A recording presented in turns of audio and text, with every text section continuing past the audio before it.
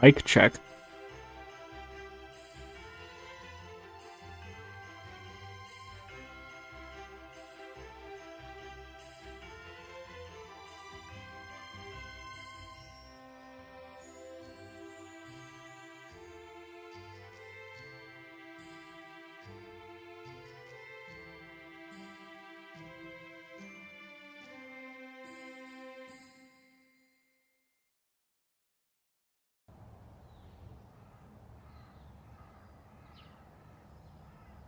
Yo, it's Santa, pull all your hands up. Damn, bro, this rap track is a banger. Standard, I'm grabbing all the ham in the hamper. Sipping cognac, brandy, right out the decanter. Riding my reindeer about the decanter. Grabbing dancer and prancers out, just yank 'em about for the banter. Worm and I'm random, handing bags full of bamboo to pandas. And I'm giving Bob Ross fans a new canvas. Is that a happy little cloud or a Santa? Dang, it's the man with the fan club from Hampshire to Japan, Uganda, Rwanda, Sri Lanka. Merry Christmas, Happy Hanukkah, Kwanzaa. Assalamu alaikum, namaste, garanga. Thank ya.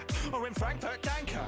Because having good manners, that's gangster. Got a lap dance from an alphabet Lapland. Told me she's a bad lass, and I'd have to spank her. What's good for the goose isn't bad for the gander. Ho ho ho's the fat man's mantra. Look, that's another scandal. I'll hand to my manager to handle and come up with an angle. Like I'm a really nice version of Abu Hamza. Snow hide in my dandruff. Don't come down a chimney, that'll land you in handcuffs. Sorry, no one with all the Kansas. Cancer starting to stand in the darker than Sansa. All the seedier parts of Atlanta. Sex in the city, gas, Parker, Samantha. Don't let her tell you that you can't, cause you can. And if they get the kids in class, say Santa's a shanta. And that's fake news. Sad propaganda. People are mistaken to believing that Australia's capital city Sydney. It's actually Canberra. Jack's film, Stanville, assholes, cameras. Don't read the comments, get it bad for your grammar. Reading all your letters and the spelling of reactions. Hashtag yeah, I let Jack find the answers. I invented product placement. Ooh, Fanta. That'll go well with the Chandler lasagna. No, I'm after but after to sound there are sounds and I'm digging in your hippocampus. It is a Christmas bonanza extravaganza. And damn, it feels good to be a Santa. Yeah, damn, it feels good to be a Santa. Hi, I'm Royalty Free Christmas Songs Forever After. My songs are royalty free, which means you can put them in your funeral. Here's one from Kermit. All right, kids, show of hands. Who leaves out cookies and milk for Santa? Oh, wow, look at all those hands. Oh, what the hell? Oh, damn it, Miss Piggy, not now. Don't you know I'm teaching today? Yeah. Anywho, here's a song all about leaving treats for Santa. Haha, woo! Oh, let's put out some treats for Santa. Let's help him stay refreshed.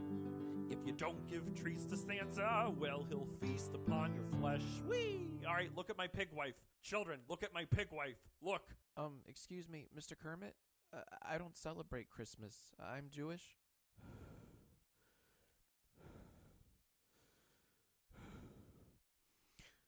Detention.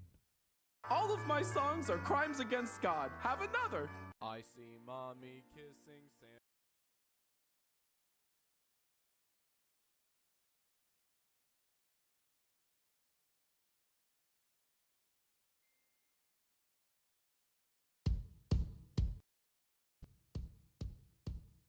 Good afternoon.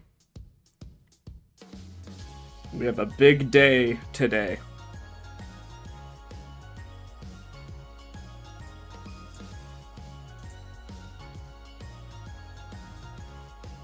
Welcome to the Jermbo stream.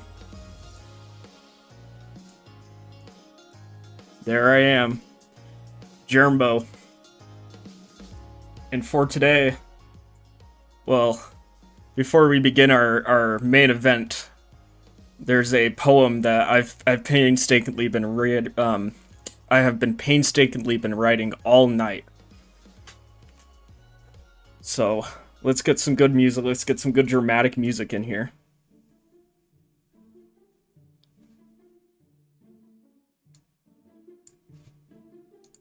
It's called The Night Before Chudsmas.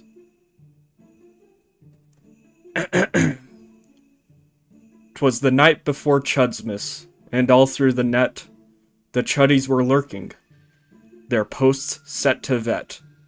The fake cell was scrolling, all bitter and vexed, while true cell was flexing, his gains were perplexed. The chuddy was chilling, with soy jack in tow, coping on Discord, his face all aglow. The Mogs and the Gooners, so smug and elite, had visions of truth nukes, a most viral feat. when out of the timeline arose such a clatter. I sprang from my screen to see what was the matter. Away to the feed I flew like a flash, tore open the Reddit that closed with a crash. The glow of the memes on my screens gave a glare, making Gemrolds and Jannies all stop and stare. When what to my wondering eyes should appear, but a true cell jerkin with a smirk full of cheer. He spoke not a word, but went straight to the task, started mogging the gooners, no need to ask. With truth nukes he shocked the whole room with surprise, as Soyjack was vibing, rolling his eyes. And out from the shadows the Chuddy did shout, "Fake cell, stop crying, let the mods sort it out." The mogs all were flexing, the goons made their stand, while True Cell just chilled with a Zin in his hand. And the Chuddies they cheered as they mogged all around. The seething was loud, and the Soyjack was crowned. And I heard as they logged off, all snug in their cave, "Happy Chudsmas to all, and the West we will save." So, sorry, I started tearing up there. I was getting a knot in my throat. I was getting really emotional. I have a very, very important main event for you guys, though. And I am more than ecstatic to share with you probably the greatest, not fan fiction, but potential future movie. So let's start with the tweet that I saw that started it all. Here it says, on r/The Adam Friedland Show, what is the most stupid thing your dad ever did? And this user said, wrote an entire Grinch 2 script, like a sequel to Jim Carrey's Grinch movie specifically. Took him like 8 months, and it's all stolen jokes. Reads like a Unabomber manifesto. Every Christmas he gets drunk and rants about how we never took it seriously. And that's why the project never went anywhere. So I went and I tracked down the Grinch 2 script, and I'm happy to share this with you guys. This is going to be a very emotional moment for us. A very, very special Christmas. We're going to learn about the true meaning of Christmas here on this live stream.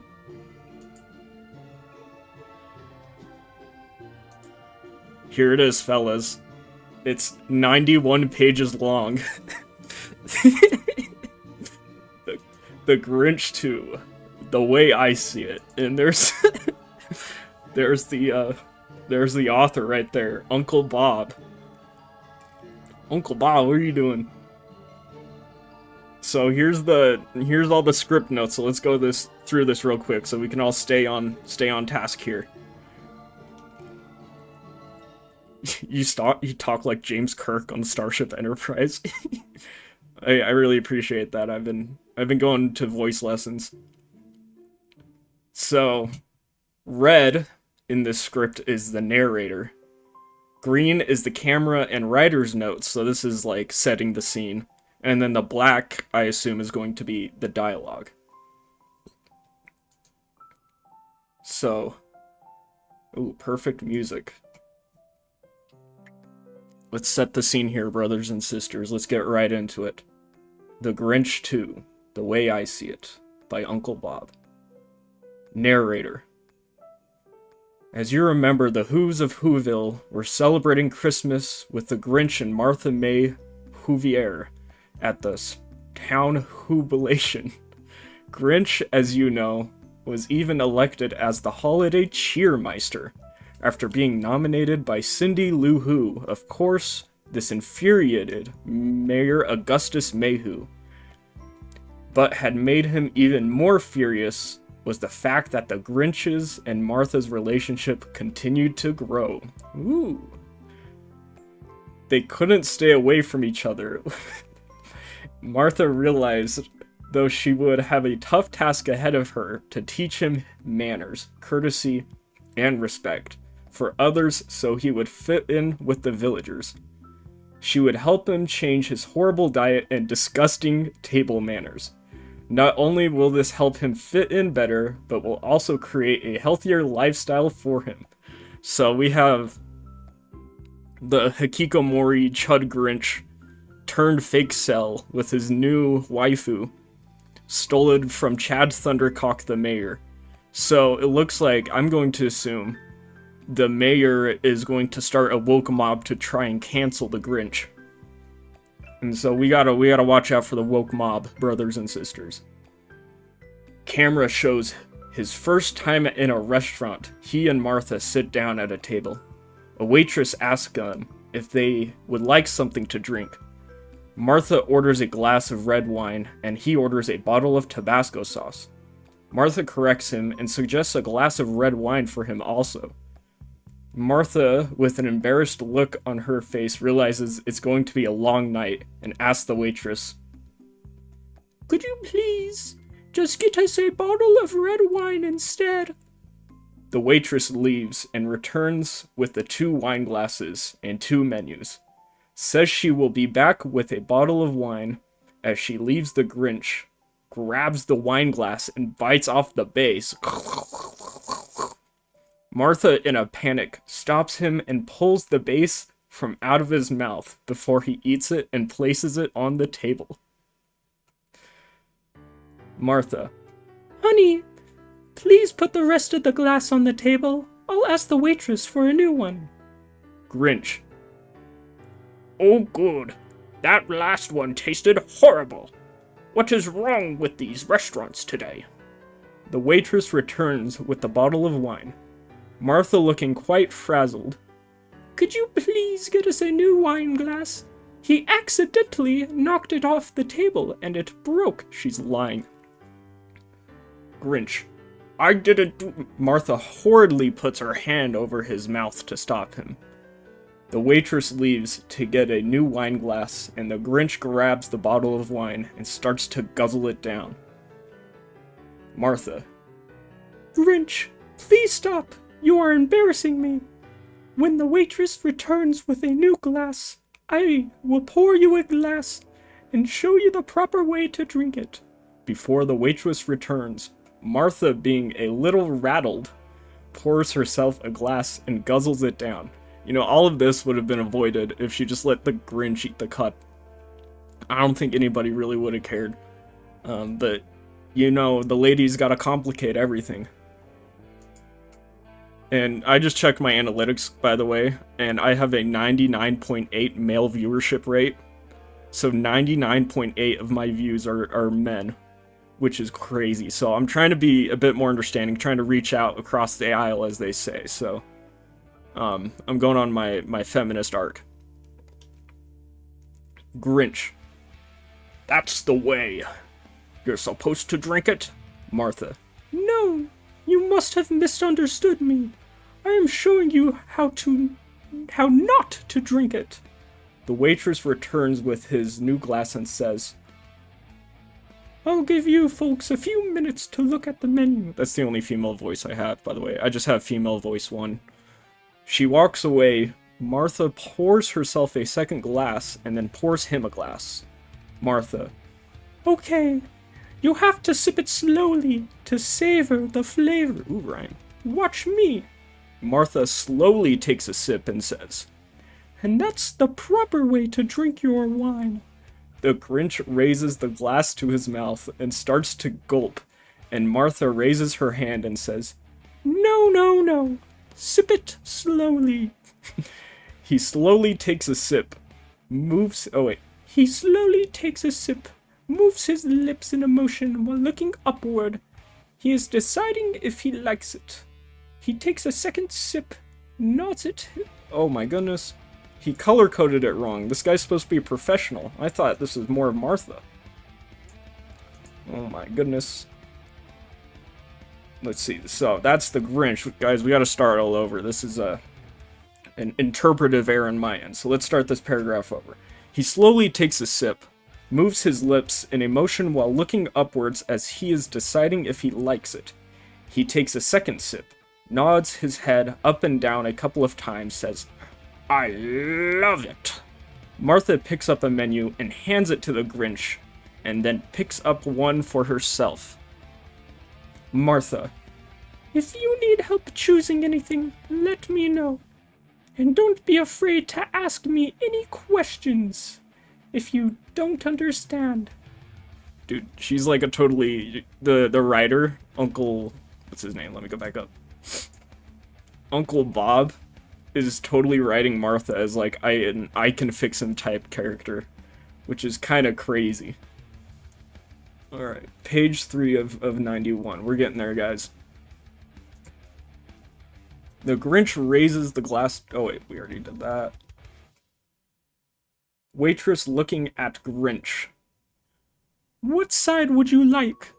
Grinch, while looking quite confused, points with both hands to the right and then points to the left. Then he points in front of himself and says, I would prefer to have it right here. Okay, this is pretty good. This is a good opening scene, guys. This is like McCormick level writing here.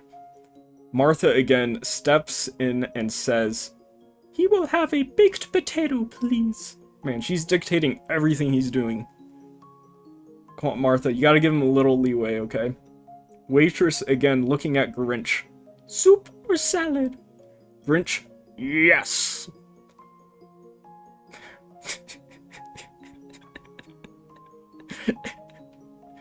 Waitress looks at Martha for help. Martha says, Salad, please. Martha tells Grinch, You have to choose one or the other. You can't have both. Waitress to Martha, What dressing would he like? Martha, He would like the blue cheese dressing. Grinch, Hey, did you hear the one about the cook who caught the salad dressing? While laughing out loud, he says, I love that one. It cracks me up every time. The waitress gives a quick, nervous smile and immediately turns to Martha and asks what she wants. Hold up one second. I like to think that this is like a real-life interaction that the writer Uncle Bob had with his wife, and he's just like still really mad about it, and so he's self-inserting himself as the Grinch. I can't read it any other way. I'm pretty sure that's what's going on. We love you, Uncle Bob. Waitress looks... where are we? Oh, yeah. The waitress gives a quick, nervous smile and immediately turns to Martha and asks what she wants. Martha says, I'll have the lasagna. And a salad with the house dressing. Grinch, laughing aloud, again says, I never saw a house dressing. Was it made of bare wood?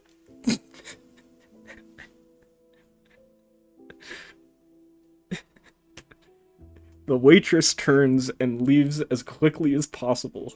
Martha takes another large gulp from her wine glass. Close scene. Camera pans away and shows them leaving the restaurant, commenting on what a great meal they had, and flagging down a cab, the Whoville cab. Yeah, Sam says there's no way this isn't a self-insert story. If it's not a self-insert story, it's definitely the number one characteristic of a bad writer is if they insert too much of themselves into the main character. So that it doesn't have to be them exactly, but a good writer is able to like write other people and other types of mindsets. So I don't know, but I think Uncle Bob here is a professional. I mean, he makes a couple of mistakes here and there, but I have yet to see a spelling error. Narrator. Every day outside, every day, every outing that Martha and Grinch do together is a challenge for Martha. She's treating him like he's like a special needs child. She loves him dearly, but he is not easy to deal with. One day, Martha took him grocery shopping. It was his first time in a grocery store. Martha grabbed a shopping cart and started going down the aisle. Grinch. Let me do it. Let me do it. As a small child would do, jumping up and down. Okay, guys, I'm gonna try not to laugh, okay? That'd be unprofessional of me. No more laughing. Martha lets the Grinch take over, pushing the cart. Martha. Okay, but please be careful. Martha would grab items off the shelf and put them in the cart. Grinch. Let me do it. The Grinch slides his arm down the shelf, knocking half the items in the cart and half of them onto the floor. Martha quite loudly. Grinch! Please stop! You're making a mess, and we do not need all that stuff. Put them back on the shelf and help me pick up everything. How did this come from, like, the Grinch being mad at Christmas? The Grinch being the Grinch. The Grinch being the Grinch rolls his eyes while mumbling under his breath. Does as she had asked, but of course is putting everything in the wrong spots. Upside down, etc. Thankfully, a stock boy, oh goodness, Deus Ex stock boy, comes around the corner and tells them not to worry. He will take care of everything. Guys, this is so hard to read, this like light green text, because the author, being an artistic genius, uses red and green text because it's Christmas themed, but it is incredibly difficult to read, especially in 12-point font. I'm doing my best. I have an untreated stigmatism, so I can only use my one eye, my shooting eye, to read this. Martha to Stockboy. Thank you so much for your help. We are so sorry. Martha turns to the Grinch and tells him to apologize to the Stockboy. The Grinch, while looking down towards his feet and with a sad face, mumbles softly, I'm sorry. Martha. Grinch! Say it like you mean it! Sam asks, is this a montage? I guess so. The Grinch, with his hands to the side, and shuffles his right foot and says louder, I'm very sorry. The Stockboy says, That's okay, Mr. Grinch. I'll take care of it. Finally, they move on. When they turn the corner and go up to the next aisle, the Grinch crashes the cart into a lady's cart, which was on the side of the aisle. The lady looks up at the Grinch and gives him a dirty look. Okay, alright. Creative writing rule number 2. Don't repeat words like that. Don't say, the lady looks up the Grinch and gives him a dirty look. Look. It's too much. It's going to overstimulate the reader. The Grinch says to Martha, What's her problem? Based. Martha. Grinch, you crashed into her cart. Grinch. But she was parked there. Martha. So go around her. Grinch, rolling his eyes again. Okay. Well, I guess I could have done that. They go to the end of the aisle, and then Grinch cuts the corner to sharp and bangs his cart into a display shelf loaded with soft drink bottles, knocking the bottom leg off of the shelf out, and all the bottles rolled off the shelf for what seemed like an eternity. Grinch, putting his hands around his mouth, and quite loudly yells, Clean up on aisle 6! Oh my! I just cracked myself up!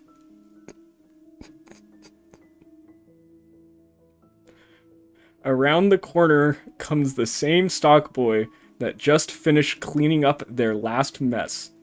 Grinch to stock boy. You know, it's really not my fault. My girlfriend pushed me. Martha. That is absolutely, positively Not true. That's it. I'm taking cart duty away from you until you learn to be more careful. Guys, genuinely, the writer is writing Grinch like he's like a special needs child. He's flanderizing the Grinch to have low functioning autism, and it's really bugging me. The stock boy shakes his head and bends down to start picking up the mess. Martha takes over pushing the cart, and she says to him, "Honey, please stop acting like a child. You must be more careful and thoughtful to people around you." This is like a Bluey episode. Grinch, "Well, yeah. I always say I'm sorry, and I help pick up the stuff on the floor." Martha, "Okay, I agree. That's nice, but you shouldn't be causing the problem in the first place." Grinch, "Okay, I promise I will get better. Baby steps, Martha. Baby steps." Martha rolls her eyes. Lots of eye rolling. The Grinch picks up a bundle of bananas and asks Martha, "Why are these fat and yellow, not brown and floppy?"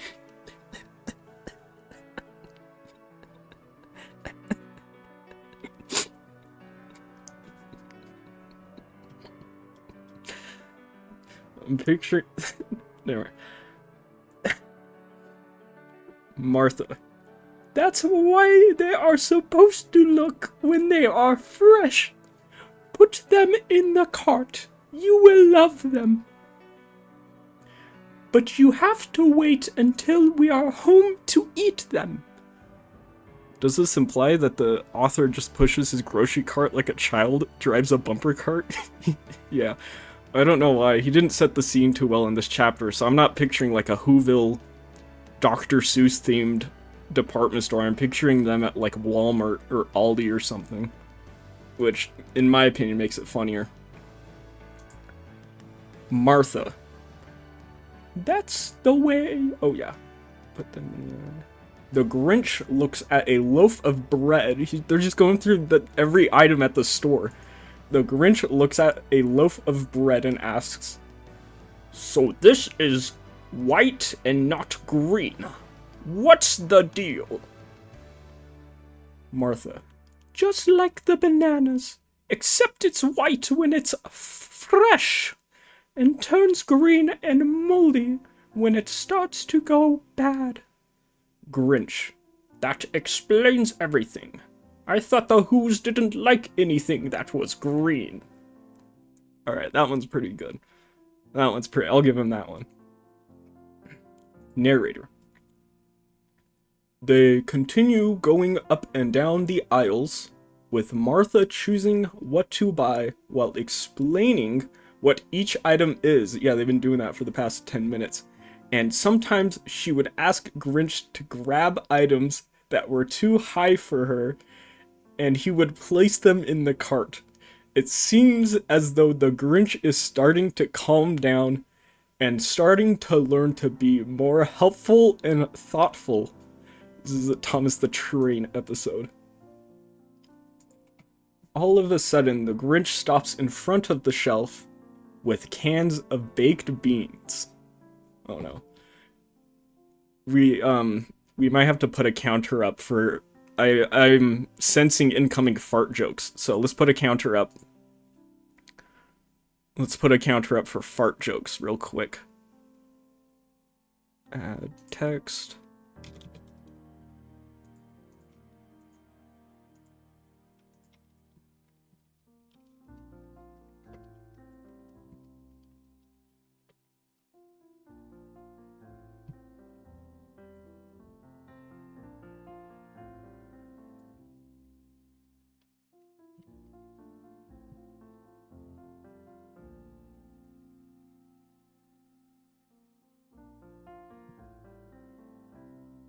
Put it in bright green.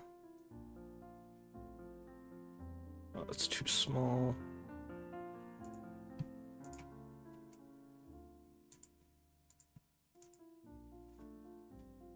And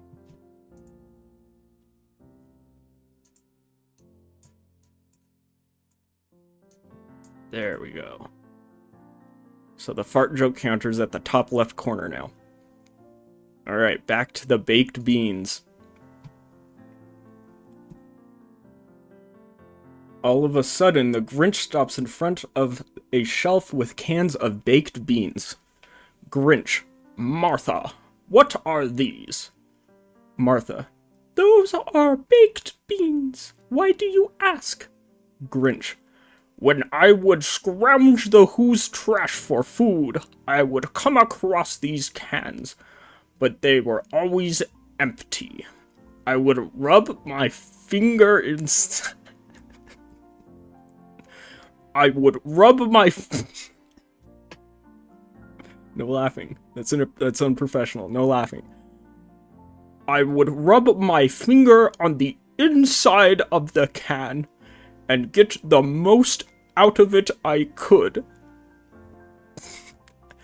Then lick my finger. I loved the taste of it. Can we get some? This is better than The Godfather. This is true. This is like reading Dostoevsky. This is this is more emotional than Crime and Punishment.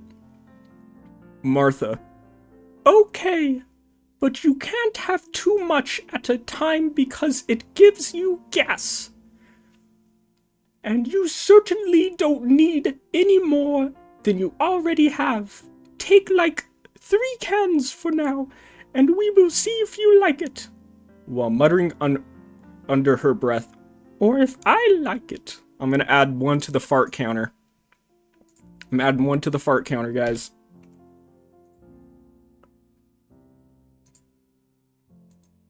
Camera fades away. Fades into scene at his cave. He's back at the Goon Cave, brothers and sisters. The Grinch would return to his cave after spending every day with Martha May and would try to convince himself that he was happy in his own surroundings. Grinch. I have these modern conveniences. I have plenty of delicious food. Camera shows him picking up handfuls of broken glass. Although I do have to admit, the filet mignon the other night was to die for.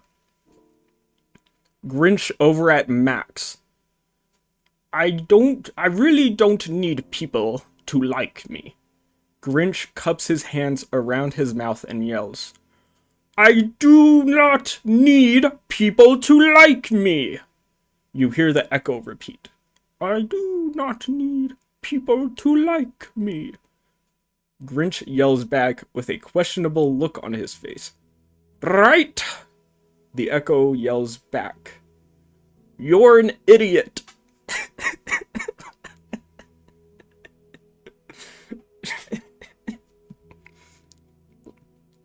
Grinch looks frustrated and bounces back into his chair. Grinch looks at Max and says, Right? Max growls. The Grinch stands back up and says, Okay, maybe I'm not right.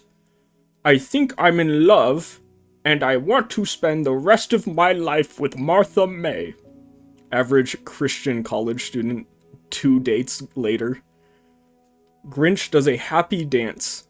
Grinch looks down at Max, who is doing a happy dance also. Camera fades away. That scene, if put into audio video, would have been 30 seconds long. So that was a 30-second long scene of him yelling into the void. Very Nietzschean. Narrator. The Grinch and Martha May continue to see each other for many months. Okay, they're not Christian anymore because they haven't gotten engaged yet. On this one special day, the two of them are having a great time at the Leon Day Hubation. Leon Day Hubation. What the? With all the townspeople. For those who don't know, Leon Day is June 25th, which is halfway to Christmas. Leon is spelled Noel backwards.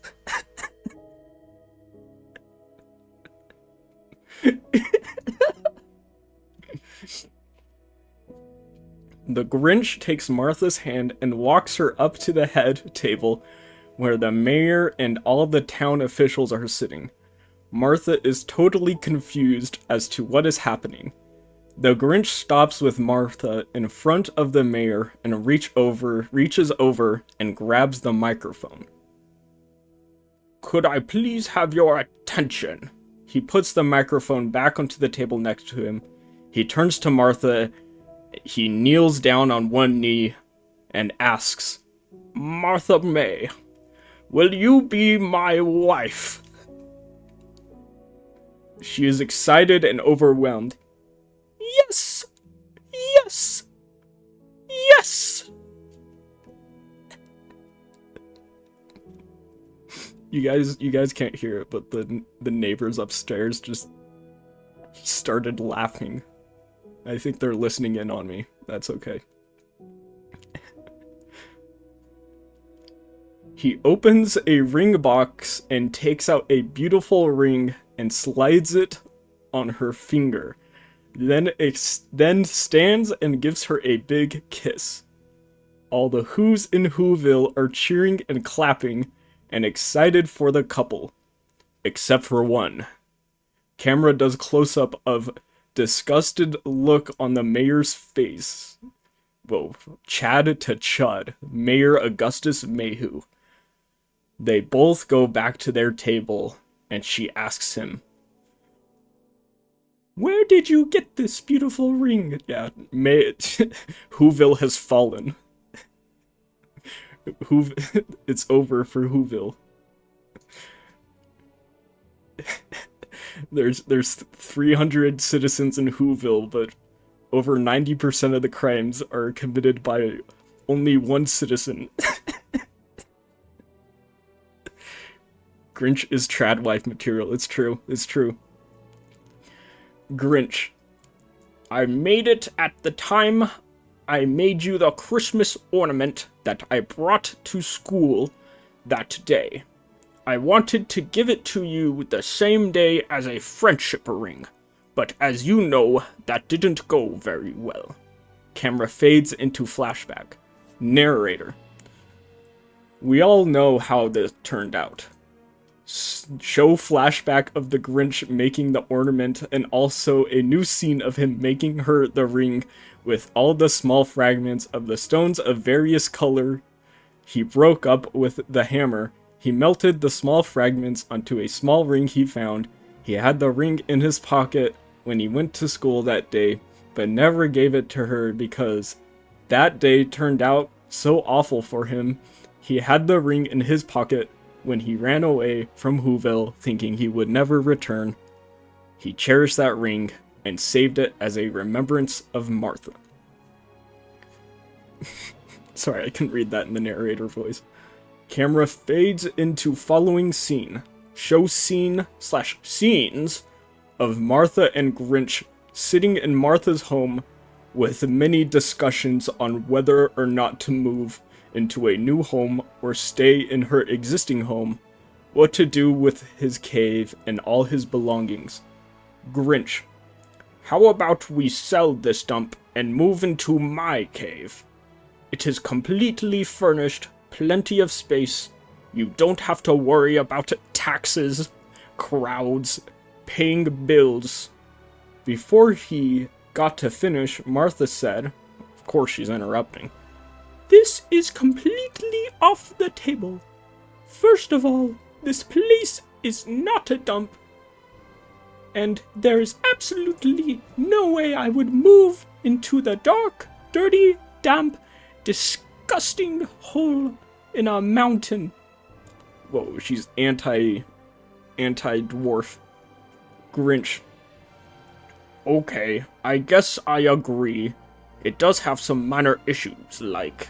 While nodding his head up and down, counting them on his fingers. No fresh air. No bathrooms. No fire exit. No open floor concept between the cooking area and the eating area. Oh, how I love that look.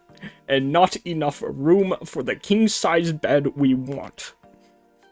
I like how it goes from no ventilation in bathrooms to no open kitchen concept. Martha. Well, I'm glad you came to your senses on that topic. We can live here for a while, and then we can start looking for a larger place to live, where we'll have enough room to start a family someday. Grinch. Fa. Martha. That's right. A family. My clock is ticking. And I would love to have a child. Wouldn't you? Grinch, still looking in shock. Fa.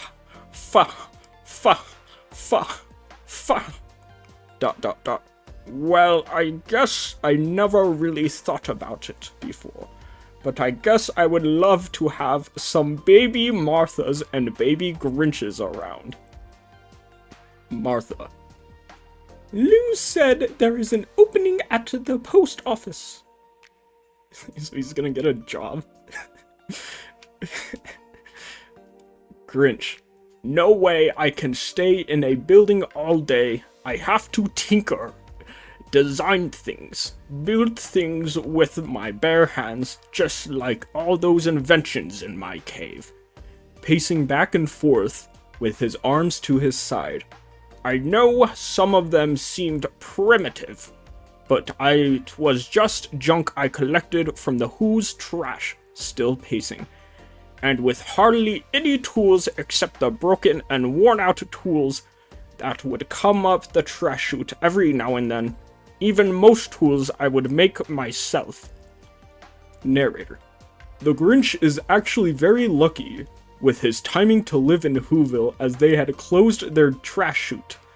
They had created a trash-to-energy power station with a recycling center. Most of his food source had stopped in the process.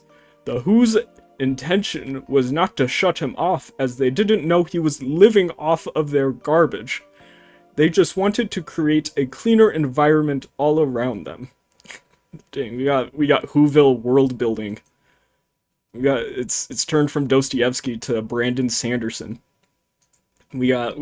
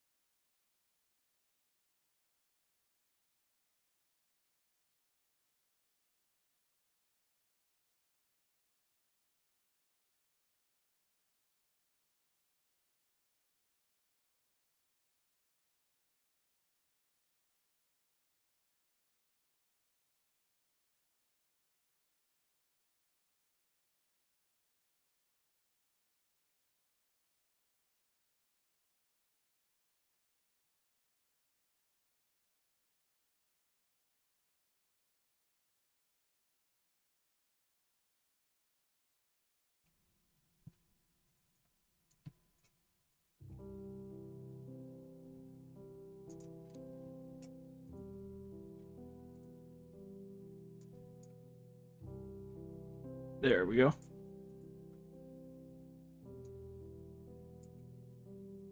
Alright, I'll be right back. Give me about 2 to 3 minutes. While I'm gone, in the chat, tell me what you want for Christmas, and maybe I can make it happen.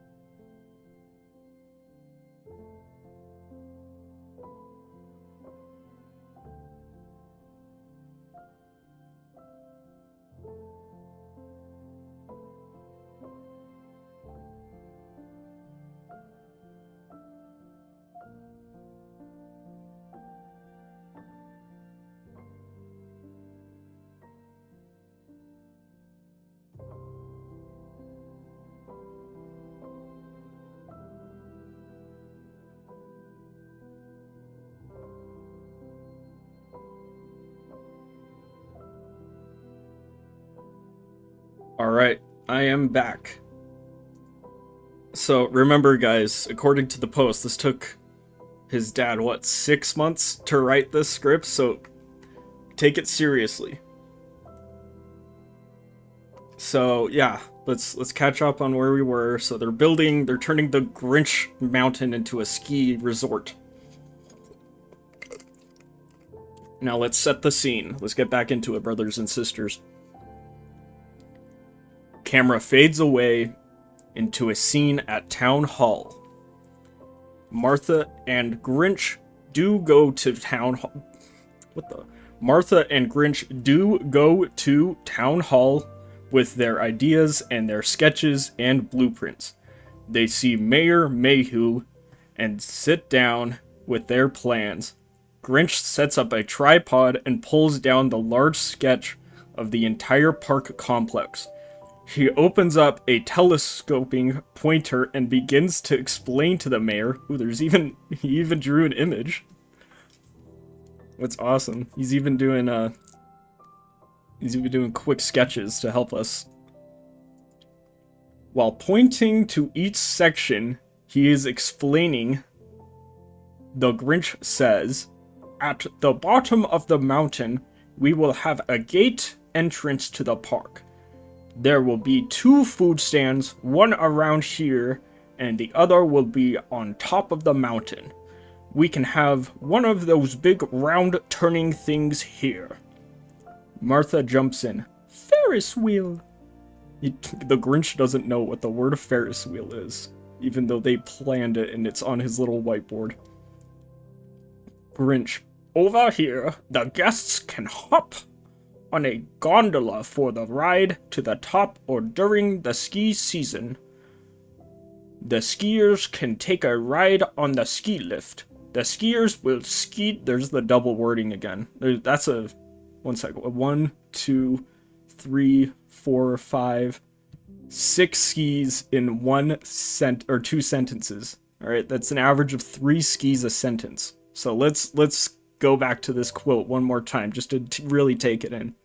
Grinch, "Over here, the guests can hop on a gondola for the ride to the top during the ski season. The skiers can take a ride on the ski lift. The skiers will ski down the slope, which ends here, and they will get back onto the ski lift here," while motioning with his pointer. "Also, somewhere around here, we will have a large hot air balloon, which can take up to 6 passengers up and down the mountain." A lot of world building again. Again, while pointing with his pointer, "The kiddos..." But why does it seem like he's saying that like a slur? "The kiddos maybe their parents, if they dare, can slide down the old trash chute, which we will clean up and paint to look like a big candy cane. I will move the end of the trash chute so it doesn't go all the way into town. They will enter here at the top and exit down here at the bottom. Hop on a gondola and do it all over again. Grinch. We will have food and drink stands here at the top, while pointing in front of the existing cave entrance. I will block off the cave entrance so no one can enter for now. I think if all goes well, I will eventually come up with an idea for the cave. Maybe lodging or something, one phase at a time. Grinch has the smart goals in mind. Martha gets up and claps with excitement and says to the mayor, Augustus, what do you think? Mayor. What do you think? Let's see what the mayor sounds like. I think he's gonna go a little more mousy voice. He goes, you know, I can benefit from that tax revenue. Mayor clears his throat. I mean, the village can benefit from the tax revenue, and it's a great way to get rid of that stinky trash chute. I hate to say it, but it's a fantastic idea.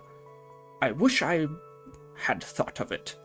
We can name it Mayor Mayhew Park.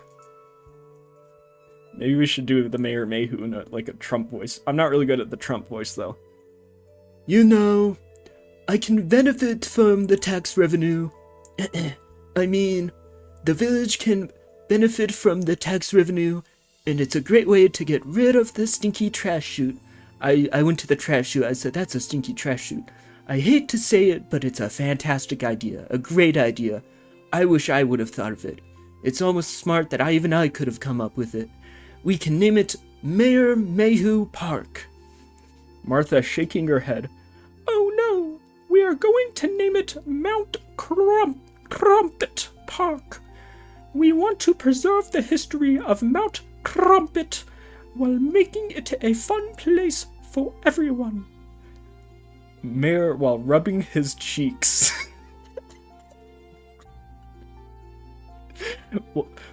Mayor while rubbing his cheeks. Okay, I like it. I will help you get all the permits you need. The mayor and Grinch shake hands. The mayor turns and hugs Martha. He's still not letting go for a few moments. Martha looks over at Grinch and Martha rolls her eyes. Chad says, what's the point of this story? Dude, I have no clue. I think it's gonna have an awesome payoff, though. I hope there's like a sex scene. That would be awesome. We need a Grinch 2 sex scene. Grinch. Okay, Augie boy. That will be enough. Yes, yeah, the Grussy. We need the Grussy in the story to really make it good. Mayor. Oh, of course. I was just caught up thinking about the park. Camera fades away. Again, another 1 minute scene. Camera fades away. Grinch and Max start their first of many mornings going to work on the park project. Grinch puts on a hard hat and puts a small hard hat on Max. Max looks into the mirror and smiles and wags his tail. Grinch. Come on, Max, let's get started. We'll never get anything done if you just want to sit here and admire yourself. Ooh, there's even a little drawing. Show scenes of Grinch. Another montage? Oh my. Show scenes of Grinch sawing some trees at the base of the mountain that will be in the path of the gondola. Show Grinch sawing the tree and Max on the other end of the saw hanging on for dear life while the saw goes back and forth and Max banging into the side of the tree. Max is starting to see stars. Grinch in his grumpy voice. Hey, what are you doing over here? This is not a joyride. If you're not going to help, start gathering all those branches over there and move them away. camera can show Max grabbing some branches with his mouth and dragging them out of the way. At the base of the mountain, he trims all the branches off a very large tree, which the end of the gondola cables will be attached to. The cables will also attach to the top of a second tree about 3/4 of the way down the mountain, one of the last trees before the mountain turns into a rocky, rugged, steep terrain. These details are so specific, I think I could build this. Chat says, this is an important scene. By going into so much detail, we can see that the Grinch is maturing and becoming more responsible husband/father material. This is true. This is a wholesome story. Again, any bullies and haters in the chat will be demonetized. My mods will get you. Alright, let's get back into it. Next scene can show the Grinch with a welder's helmet welding a large steel pole to a steel base, which he already bolted to the rocks on the side of the mountain. Grinch stops welding and opens his helmet to ask Max for another welding rod. He sees Max standing there with a welder's helmet on. Grinch, what in the world are you doing? Grinch walks over and opens Max's helmet into find Max chewing on a dog biscuit. I like the drawings are like in crayon. It's giving really, really bad Chris Chan vibes. Remember, the guy who wrote this is a father, so he's had sex at least once, okay? So if you're not getting any, just know that the writer of the Grinch 2, if he could do it, you can do it. I believe in you, brothers. Grinch, while looking around in a grumpy voice, where are those welding rods I asked you for? Max pulls his helmet back down. Grinch pull Max's helmet back open, grumpy voice, and pointing to his right, Max, come on, they're over there, in the bottom drawer of the blue toolbox over there. There's that double writing again, dude, this guy's so bad at it. Over there, in the bottom drawer of the blue toolbox, over there. That's so bad, dude. I already told you that, now go get some and bring them to me. Grinch. Max, you have to keep up this time. We still have 3 more pulls to go. End scene.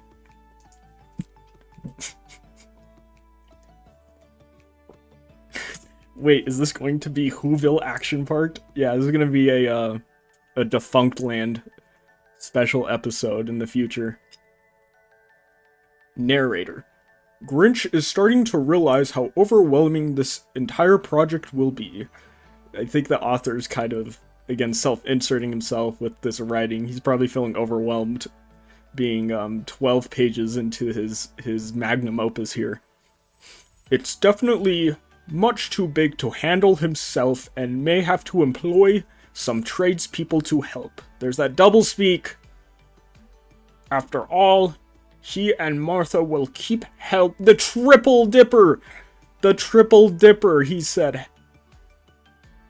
Oh my goodness, too many guys, don't double up on words like this. It's terrible writing. It's making me so mad. One day, while working, Grinch remembered that Gus, who built his own hot air balloon. He could use Gus to build a large hot air balloon with a basket large enough to hold about 6 people or more. Grinch will also use Gus to build about 10 smaller baskets that can hold 2 people each for the gondolas.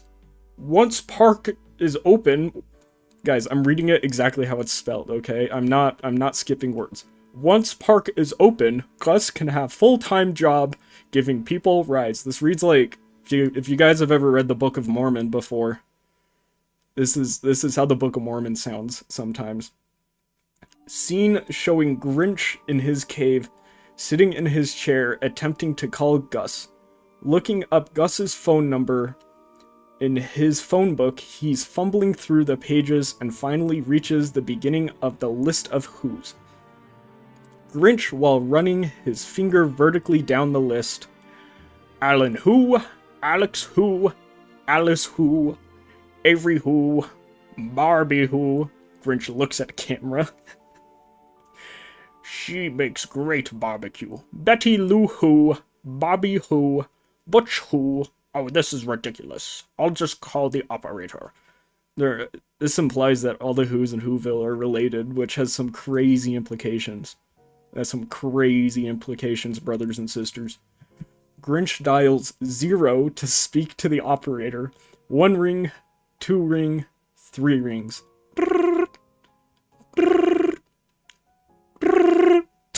Click. Hello? May I be of assistance to you? Oh, wait. Hello? May I be of assist to you? Grinch. Can you help me connect me with someone? And who would you like to speak to? Yes. How did you know that? How did I know what? Who I wanted to speak to. I don't know who you want to speak to. You didn't tell me yet, sir. Grinch, grumpy voice. I want to speak to Gus who? Please, sir, I don't have time to guess who. This is stolen from Airplane. This is straight stolen from Airplane. What I'm asking is, what person would you like to talk to? His name is Gus who. His first name is Gus, not Guess. Gus. And that his last name is who. 1 moment, please. Grinch, while on hold, looks into the camera. Now he's stealing from Deadpool. What's the deal with these phone operators? Now he's stealing from Seinfeld. They have to pass a rude test to get the job at the phone company? Grinch hears a couple of clicks. Then Gus answers the phone. Gus who here? Grinch starts to flip out and then looks at the camera. I am so fucked up. Fed up. Sorry. I am so fed up. Oops. Oh. He said Gus who, not guess who. Almost got me there.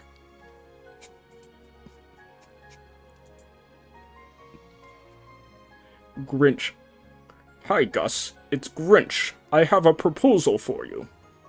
I would like to hire you to do some work for us in our new park project, Mount Crumpet. Is that something you might be interested in? Gus.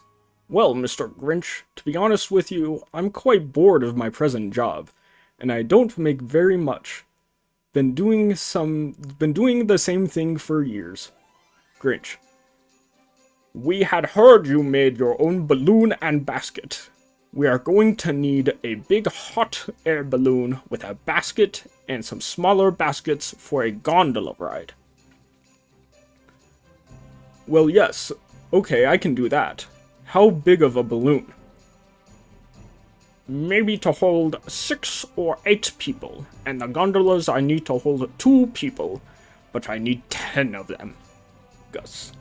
Okay, that's a pretty big project. I'm not sure if I can handle all that.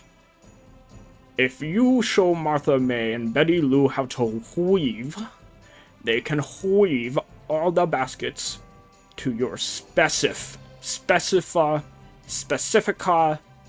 the way you want them. You mean specifications? Yeah, sure. While rolling his eyes again. Whatever, and once everything is ready, you can work full-time at the park, either giving balloon rides or helping run the ski slope. Let's get us together. Sounds like a plan. Gus, one other thing. I'm going to need a lot more help with many things.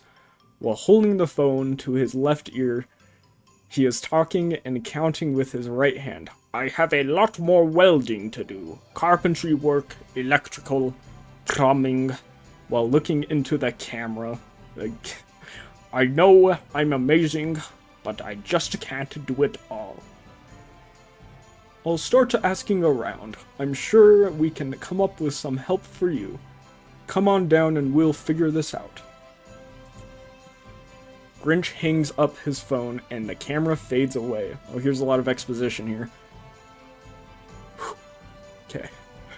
Camera can show Different stages of baskets being... Another montage! Different stages of the baskets being built by Gus while training Martha, May, and Betty Lou. Also scenes of new, larger hot air balloon basket being built, which will still fit 6 people. Show scenes of Gus working on the gas heater and Martha and Betty sewing the large fabric panels together to make up a balloon. Miscellaneous additional scenes of construction show Max and Grinch about a gondola system, scenes of workers hanging the gondola baskets, painting the steel structures, supporting the gondolas, also painting the old trash chute, giving it a clean, fun look. Scenes with Martha and Grinch hanging onto a rope tied at the top of the trash chute while they are scrubbing and cleaning it all the way to the bottom. Martha constantly complaining of the smell. A scene with Max sitting on a big sponge and riding down the chute, of course with a big smile. Scenes of final... Oh my, so much. Scenes of final preparations before park is opened.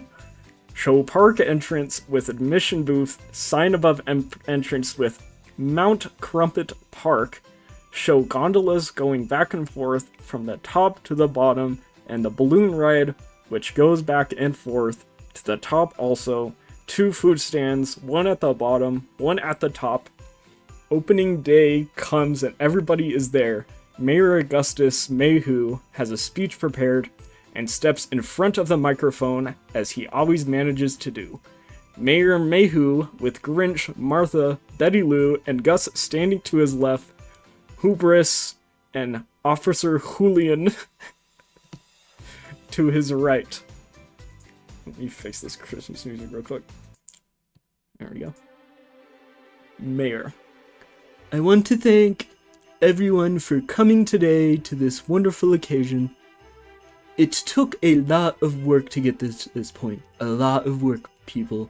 I believe when I first came up with this idea, Grinch pokes the mayor in the back. As I was saying, when I suggested this idea, Grinch pokes him in the back a little harder. When the Grinch came up with this idea, I immediately approved of it. The people in the audience clapped and cheered. Not only was it a great way to use that useless mountain's resources, but it cleared jobs, tax revenue for the village, and lots of fun for the kiddos and adults alike. I couldn't have done without. Grinch pokes him in the back with a third time.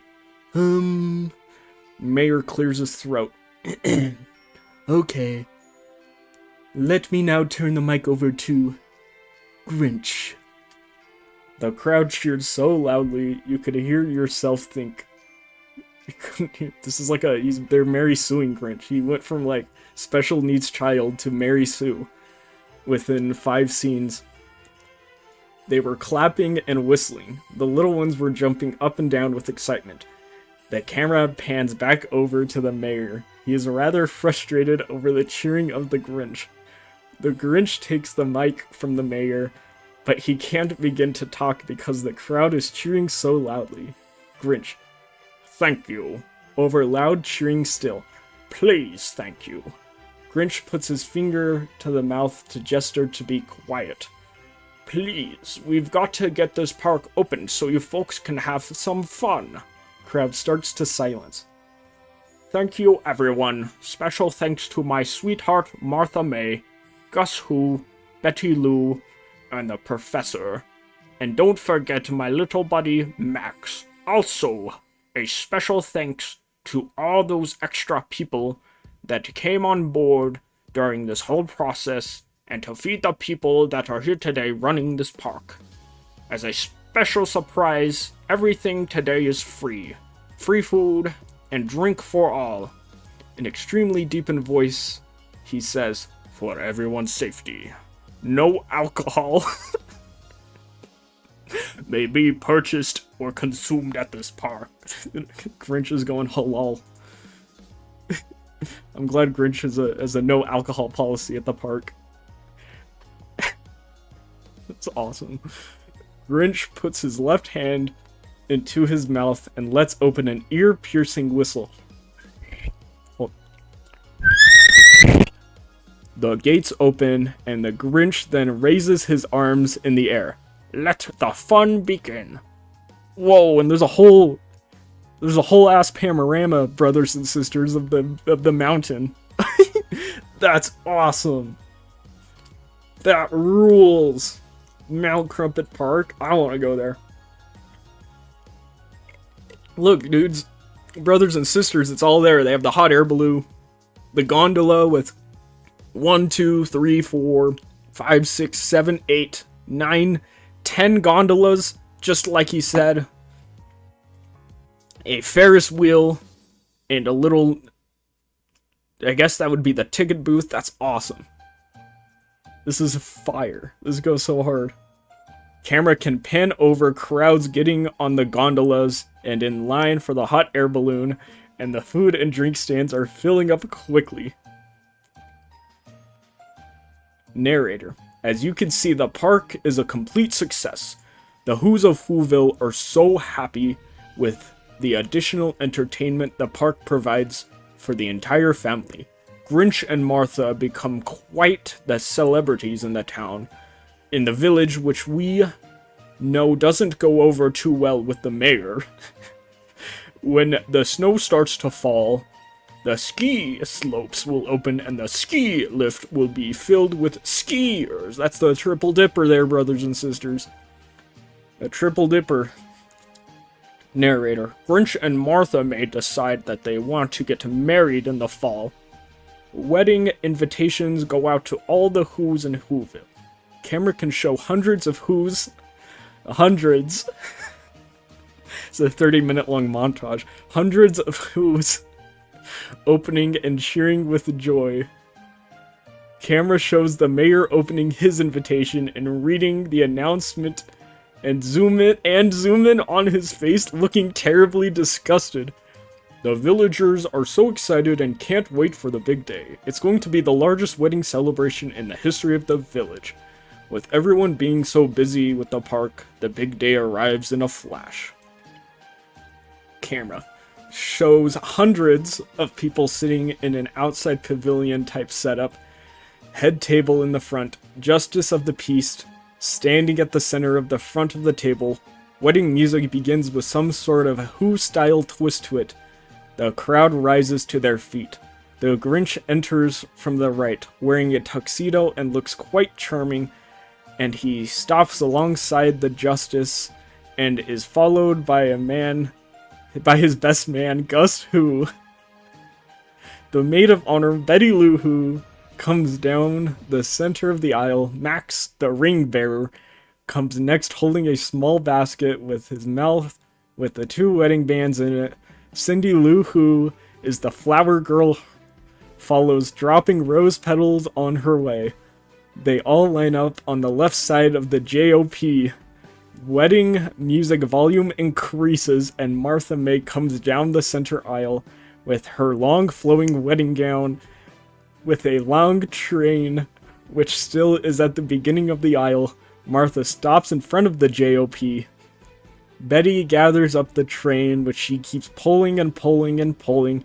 Finally, she comes to the end and places it behind Martha. Grinch and Martha turn to each other and hold each other's hands.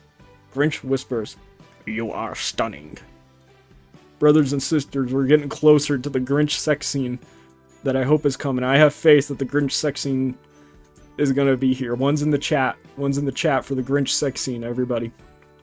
Martha whispers back, "And you are quite handsome yourself, young fellow." Grinch, "By the way, why are we dressed so nice? Oh, that's right, we are getting married today." Camera shows Martha shaking her head lightly.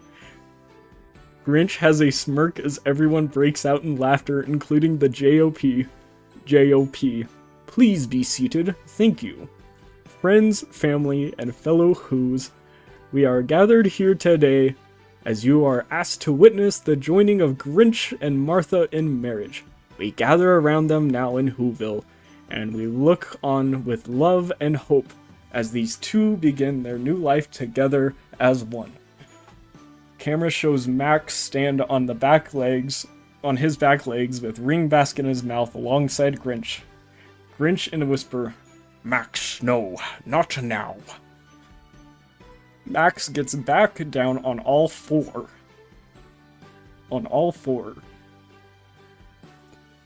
Marriage is a sacred institution in our culture.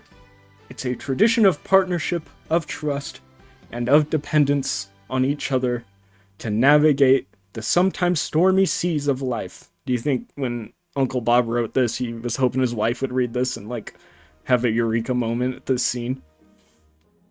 Yeah, teardrops on the paper as he was writing this. Camera pans to the Grinch, who says, while spinning his right index finger in a motion as to indicate its move, "Let's move along. Blah, blah, blah." JOP. If anyone present objects to these two being united in marriage, speak now or forever hold your peace. Camera shows the mayor starts to raise his hand but is stopped by Officer Julian. What a dog. JOP. At this time, Grinch and Martha will exchange rings. The wedding ring is a symbol of love, devotion, and never-ending commitment between two people. Camera on Max, who stands on back legs again alongside Grinch, and once again Grinch whispers, "No, Max, not yet." JOP. Grinch, do you take Martha May as your lawfully wedded wife?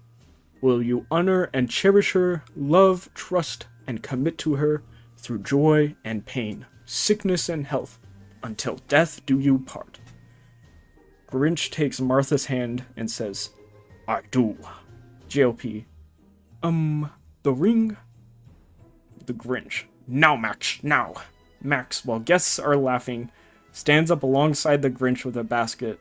Grinch reaches in and takes out Martha's ring and slides into Martha's finger and says, "I do." I do. JOP. Martha, do you take Grinch to be your lawfully wedded husband? Will you honor and cherish him, love, trust, and commit to him through joy and pain, sickness and health, until death do you part? Max stands near Martha, and Martha takes a ring from basket and slides onto Grinch's finger and says, "I do." JOP. I pronounce you husband and wife. You may kiss the bride. This is awesome. This is like Wattpad. This is, Uncle Bob would love Wattpad. I'm saying it now. Uncle Bob, the writer, needs to get on Wattpad right now. JOP. Camera shows a close-up of Grinch with a wide smile and tears of joy in his eyes as he leans forward and gives Martha a kiss. Martha gently wipes the tears from his eyes. Grinch leans forward again and gives her a long, passionate kiss. They turn as the guests are clapping and cheering and walk down the aisle and hand in hand as the wedding party follows. Camera fades away and fades into reception dinner.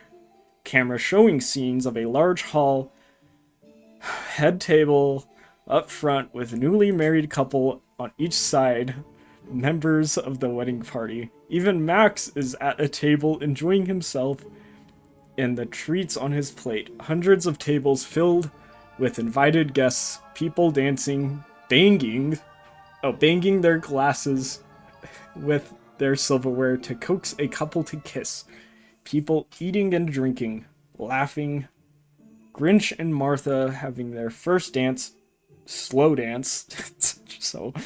just so you're not confused, it's a slow dance. Mayor comes up and taps on Grinch's shoulder. Narrator. Martha had spent a lot of time teaching Grinch how to dance. Fast dances, slow dances, as we know. She warned him of all the traditions that can occur during the reception. She even warned him of men wanting to dance with the bride, and how they would come up and tap your shoulder, and it's tradition, and that's okay for you to let them cut in. Camera shows Grinch steps aside, the mayor takes Martha's hand, and the two of them start their slow dance. Grinch he's getting cucked right now, guys. The Grinch is getting cucked by Mayor Mayor of Whoville. Grinch is standing alongside the two of them with his arms folded. He looks at his watch to see how long it's been. Mayor is smiling ear to ear. And Martha looks confused as she doesn't know how to put a stop to it. Grinch looks over at the clock on the wall, show the hands in fast motion, clicking a few minutes, and he decides that's enough. Dang, you got straight up cucked at the wedding. At the wedding. Grinch. Okay, Augie boy. That will be enough. This is our day, not yours. Mayor. But I just got here.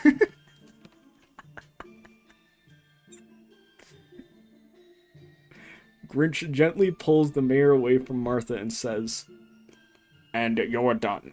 Time's up." Grinch begins to dance with Martha, and the slow song ends. They start to walk off the dance floor when a fast song starts that they both like. They turn back to the dance floor. They start dancing, and the crowd is cheering at how fantastic they are doing together, never expecting the Grinch to be such a good dancer. Camera can continue showing more dances, more fellows tapping the Grinch's shoulder. Dancing with Martha's narrator kicks in. So, here's the narrator. He says, "By far the biggest gatherings of people to celebrate a wedding, Grinch and Martha May are having the time of their lives. But now we will be moving to the next chapter of their lives.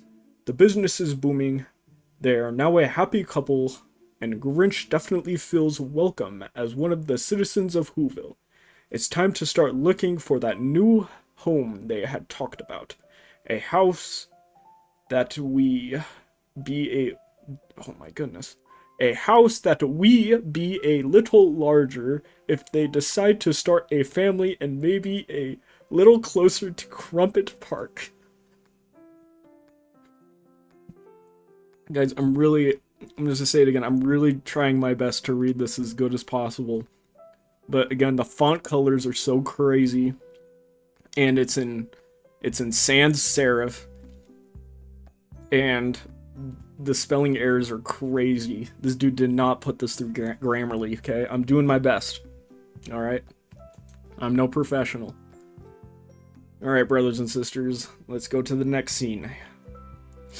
Camera can show Grinch and Martha sitting on a couch together, looking at a real estate magazine. Martha points to a photo. "How about this one?" Grinch looks closely. "Too small." Grinch points to one. Martha says, "Too big." Grinch points to another. Martha says, "Too close to the mayor's house." Grinch, "Ooh, good catch." Martha turns a page and points. "How about this one?" Chaz says. "Oh, you're doing great. It's almost like I'm watching it in the theater." Oh, I appreciate you. It's Jermbo's strongest soldier right there. Thank you, Drewy. Grinch.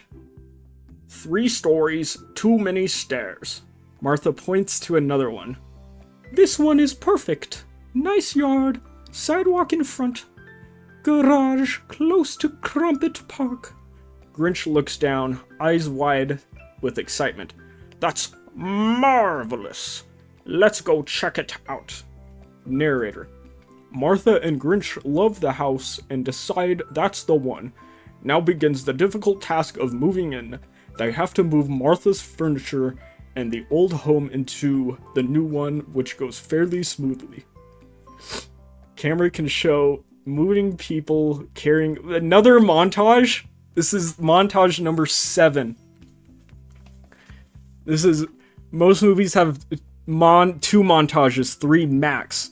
Okay, this is montage 7. Camera can show people moving... Or camera can show moving people carrying larger items in, and Martha and Grinch carrying smaller items in. A second, larger truck pulls up in front of the house. Grinch runs over to the truck and points to the driveway and says, "Back it in here, boys."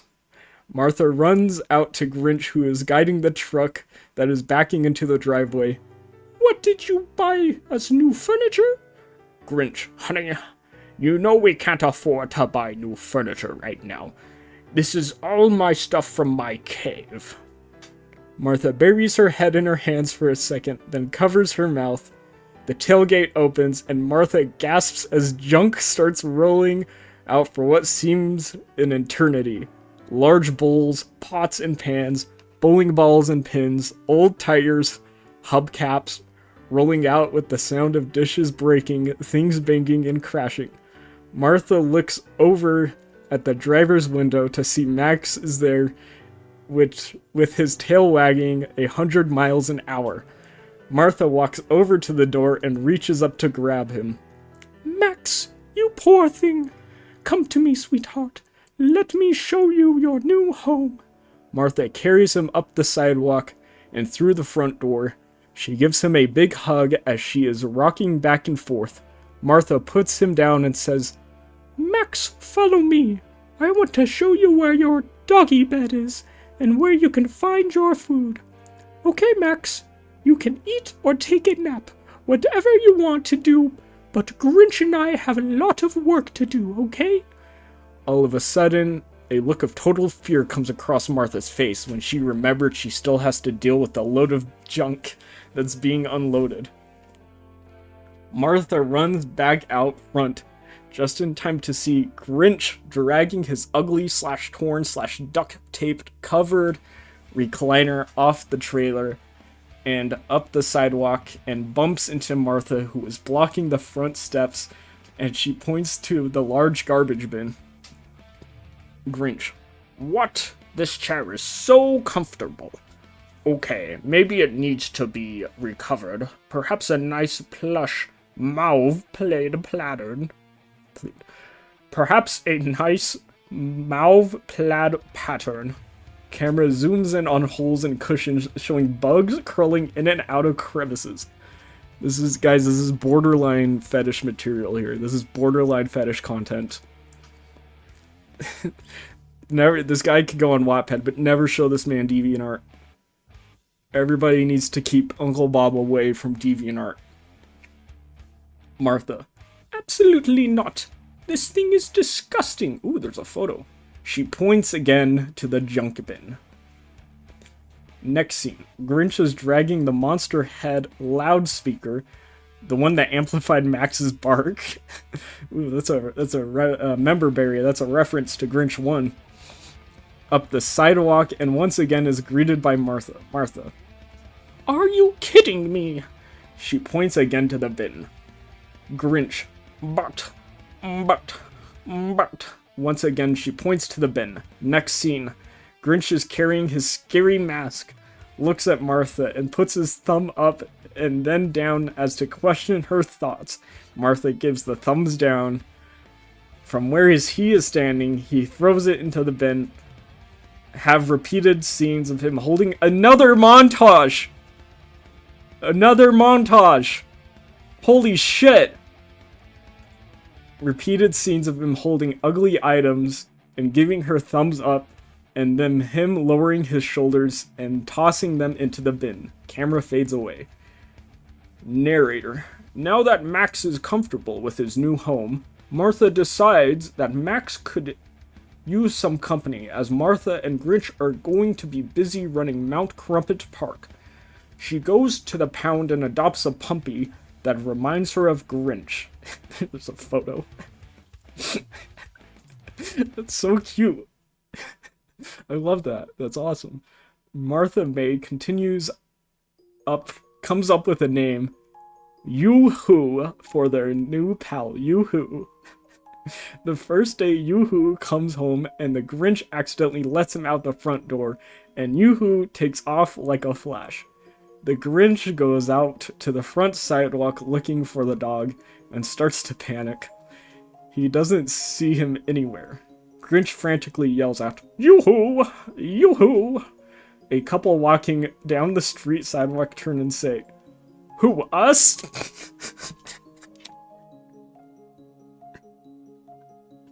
Guys, I'm only like 1/5 Done. I'm tearing up. I don't know. I don't know if I could do this. Grinch. No, you who? The husband says, who, you? Grinch angrily says, no, not me, you who?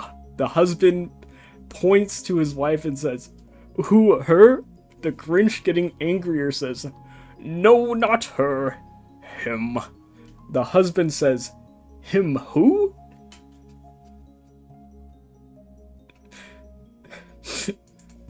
Grinch, even angrier, says, no, you who, my dog.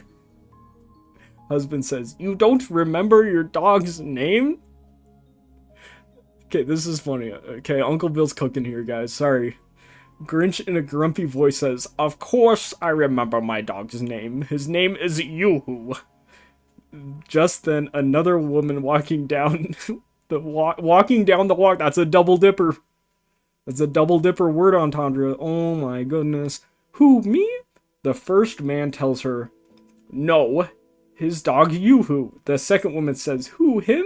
Grinch, extremely frustrated, says, no, Yoo-Hoo!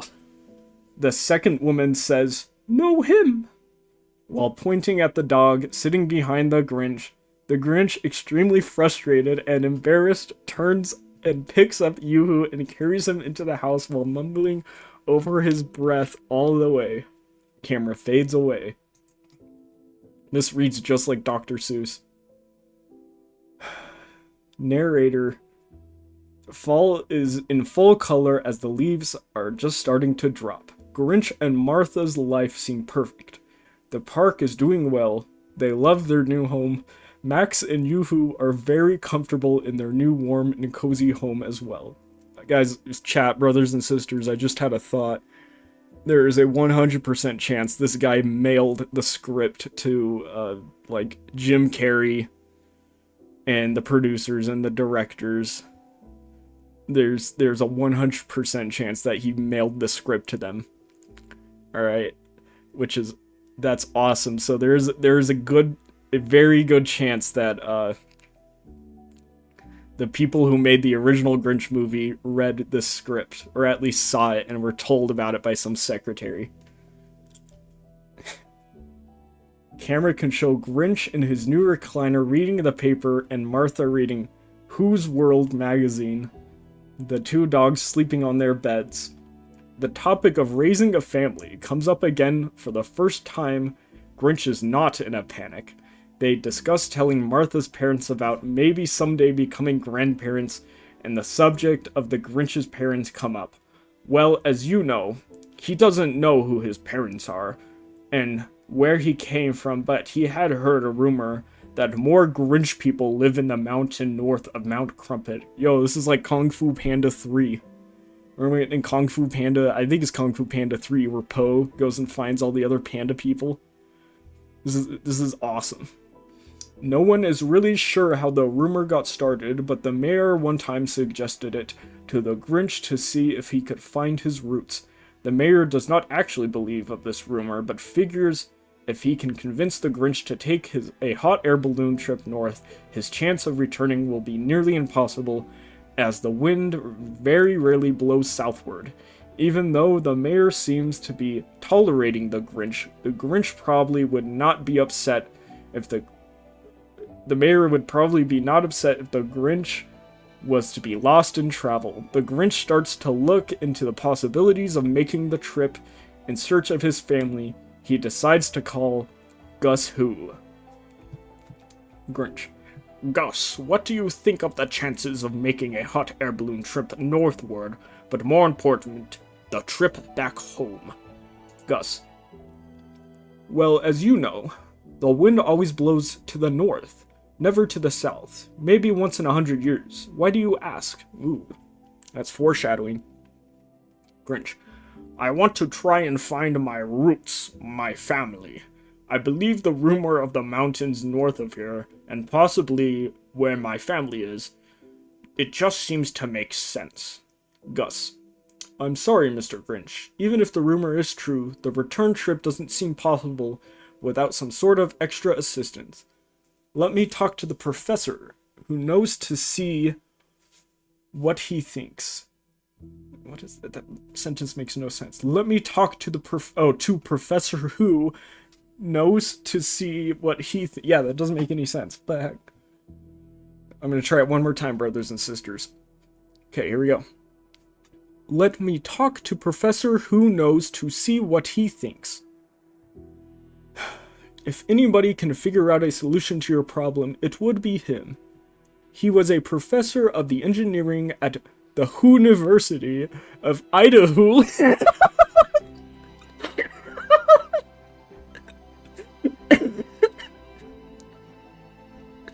The University of Idaho. For 30 years until he retired. He still likes to dabble with projects in his workshop. I will get back to you. Camera fades away, then backs to Gus at his home. Gus calls his friend Professor Who Knows. Oh, that's his full name! Professor Who Knows. Okay, that's pretty fire. Professor, I need help with an idea. I need a way to help propel a hot air balloon faster and stronger than the propeller I have now. Professor, I could picture, in quotes, this is in quotes, I could picture buck teeth, nerdy glasses, and a voice like Professor Frank from The Simpsons. I can't do Professor Frank voice, but I'm gonna do nerd voice, alright? I've actually been working on a similar version of the methane gas-powered turbine that is powering the village right now from recycled food leftovers. Gus, can you make one small enough and light enough to attach to the bottom of a hot air balloon? I'm already seeing it, guys. They're gonna use farts to propel this hot air balloon. Oh my goodness. The fart counter is gonna go up, I promise. Professor. Well, unironically, It's gonna be Ben Shapiro voice. Well, ironically, I already made a smaller version to experiment if the idea would work at all. I could reconfigure my calculations, reduce the chamber size without jeopardizing the compression detonation. I have to make some more changes to make it lighter and smaller, but yes, I sure can. Why don't you come on over and I'll show you what I already have. Gus, I'll be right over. Gus arrives at the professor's workshop. Professor, again in quotes. Camera is showing everything the professor is explaining. This round container is where the fuel is stored. The fuel consists most of leftovers, as any discarded fruit, vegetables, apple cores, banana peels, miscellaneous meats, etc.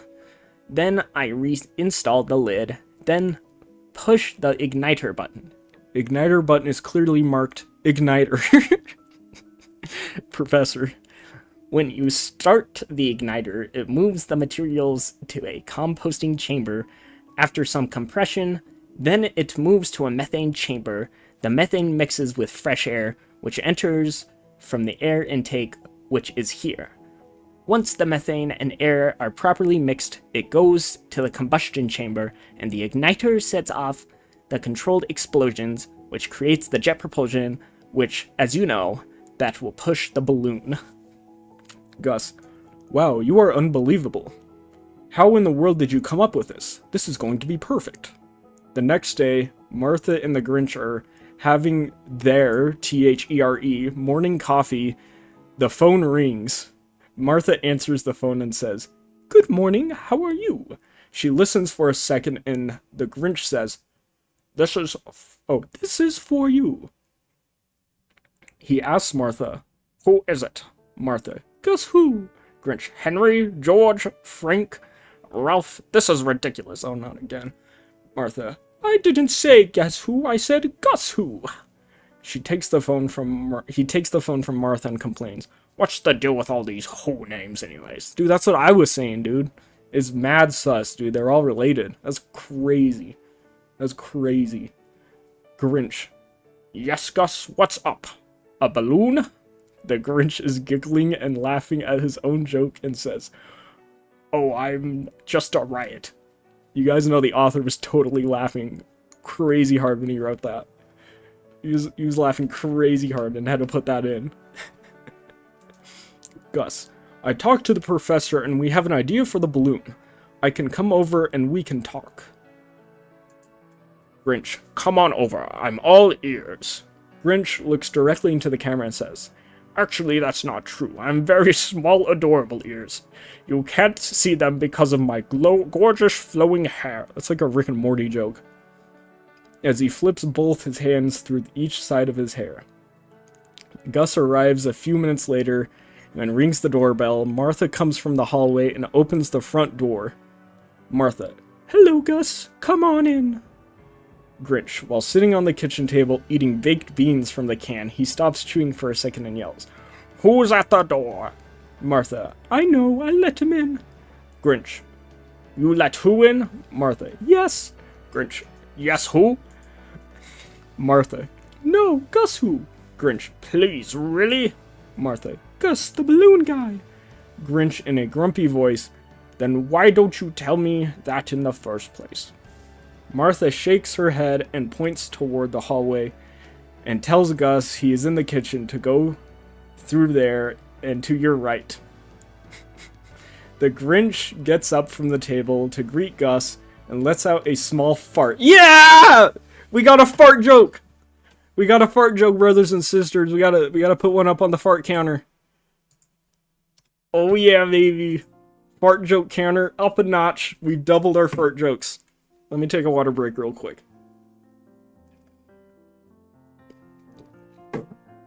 Oh my goodness. I was starting to have some doubts on the fart jokes, but... Oh, okay.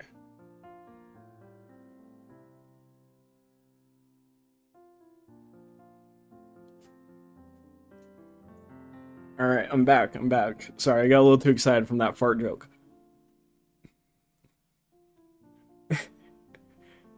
Yoo-hoo is also sitting there and has a disgusted look on his face. Grinch looks directly into the camera and says, oops, those beans get me every time. I'm gonna add another to the fart joke counter.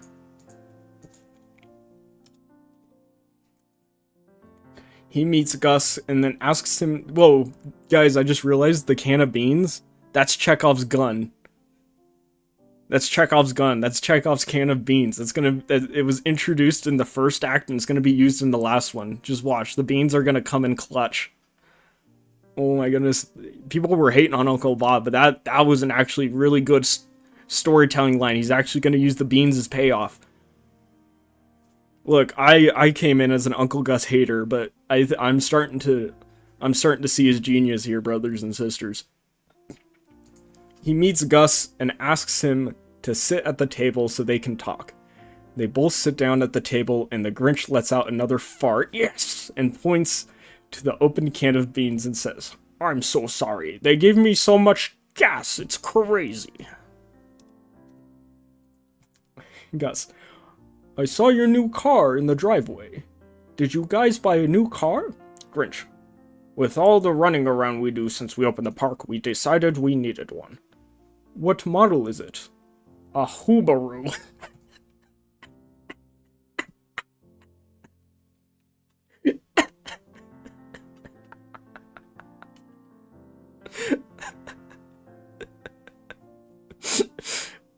Gus, very nice. Well, anyway, I saw Professor Who Knows, and he has a solution to our problem. First, I will build another balloon just like the big one at the park. It will need to be like the big one to fit the supplies and equipment needed to power the balloon. Professor actually has been working on a project that is very similar to what we need. We just have to figure out how to adapt it to work on the balloon. On the bottom of the balloon, we have to mount two. Camera fades away as Gus starts explaining the details to Grinch. But not to bore the audience. Thank you for not boring the audience. With the details again, the camera fades away. As the camera is completely faded, you hear another fart. And the Grinch says, excuse me. It's another one for the fart counter, brothers and sisters. The Grinch is trained by the professor and Gus being that they both know different operations of the newly designed balloon. The Grinch has just been assuming that Gus would go with him, but Gus told him he was on his own because it was too dangerous to travel. The unknown like that. It was at the point the Grinch realized just how dangerous it would be. Grinch is determined though, and continues his training. Camera shows miscellaneous scenes of training with Gus and the professor. Oh my, what is that? Is that the 8th or 9th montage, brothers and sisters? There's too many montages. Gus, while pointing to the instruments on the dashboard. This is your compass, you know. North, south, east, and west. Push the lever to go up to go, and push it down to go down. Grinch. Oh, this is simple. I'm ready to go. Professor. Hold on there, big fella. Those are the only 2 simple controls on this balloon. The rest gets a little more complicated. Grinch rubbing his hands together in excitement. Bring it on. Gus. This is your altimeter. Grinch. Altimeter? Gus. Altimeter. This gives you your altitude. Grinch with a grumpy voice. I don't think my attitude is anybody's business but my own. Gus slowly repeats. Altitude, meaning how high you are. Okay, look, Uncle Bob's cooking here. This is a good dialogue. This is probably the best dialogue so far, unironically. Grinch, while putting his arms to the side. I knew that. I was just joking with ya. Oh, he just ruined it. Never mind. He just ruined it, brothers and sisters. I thought he had it. Oh. Gus. This gauge here is a vertical speed. Grinch with a confused look. What? Call what? He's just doing the same joke. Grinch speaking a little slower. Vertical speed. It's whether you are going up or down, and how fast you are doing it, and how you want to do it too quickly. This is like Kerbal Space Program type contraption here. This is awesome. Grinch with a nervous laugh. Especially the down part. Grinch nervously looking left and right. Ah, boys, I think you forgot something. Where is the steering wheel? Gus. There is no steering wheel. What? Are you people crazy? What if I want to go that way? What if I want to go that way? Okay. This is where the training gets difficult. Grinch pulls a notebook out with a pencil from behind his ear and starts frantically writing down some notes. Usually, direction is changed with a combination of wind direction and altitude change, but the professor's modifications will help you. That's going to take some more training.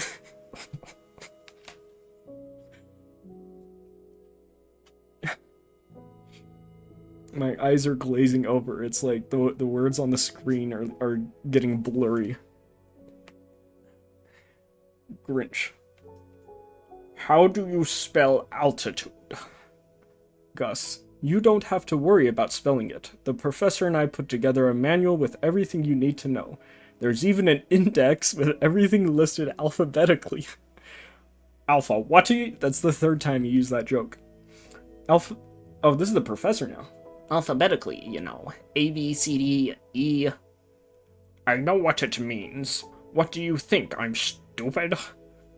Of course not. It's just a lot for you to take in all at once. It's a lot for me to take in, brothers and sisters. Let me explain a little about the steering, though, before we get into the turbo part. The turbos are going to use a lot of fuel, so you only use them when the wind is pushing you in the wrong direction. Grinch talking out loud when writing in his notes. Wrong direction. And dots the notepad with his pencil and says, Got it. So you fire up the turbos with this button here, and adjust the speed with this control here. Camera fades away. Dude, there's so much camera fading out. That's crazy. He doesn't know how to, like, end a scene, and so he just ends the scene abruptly by fading the camera away. It's like, let's go back to some creative writing. That's like the creative writing equivalent of like when people draw humans and put their hands behind their back so they don't have to draw the hands. That's what the writer is doing here. He's not able to finish a scene, so he just starts fading out or transitions into a montage. Oh my goodness. Narrator. Grinch has completed many hours of training. Camera can show him studying with notebook, underlying items, circling items, adding note, etc. The professor and oh my, look at all this exposition, brothers and sisters. It doesn't end. This is a Sisyphean task. This is a Sisyphean task to read this. The professor and Gus decides that the Grinch is as ready as he will ever be. Now it's time for the Grinch to practice lifting and landing. The professor stood aside the Grinch and Gus get on board the balloon. Grinch practiced starting off while raising well above the village. There was a breeze blowing north, which, as you know, is common in Whoville. As he hasn't said that 5 times. The Grinch practiced steering the balloon back south with a combination of propeller and the professor's turn-by system. Camera can show him practicing moving levers, pushing buttons, turbines firing up, and then can show Grinch landing the balloon in the same spot he lifted from.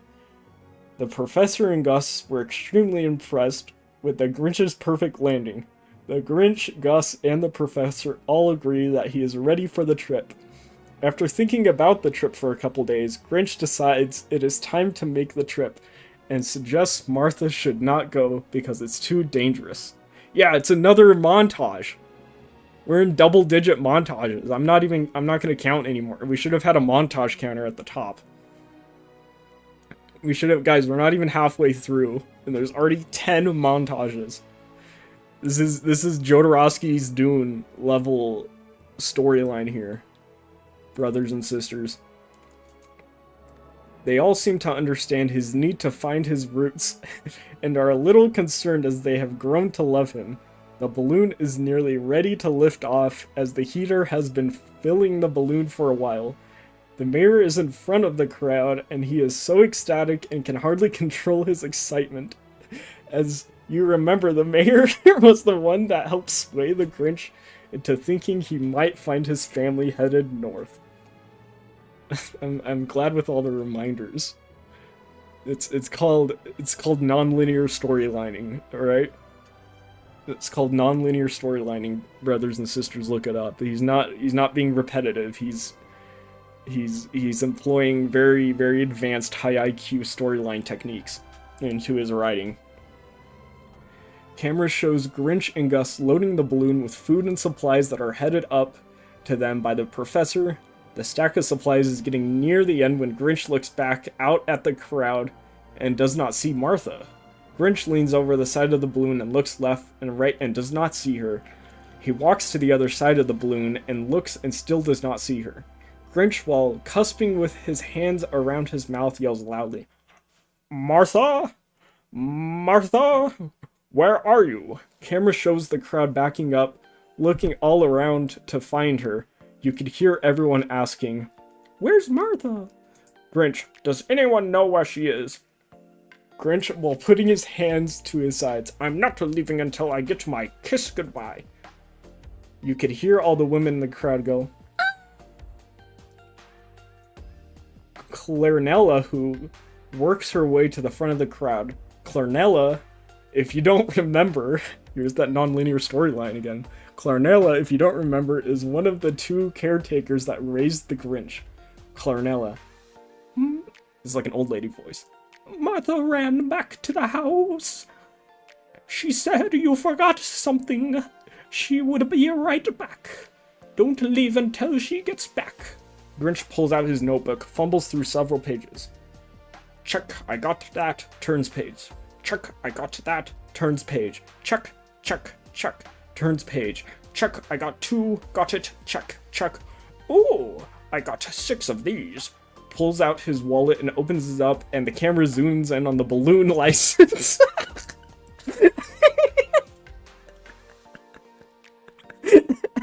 Okay, that's really good. I can't hate on that. That's funny as hell. Camera zooms in on his balloon license. Got my license. I sure have everything. Camera pans out to Martha running toward the balloon while struggling with a big suitcase in one hand and a picnic basket in the other, and yells out, "You forgot me!"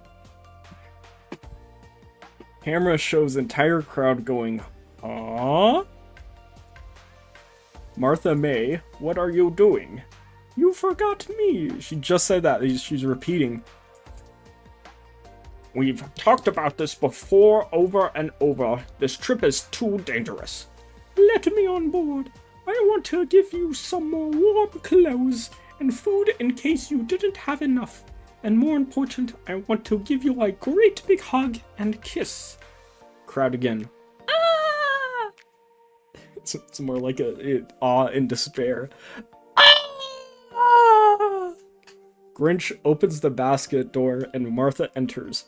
He grabs the suitcase from her and she carries in the picnic basket. Martha closes the basket door. She tells the Grinch, "Take a look at those sandwiches I made for you. All of your favorites." As the Grinch reaches in the picnic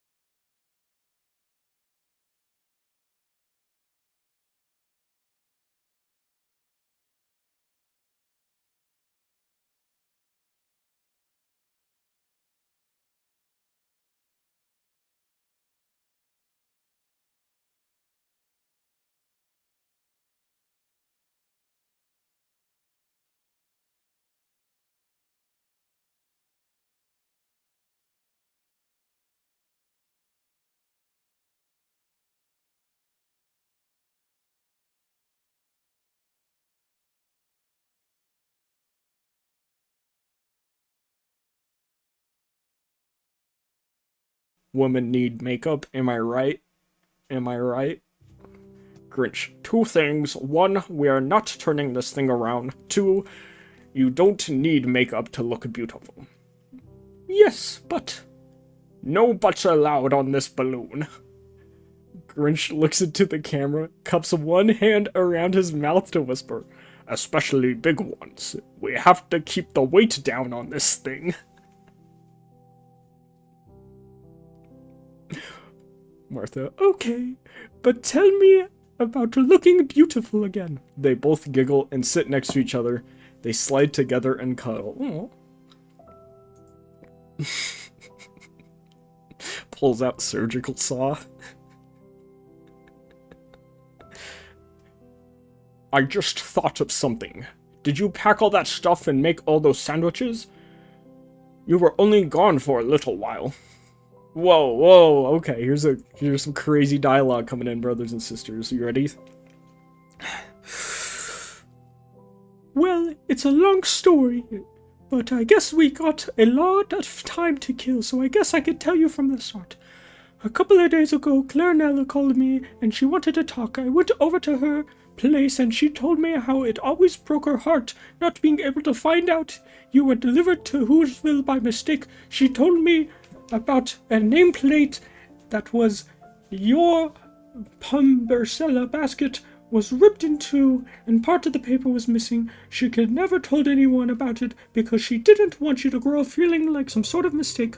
When she found out you were going on this trip, she thought it might be some sort of clue that might be helpful in finding your homeland.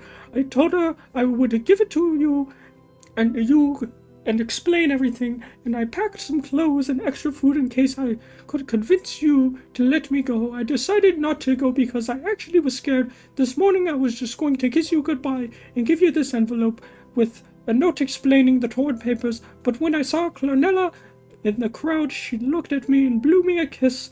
I didn't know that happened to me at the moment, but I changed my mind, and I decided that I was going with you, and nothing was going to stop me, so here I am. So what kind of sandwiches did you bring?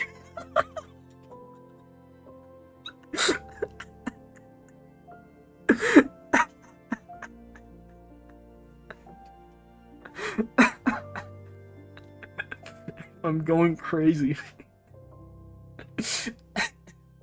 Are you kidding me? That's all you can think of right now. I had to lighten the moment because I think I might have started bawling. Boy, that heart of yours keeps growing. You are so sweet. The Grinch stands up and turns the propellers on for a moment to make a slight adjustment to correct their northern route and sits back down next to Martha. So what's the paper you're talking about? I'll show you. When the time is all right, okay? Not now. Camera pans back to Mount Crumpet, so you can barely see it in the background. Grinch, who's watching Max and Yoo-hoo? Martha, yep. Yep. What do you mean by yep? Who's watching the dogs? Yes, you are correct. I am correct.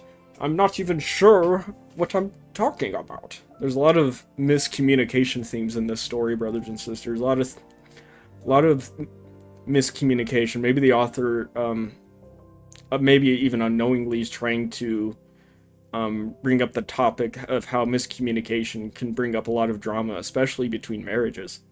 Very interesting, Uncle Bob, and I wish the best for you. Martha, while laughing, Cindy Lou Who is watching the dogs. She is going to walk them and feed them every day. I'm glad that he wrapped up that plot hole. I would have wondered what was going on with the dogs this whole time. Could someone please explain to me why everyone's last name has Who in it? Ugh. Because that's what we do when we are a Who from Whoville. But why do you Who's do what you do? Oh, never mind. the dark past of Whoville. This is a video essay, Whoville's Dark Secret, and then like the thumbnail in full impact font says, "Siblings?" ? Martha snuggles up closer while laughing, and the Grinch joins in laughing also. Camera can show Grinch adding some heat to the balloon, and then pans down and shows heavy, thick forest below. them as far as the eye can see.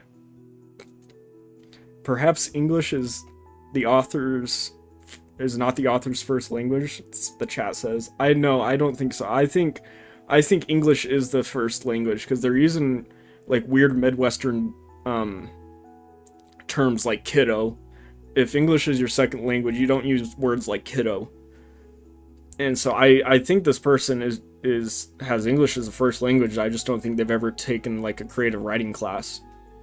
Which is fine, whatever, you know. I'm an amateur in my own way, so I can't hate too much, but this person, Uncle Bob, needs an editor. That's what he needs. He needs an editor for this. They ride first into the first night. Everything went surprisingly well. Martha May got a good night's rest, and even Grinch got several moments of sleep, just checking all the gauges to make sure they were heading north and maintaining the proper altitude. When the sun rose the next morning, they were a little disappointed. They couldn't see any of the mountains in the horizon, but they still figured out they had enough fuel for up to 9 days of travel, including the trip back. Day 2 of trip.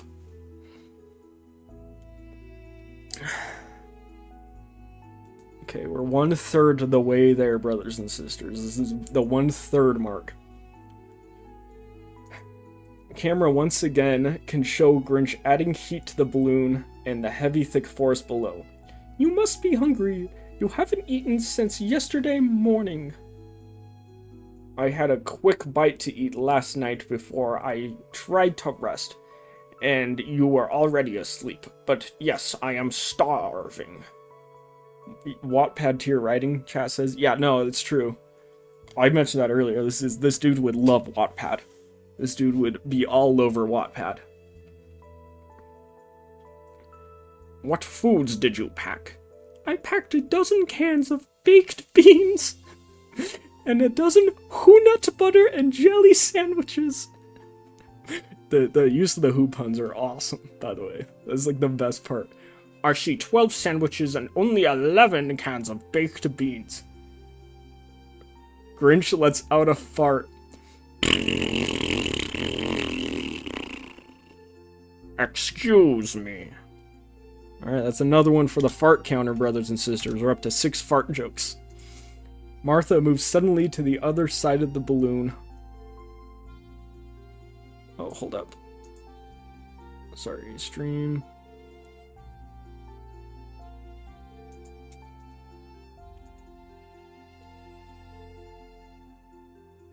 Okay. Sorry, we're doing some stream difficulty. There we go, okay. Should be better now.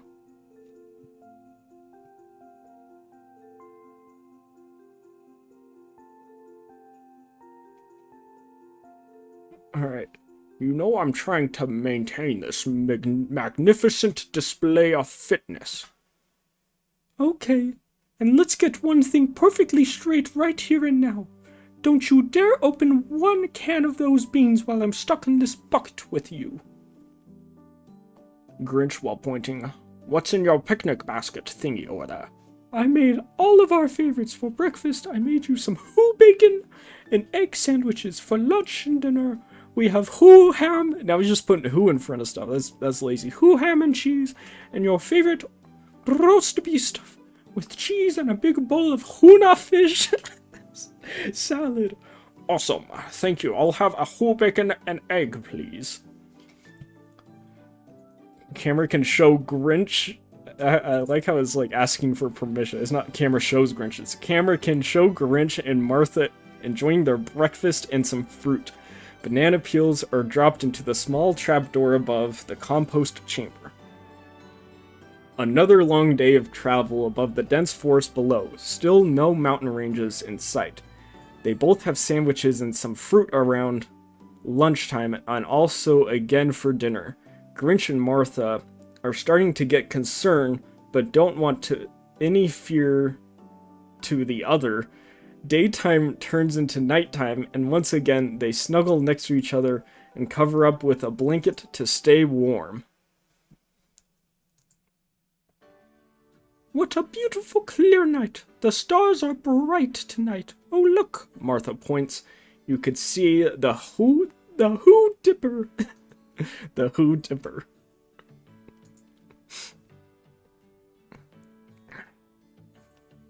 Grinch. The Who Whatter? Martha. Who Dipper. It's if you were to draw an imaginary line from one star to the others. I'm glad she's explaining astronomy to him. Guys, I'm losing my mind, but I gotta finish this. I gotta commit. Okay, if you say so. I think you've been smelling too much propane. Martha, I'll tell you what I've been smelling too much of. That's another fart joke for the fart counter, brothers and sisters. Camera can show them both laughing, then show a shooting star across the sky. Grinch and Martha both point and say, Did you see that? What was that? That was a shooting star. Did you ever see one before? No, but I can remember Clanella and Rose told me about them, and they said something about a wish. Yes, if you see a shooting star, you can make a wish. First, you have to close your eyes. Then what? Are your eyes closed? No. Then close them, ding dong. Okay. Now repeat after me. After me, after me, after me. Come on, seriously? Say what I say. Okay. I'll be good. I'll be a good boy.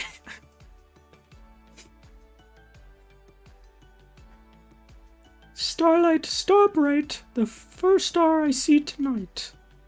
Starlight, star bright, first star I see tonight. I wish I may, I wish I might. I wish I may, I wish I might. Have this wish I wish tonight. Have this wish I wish tonight. So make your wish, don't let me hear it. And don't tell anyone what your wish was. And the rumor it is will come true. Camera pans back, and you see both of them with their eyes still closed, and you see both of them smile, lean back, and snuggle closer and drift off to sleep. Camera shows a beautiful sunrise of Martha and Grinch awaken. Oh, this is day 3, by the way. Martha, look. It looks like some sort of mountain ahead. There's no peak, it has a flat top. Let me see, let me see. Easy, girl. You're going to break the basket.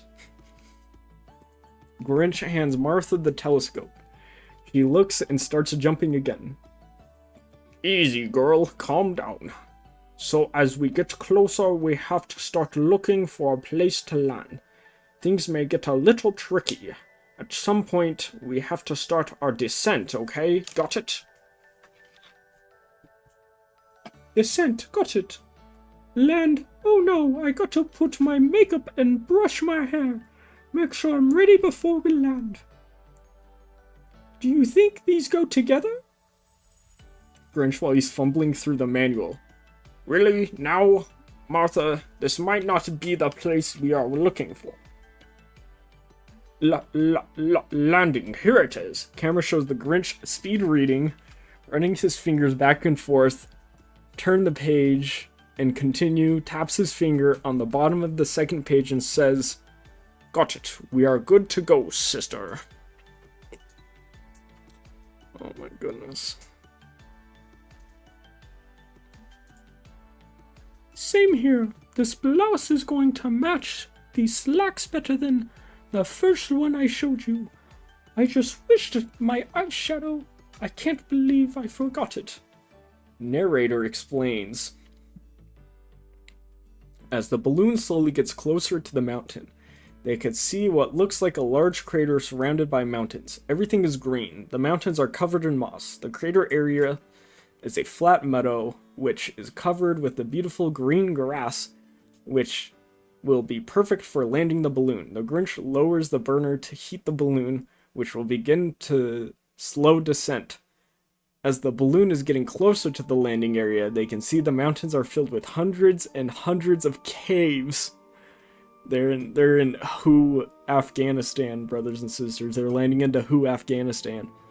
As the balloon is landing, they notice something peering out of the caves. When the balloon actually touches down, Grinch turns off the burner completely. They can see these images coming out of all the caves and start walking towards the balloon. The Grinch and Martha are getting very nervous as to how they will be treated by these people. As they are getting closer, they can see these people all look like the Grinch, green in color and hairy just like him. I can't help but think of those images of uncontacted tribes in the Amazon. Yeah, the Metal Gear Solid 5 location mentioned. Martha, this must be my homeland. Look, they all look like me. Aren't they all beautiful? Excuse me? Well, of course they're not as beautiful as you, sweetheart.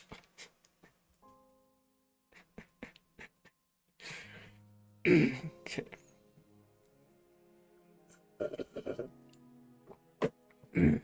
Oh my goodness. Camera shows the Grinch looking people all start to... Yeah, camera shows the Grinch looking people all start to slowly gather around the balloon. They are understandably nervous and confused as to what's before their eyes. The balloon starts deflating and starts falling up the northern side as in this direction of the breeze. The people have to scurry out of the way of the falling balloon, creating a few moments of panic. The crowd of people starts to build around them, away from the balloon. They are all whispering, pointing, and chatting to each other. Grinch positions himself in the basket to face the crowd. We have traveled a long way, and I am searching for my family. I think when I was a baby, I was delivered to the wrong village. I'm hoping this is the village I was supposed to be delivered to. We have come from a mountain village, which is many miles south of here, called a Whoville. The Grinch moves Martha to his side. My name is Grinch, and this is my wife, Martha May. Crowd gasps as they start whispering and grumbling to each other. It's quite obvious they're not real friendly. A younger-looking couple walks forward and introduce themselves as Frank and Susan Greenshire.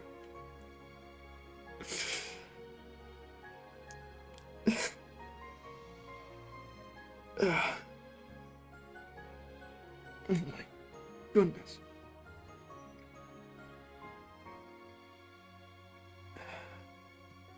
Grinch.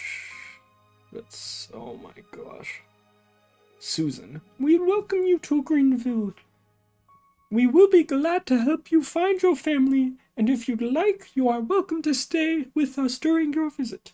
The Grinch opens the door of the balloon basket, and he and Martha step down. The Grinch asks Frank to help him tie down the balloon, which he does. Susan. Please come and stay with us. You can get cleaned up, and I'm sure you must be hungry. Martha. We've been eating sandwiches for 2 days. We never got a chance to eat today. Because we saw your village, we had to start preparing to land. A home-cooked meal sounds really, really good right now. Frank, would you mind helping me with some suitcases and a picnic basket? Frank. Sure, hand them over. Grinch hands Frank a picnic basket, and the Grinch takes 2 suitcases, and the 4 of them start walking towards the Greenshire's cave. The crowd is stepping aside and continuing to mutter and whisper to each other while staring at Martha. Susan to Martha. Martha, don't worry about those people. Most of them are quite rude. It seems to be a custom around here. By the way, I love your blouse. Got many beautiful colors. Dang, Martha is an anti-racist queen. We have an anti-racist queen in the story. Full of the MAGA Grinch race. They're mad. This is crazy. Martha. Why, thank you. I got it from Hoomingdale's. Susan. What's Hoomingdale's? Martha. It's a clothing store in our village. Susan. We don't have many colors here. Yeah, that was already put place by the racist Grinch people. We don't have many colors here. Mostly everything is green or brown, kind of blah. The only thing beautiful around here is our sunsets and sunrises, and sometimes we get a rainbow. Martha. Whoville is a beautiful place, all colors of the rainbow and many, many more, everywhere. Our homes are colorful, flowers and fruits are colorful, everything. I miss it already.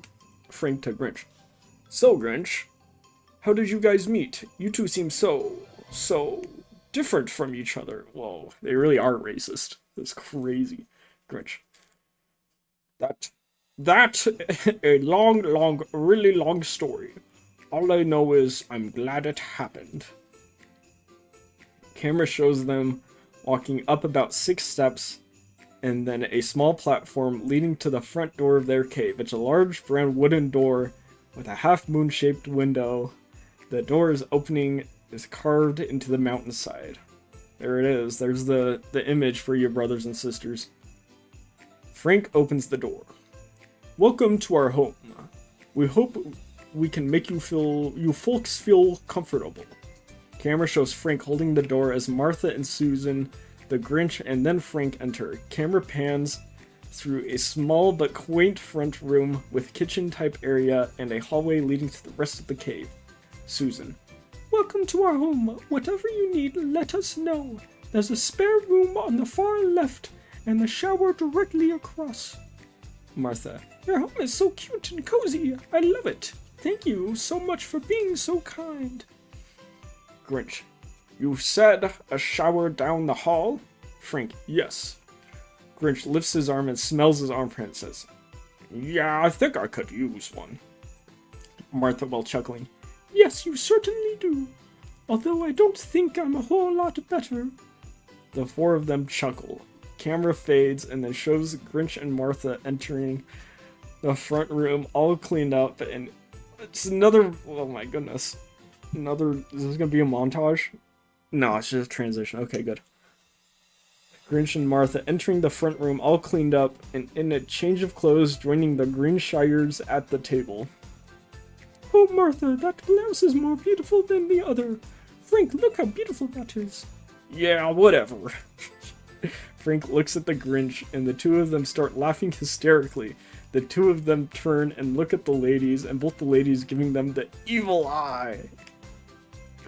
The evil eye. Both Frank and the Grinch immediately stop laughing. Martha. Thank you guys so much for having us and letting us stay here. I feel so much better now that I showered and changed. Grinch. Thank you so much. I'm absolutely starving. Let's just stay here. I feel so much better now that I've showered and changed. Thank you so much. Oh yeah, I'm absolutely starving. Can't wait to have a home-cooked meal. Susan takes out 4 glasses and pours them all a glass of green wine. Is everything going to be green themed? As she is pouring, she says, for dinner, we'll be having nice green salad and some green beans with our green ham. Whoa! That's a Dr. Seuss reference. That's crazy. This is the Dr. Seuss expanded universe. They got the green eggs and ham, brothers and sisters. Susan raises her wine glass. Here's to our new friends and wishing them the best of luck in the search of the Grinch's family. Everyone stands and clinks their glasses and takes a sip. Martha stands down and raises her glass. And to this wine, this is out of this world. Do you make your own wine? Susan. Yes. Frank helps me. It's a lot of work. We have got the recipe from our neighbor, Jean. She touches every step. Martha raises the glass again and says, here's to Jean. They all click their glasses together while laughing and take a sip. Is everything green in Greenville? That's what I'm asking. Yep, pretty much so. And I'm guessing that's why your village is named Greenville. Yep. It's something in the soil, I guess. You hear a ding from the oven. The ham is ready. Frank, could you slice the ham? May I? I'm very good at it.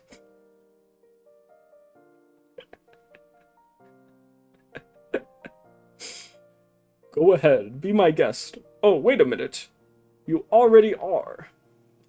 Martha, would you mind helping me bring the salads and beans to the table? My pleasure. Grinch finishes slicing the ham, and Frank brings that to the table, and they all have a seat. Grinch stands up and raises his glass. To Susan and Frank, thank you for this meal, especially for the delicious green ham. Susan. Thank you, but you haven't even tried it yet. Grinch, laughing, says, That's what you think. Everybody laughs out loud. Narrator explains. Everyone is passing the serving around the table, constant chatter. Another montage!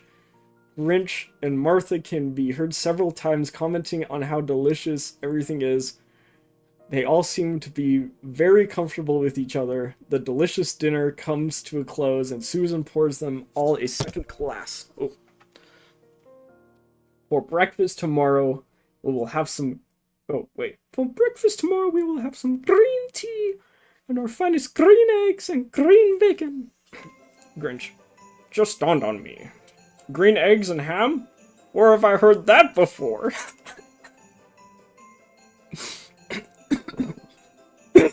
Oh my god. I'm losing my voice. So tomorrow we have come up with some sort of plan to talk to all the villagers. We'll probably have to go door to door and talk to everyone. These people don't socialize very much. I think when they all gathered around your balloon this morning, it's the first time they all started talking to each other as a group. They're Finnish. They're in Finland, brothers and sisters. They're not in Afghanistan. They're in Finland. It's Finland behavior. Martha while yawning. Very strange, don't you think? Susan. I hate to say it, but yes, there's only a few that are friendly. Martha. You guys being two of them. That's up for debate. You're such a jerk. Everyone laughs. Susan. If you guys are tired and want to go to bed, go ahead, we completely understand. Frank and I can clear up the table. We'll see you this morning. Martha. Yeah, if you don't mind, we are exhausted. Frank. Absolutely, we understand. You guys are going to have a busy day tomorrow. We'll talk in the morning. Everyone gives a hug and say goodnight to each other. Day 4 of the trip. Day 4. Frank and Susan wake first and start setting the table for breakfast. Susan makes a pot of tea, then starts cooking up some bacon. Martha and Grinch enter the kitchen a few minutes later. Susan. I hope we didn't wake you guys. Grinch. I was dreaming that a plate full of bacon was right in front of me every time I reached out for the plate. Would move away. The second I reached up so quickly I accidentally punched Martha. She jumped up, and that made me jump. I feel like this is like a real dream that the author had. This is a real experience he's putting into here. That's way too specific. Idiot! Hey, we were talking bacon here. Everybody laughs. Oh yeah, bacon will do that to you. Good morning, Sue. Good morning, Frank. I fell asleep as soon as my head hit the pillow. To be honest with you, I don't even remember getting to bed. Is the bacon green too? Yep. So are the chickens green? No, they are brown.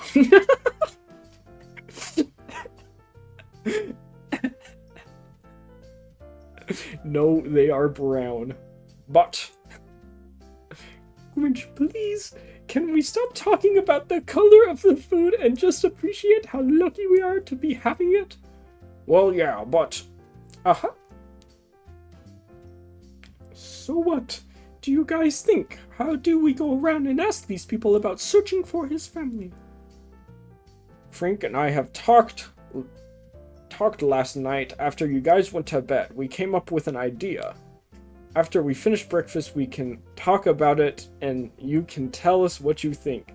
I honestly don't know if I'm terrified or excited. My heart is pounding out of my chest.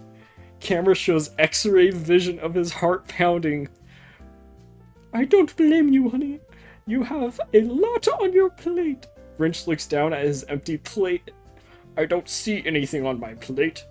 Is this a trick? No, honey. It's an old expression. She has to explain the joke. The what are they called? Aphorisms? Just explain it. No, honey, that's an old expression meaning you have a lot on your mind right now. Oh, I thought I was going to miss out on those green eggs you talked about. Don't worry, Grinchy. Those green eggs and bacon are coming up shortly. Do you mind if I call you Grinchy? You can call me anything you want. Just don't call me late for breakfast. Sue and Frank place all the food on the table and they pass the servings around the table. Fast forward to Grinch and Martha saying they are stuffed. Another montage! Or, this is more like a transition, but still, oh my goodness. And how everything was so good. Frank and Grinch can be seen rubbing their bellies. This is fetish, guys. This is fetish content. Indicating they couldn't possibly finish another bite. Frank and Sue get up to clear the table. Sue tops off everyone's teacup. Frank and Sue come sit down at the table and start to explain their discussion of last night. Susan and I were talking last night about the elder couple in the village that we know. Gene and Eugene Greenwich. Gene is the one that Susan talked to you about last night and taught us how to make the wine. Anyways, we had heard they were expecting a baby many years ago, and when the baby boy was delivered, he didn't have any of our Greenville features. He wasn't green, he wasn't hairy, he never developed any hairy fingers. They are a sweet old couple, the Greenwiches. They live just 7 caves south of us. Yeah, they are the ones of one of the nicest couples in the village. Their boy is a grown young man. His name is Hans. Hans is a home builder. He helps convert dungy caves into comfortable homes. His dad built many of these homes here for about 40 years and taught us Hans everything he knew, and before he just couldn't do it anymore, Hans lives 3 caves south of his parents. He's got this, the writer's got this all mapped out in his brain. Susan. He had a rough childhood because he was different from us. This is more self-insert. But his parents did a great job raising him as he is well liked in the village. Trust me, it's difficult to be liked by everyone here. They are miserable. They originally were going to name their baby as if it was a boy, Ethan, but decided on Hans. You know, Martha, he has a lot of your features. Guys, I'm starting to question now. I think maybe the reason why this author is so obsessed with the Grinch, maybe he relates to it, like the childhood of being different and made fun of. And then he, you know, the loser, the local loser and weirdo gets to be the cool guy at the end of the story and gets the girl. I bet I could see why a certain type of person would very much enjoy this story of the Grinch, and I think it's coming out here. I genuinely wish Uncle Bob the best in life. I hope he has a girl as hot as Martha. Interesting. I was just thinking. Martha looks towards Grinch. I'm not even sure if Grinch knows this. I have heard from a lot of other Who's that a policeman in our village, Officer Julian, and his wife are expecting a baby around the same time that the Grinch appeared in Whoville. Their baby never arrived. They evidently were heartbroken, but just figured it out. It wasn't meant to be. You know, it all connects. My husband and the Julian's baby were accidentally switched. Grinch showed up in the Pumpercella basket at the doorstep of 2 elderly sisters that ended up adopting him. ... Camera can show miscellaneous segments of the narrator explains the scene of the montage alert of the 2 Pumpercellas bumping into each other and then getting knocked off course. Grinch ended up at the steps of the 2 sisters, Clarnella and Rose, who the next morning they discovered him and in the cold and brought the basket with the shivering baby inside. They took him in out of the basket to wrap him in warm blankets. A note had dropped on the floor after they had warmed him. They fed him. He devoured everything they gave to him, and even took a bite out of the Santa dish they had. This is just from the movie. Once they had, for a moment, they discovered the note on the floor. When they put two pieces together, they could see parts of it were missing. Poor little thing was probably starving and started eating the note. They realized it was probably supposed to be the name of the family that was supposed to receive him. Obviously, they couldn't see he was different from all the other Who's, but felt sorry for him and didn't want him to get out of an orphanage. They adopted him and took good care of him. They never gave him first name, but everybody called him the Grinch because of the note in his basket. Plus, the nickname happened to fit his grouchy attitude.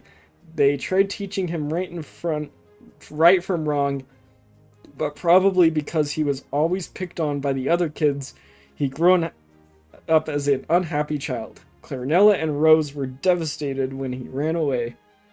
I have a quick lore question here, brothers and sisters. Earlier in the world building, it said that the winds only blow north once every 100 years, so how did, like, the Grinch's basket get all the way to Whoville? Was that one of the once-in-a-century, like, north-blowing winds?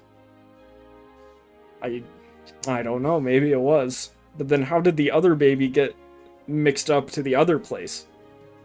Oh my goodness. Susan. How? Wow, it has to be that the Greenwiches, I mean, how can it not be? Grinch, when you're up to it, you can take a walk down there. I guess I'm as ready as I will ever be. You sure? Yep. They all get out of the chairs and head to the front door, and suddenly the Grinch says, I'm not ready yet. You still a little nervous? I have to go potty. I haven't gone in 4 days. Oh. This is the thinly veiled fetish content resurfacing here. I haven't gone potty in 4 days. The Grinch runs down the hall holding his butt while everyone is laughing hysterically. Martha, while still laughing, I hope you have a vent in there. Oh. I'm gonna count it. I'm gonna count it as a fart joke, brothers and sisters. We're up to 8 fart jokes. Oh yeah, I had Hans put one after Stinky Boy. Hans put one in there after Stinky Boy here tried to kill me, I think. Frank while laughing. Oh, come on, it's not that bad. Maybe for you. After several minutes, Martha goes down the hall to the bathroom and knocks on the door and says, Are you okay there? Grinch, I'm just about done. Nope, not done.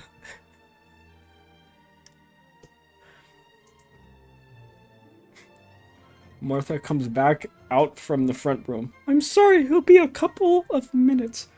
A few more minutes pass and the Grinch comes up the hall. You might want to wait a minute or two before you go back in there.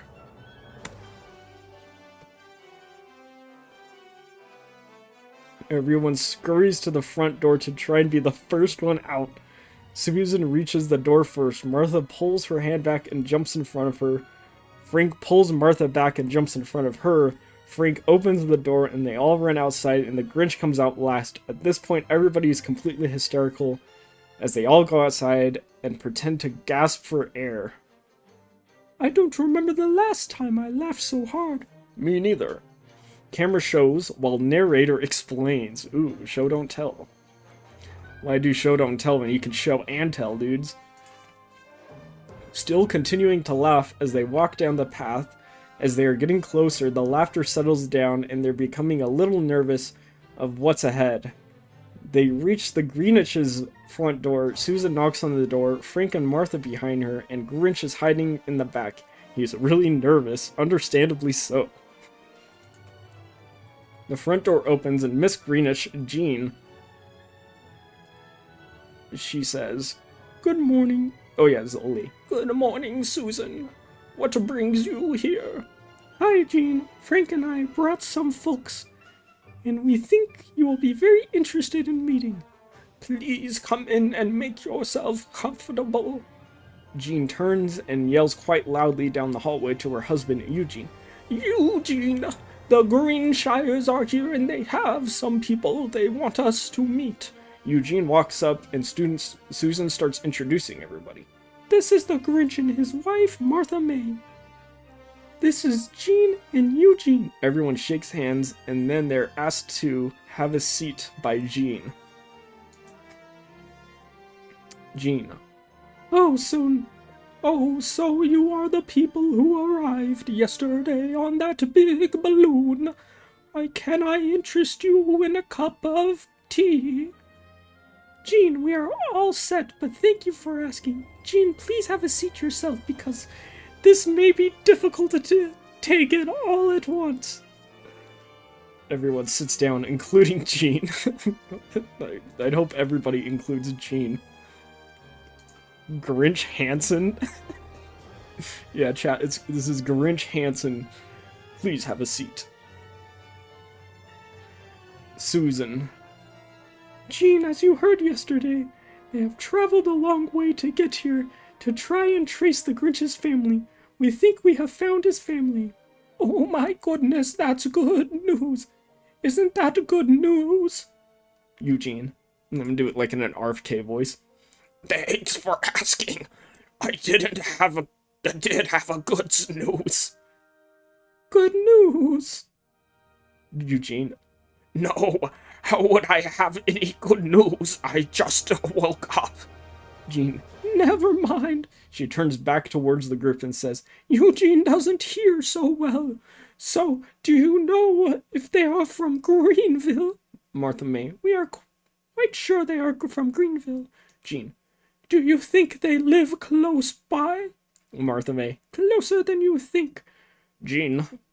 This is Grinch. "Jean, do you remember the day your son Hans arrived in the Pumber cellar? I think your son was supposed to be delivered to our village of Whoville, and I was supposed to be delivered to you. I think, like, I'm your son." That's crazy. "I think, like, I'm your son." "Excuse me, what do you just say?" Grinch a little louder. "I think I'm your son." Eugene. "What did he say? He stinks like a skunk." Susan Loudy. "He thinks he's our son." Camera pans the entire room. Ooh, Dutch angle. Absolute silence. Jean is still with her mouth open.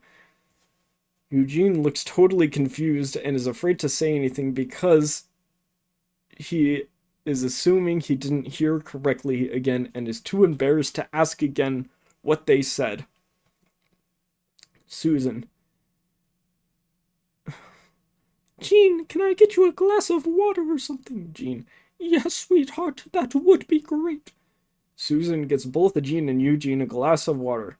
Grinch gestures to him 1-2, which she does. They all take a couple of large gulps. Jean. "Okay, you've got to understand that what you are saying is life-changing, especially for our son Hans." Grinch. "For me as well, but only for the better." Grinch gets up and grabs a photograph of her son, Hans, off the end table and holds it next to Martha May and says, "You have to admit, I look a lot like your folks, and your son looks a lot like Martha May, and Martha May looks similar to the citizens of Whoville." They're doing that's... Never mind. "Well, except Martha is more beautiful than most of the women in Whoville." "Most?" "Did I say most? I meant all. ... Please, Martha, one problem at a time." Grinch walks over to Jean and hands her the picture. Jean looks at the picture and then looks up at Martha. She does this a couple times and then continues to stare at the picture while Grinch starts to explain. "On the night Hans arrived on your front steps, there was a single strange wind. It changed the direction probably just long enough to create a problem. Oh, dude, this Uncle Bob has no plot holes. Like, this plot is airtight. Airtight plot here. This is awesome. There was a strange wind. It changed direction probably long enough to create a problem. The wind for a short time blew south rather than it usually does. Martha. Grinch's Pumbercella and the other baby in the Pumbercella headed for Whoville family both got knocked off course and they arrived at the wrong homes. Martha May receives two in her bag and pulls out 2 pieces of paper. The old battered half-chewed name tag with the expected family name on it. Clarnella, who gave it to Martha May, who just before she went on the trip, Martha May walked over to Jean's chair and handed her the 2 pieces of paper. Martha May. Ooh, there's a picture. Look, the Grinch.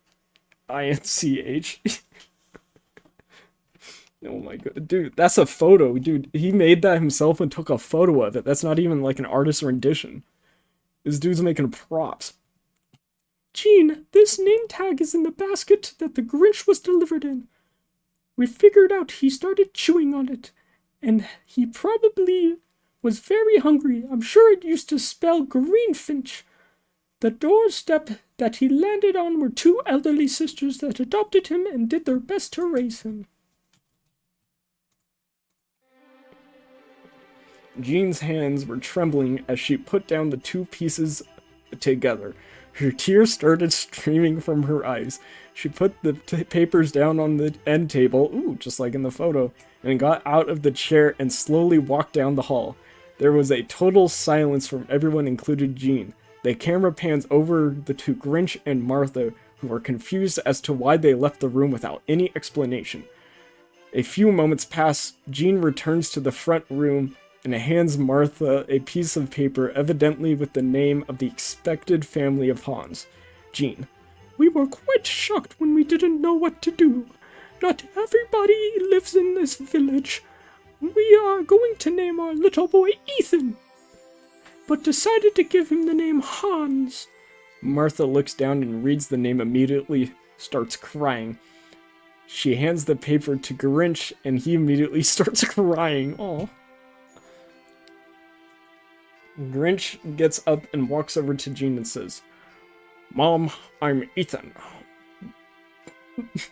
The Grinch's real name is Ethan. Mom, I'm Ethan. Boy, did I miss you. I knew something was missing in my life. Jean got up and said, Son, I'm so sorry this happened to you. This time we are not going to be separated ever again. They give each other a long, long hug, tears coming from their eyes. Camera pans to everyone. Everybody is crying except for Eugene. Eugene is totally confused as to what is going on.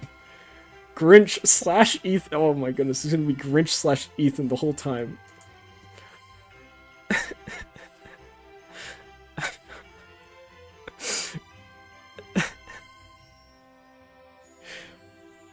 Well, Dad, what do you want to go out and see, a ball game? Eugene gets him and says, What? See a small flame? Grinch/Ethan. Ball game. Oh, never mind, Pops. Let me give you a big hug. Grinch gets up and gives his dad a big hug. Eugene looks at his wife and says, Could someone please tell me what in the world is going on here? Jean moves over to her husband, cups her head around his ear, takes a couple of moments to explain what has just happened. Eugene falls back into his chair and everyone is giving him time he needs to let everything soak in. The room is in total silence and everyone is not quite sure what to do next. Eugene slowly gets out of his chair and approaches the Grinch, who is a nervous wreck and doesn't know what to expect. Eugene. Welcome home, son. Ethan starts doing, his name's just gonna be Ethan now.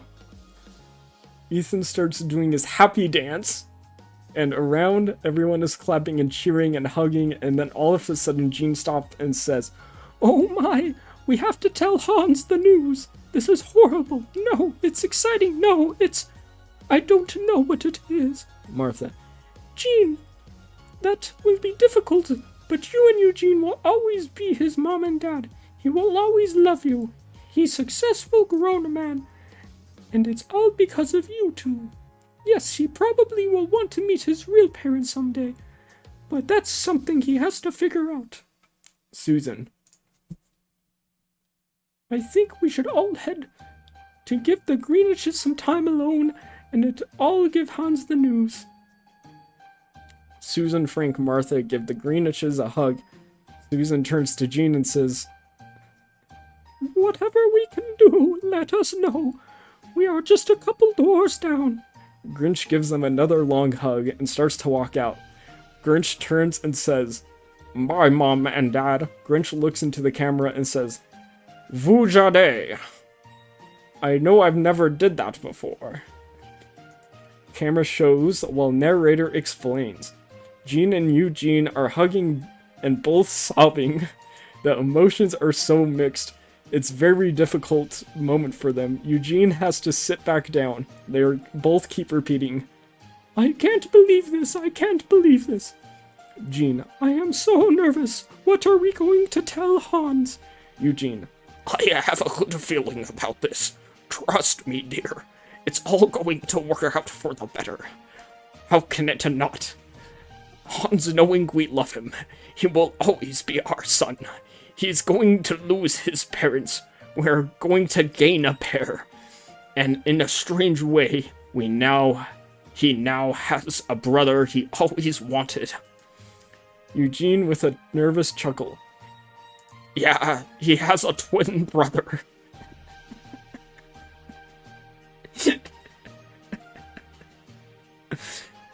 Jean, as she's still looking out the window. You know what? You are absolutely right. It's all going to work out. Alright, I gotta take another quick break here, brothers and sisters. Give me like 3 minutes, I'll be right back.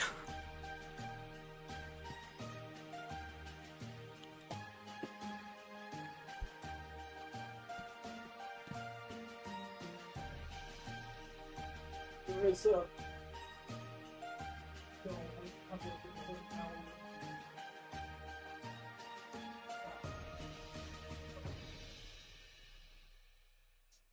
I've been doing my stream since 4, and I've been reading the entire Grinch 2 fan script, and it's 91 pages long. The half is finished, I'm like on page 50. Can I take it over? Sorry, I don't know it's so long. I fucking love it.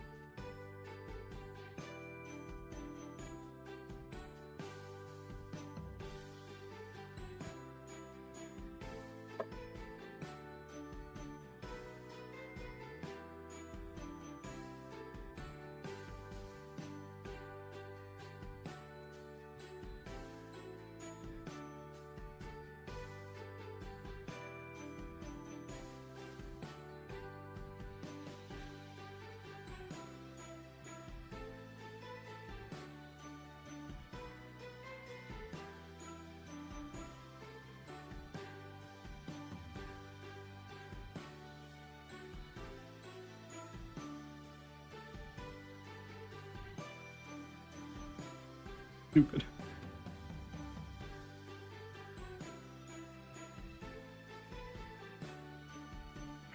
Guys, I'm on break. My wife just came back.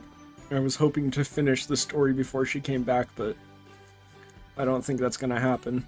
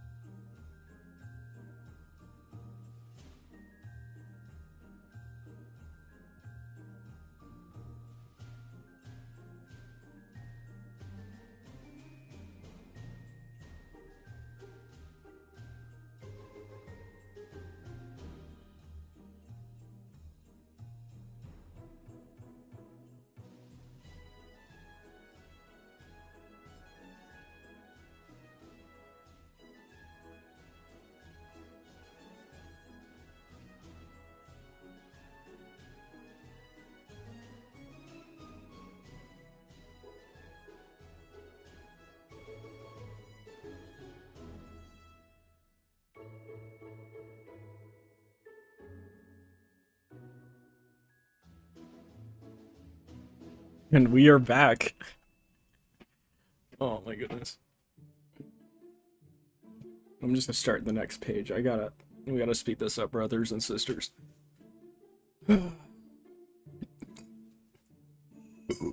Oh, he's gonna die. Martha. Okay, Grinch. Oh wait, I mean Ethan now. Calm down. Grinch starts dancing again. My name is Ethan. My name is Ethan. Martha. Hey Ethan, you know what? I can say it now. I wish the other night came true. I wish we would find your family. Grinch. Can I say mine? Martha. Only if it came true. Grinch. I wished for the same thing. I guess the shooting star really works. It's Chekhov's shooting star. Susan. This whole story is unbelievable. Yeah, it really is, Susan. It really is unbelievable.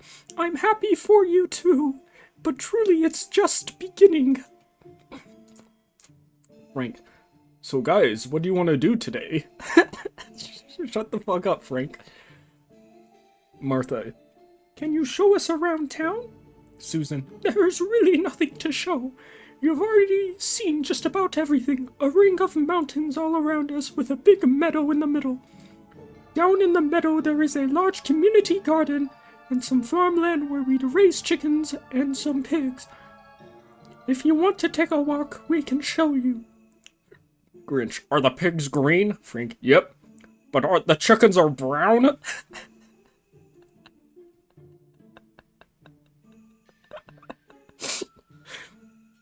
You can't have green chickens. That would be foul. That joke is foul. Speaking of bad jokes, what do you give a pig for a boo-boo? Frank thinks for a second. I don't know. What do you give a pig for a boo-boo? Grinch. Ointment. Boo, that was horrible. She said it, not me. Please, let's take a walk down. I am way too nervous to just sit around all day. Plus, I just want to go down and check out the balloon. Make sure nobody messed with it. I have to say, this one thing with this village, as cranky as these people are, nobody would touch anything on our balloon. Everyone totally respects other people's property. It's always been that way. This is Finland. These are Finnish people. Cameron/narrator. They walk down to the meadow area where Frank and Sue show them the massive gardens, fruit trees, chicken farms, pig farms. Grinch and Martha learn all about the barter system and how it works for being there. There's no type of money in Greenville. They walk down to the balloon site, and just as Frank had mentioned, everything was exactly where they left it. Frank checked all the straps to make sure everything was still secure. This is turned into like an Ayn Randian, anarcho-capitalist like book. This is like all about how consumerism is evil, but he does it in a way that's crazy. Oh my goodness. Martha. Grinch, dear, see if the cooler still has ice in it. If it does, grab a tuna fish salad. We can have it tonight for dinner.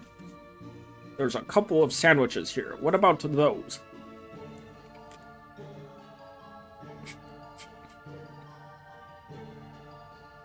There is not.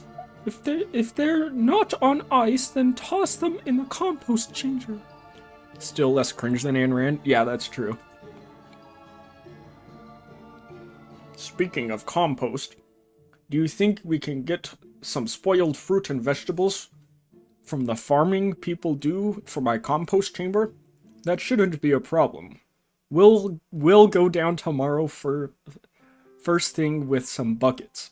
Grinch grabs a tuna fish salad and they all start the walk back to the Greenshire's. Susan. What's who fish? Martha. Not who fish, it's called tuna fish salad. It's an older recipe I got from my mom. What? You said you like it. It's not a matter of taste. Oh yeah, it gives me bad gas. Martha. No, it's those stupid baked beans that give you gas. That's another one for the fart counter, brothers and sisters. We're at 11 fart jokes. We're at 11 fart jokes in the Odyssey of the Grinch.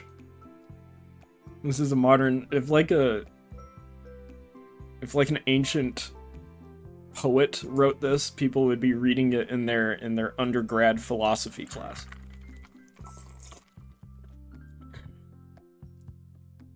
They enter the Greenshire's home and all sit down to relax from their long walk. Susan puts the tuna fish in the chillerator. It's not a real thing. She then goes back to the front door to take a quick peek to see if she can see Hans coming home from work. Anybody ready for some wine? Don't you think it's a little early? Nope. Okay, I'm in. Wait, I thought Grinch was anti-alcohol like 30 pages ago. He's pro-alcohol now. He's now haram. They all laugh as Frank pours 4 glasses of wine. They all sit down at the table and take a sip. The Grinch stands while holding his glass of wine. Something just occurred to me, Martha. Please bring your wine and stand next to me. Martha does like he asks. Oh boy, this should be good. Grinch. Would everybody raise your glass, please? Which they all do. Grinch says with a little voice like an announcer. May I introduce the first time in public, Mr. and Mrs. Ethan Greenwich. Everyone cheers and takes a sip. Ooh, I never thought about that. Frank grabs a spoon and starts tapping the wine glass, and Sue follows. Grinch and Martha give each other a big long kiss. After the first kiss, Grinch wipes a tear from his eye and says, I'm licking again.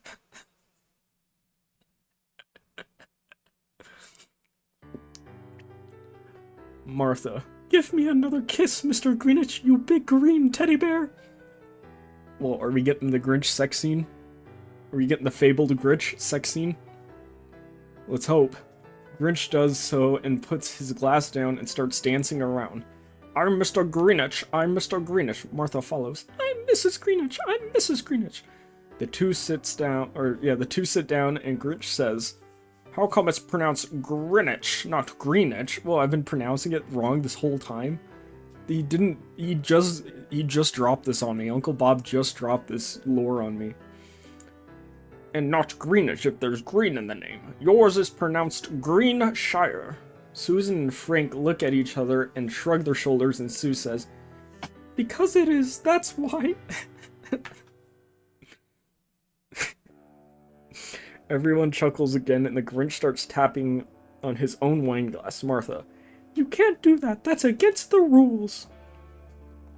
Susan goes over to the door and peeks out the window. "I think he is down there, checking out your balloon. Here he comes. He's headed up. Let me see, let me see. He's headed straight ahead, coming our way." Martha looks out the window. "He's very muscular and cute." Martha ducks away from the window, not to get caught. Grinch clears his throat loudly. Is the Grinch gonna get cucked again, brothers and sisters? Is the Grinch about to get cucked one more time? Let's find out. Martha, definitely not as muscular as you, dear. While grinning towards Susan, Grinch clears his throat again. Martha, "Oh, honey, I'm sorry. He's not as handsome as you, either." Oh my gosh. Susan looks out the window, positioning herself so she can see him reaching his parents' door and entering for a short moment. "Well, his world is about to change in a hurry." Whoa, another exposition. The room becomes totally silent, as the four of them are sitting back and trying to visualize what's happening in the Greenwich home. Or the Greenwich home, excuse me. Grinch gets up again and starts pacing very nervously. Grinch is deep into thought as to what will happen with his parents. Does he ask them to come back to Whoville with them? Would Hans stay in Greenville or come back to them and meet his own birth parents, the Julians? Susan is wondering what will happen to the Greenwiches if Hans goes to Whoville and leaves them behind. Even Martha is a little concerned. Would Grinch stay behind? How would she get home, or who would stay here with him? Everyone is nervous wreck trying to figure out what's going to happen next. It's approaching dinner time and everyone is not even sure they are hungry. "I don't know about you guys, but I'm not even hungry." The Double Dipper is back. "Me neither." "Any leftover ham? A ham sandwich might hit the spot for me. Why don't we just have some Martha's Who-Fish salad?" Everybody yells at Huna Fish. Sorry, Huna Fish. And some snacks or something. Sounds like a good idea. Oh, great. Come on, give it another try. What I meant was, oh, what a great idea. Grinch gets up to take a peek out the front window and walks behind Frank and slaps him in the back of the head. Frank chuckling says, "What did I do?" "I'm sorry, did my hand just accidentally hit your head?" Martha, "Do I think Hans will stop over tonight?" Frank, while putting a spoon out of the drawer, "I doubt. I'm sure he'll be there late, discussing all the options of what to do next." Susan, "I'm sorry, Martha. I wasn't expecting to be so fishy." Martha, "Yeah, not everybody likes it." Dude, this guy is like a vendetta against Tuna. This guy is Tuna's biggest hater.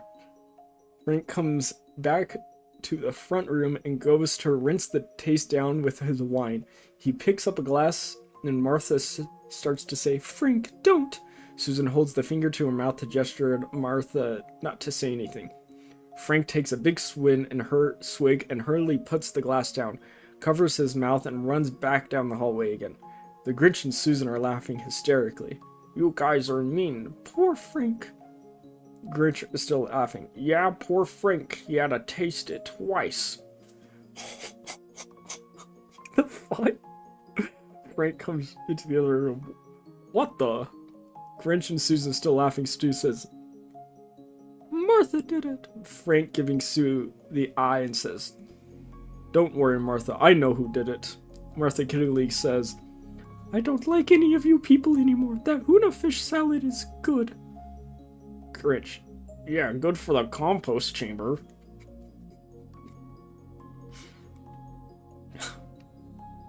surprised any of you are still watching. I'm skipping. I'm gonna start skipping, dude. I can't do this. I'm skipping to day 5. Sorry. As day 5 of the trip begins with everybody wandering sleepy-eyed into the kitchen area, Susan makes a pot of tea and everyone seems unusually quiet this morning. It's obviously they are all quite nervous. No one knows what the day will bring. Martha and Susan start talking about the food they will need to pack for the return trip. And Grinch and Frank are talking about the compost fuel needed and the process to get the balloon ready for takeoff. They are all having their tea while agreeing to the plan to get ready to go. Of course, the plans will have to be adjusted depending on how many people are making the trip. Suddenly, there is a knock on the front door. Frank gets up to answer, and the door turns around toward everyone. Everybody ready? Everyone exhales loudly. As ready as we're gonna be. Frank looks out the window and says, "It's that pesky kid again." Frank opens the door and says, "What did I tell you? I will ask your dad. We haven't had our breakfast yet. Now get out of here." Frank slams the door and walks back to the table and sits down. Susan places a large tray of waffles on the table and a bottle of syrup. She doesn't, or the author doesn't mention what color the waffle and syrup is, though. It's getting sloppy. It's getting sloppy here. Oh, wait, Grinch. Really? The syrup is green, too? Frank. Yep, at least the waffles are brown. I shouldn't have doubted.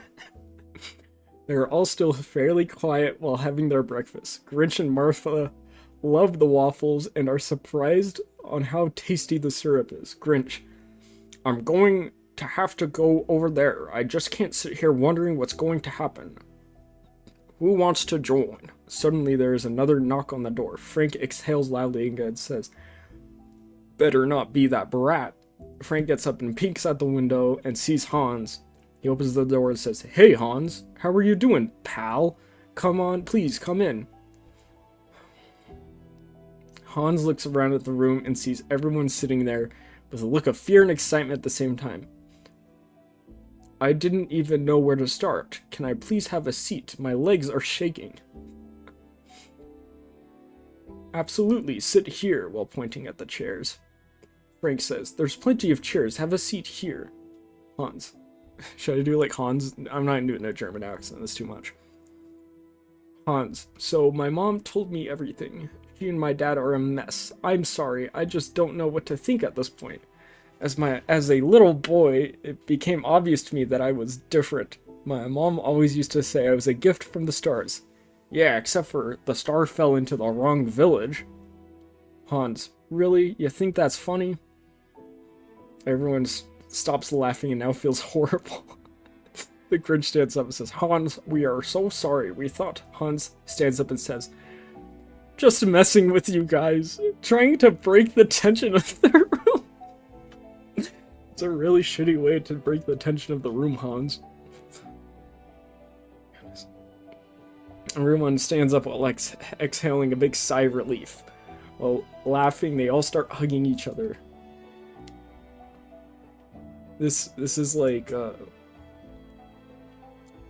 the script. There's an old TV show called Parenthood, and it was super dramatic. And the script really reads like that. It's way too much for me. Hold on one sec.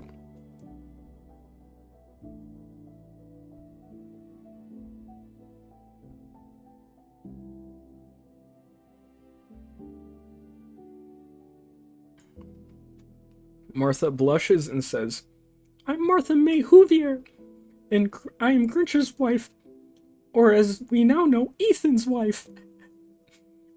Please excuse my looks, I don't have my eyeshadow on." "What's eyeshadow?" Please, I'm dying here. Can we get back to the subject on hand?" "I'm sorry, you're right. My mom says you know who my birth parents are." "Well, Hans, would you like a cup of tea?" "Actually, that sounds good right now." Hans raises his cup to propose a toast. "Here's to..." Hans pauses. "I have no idea."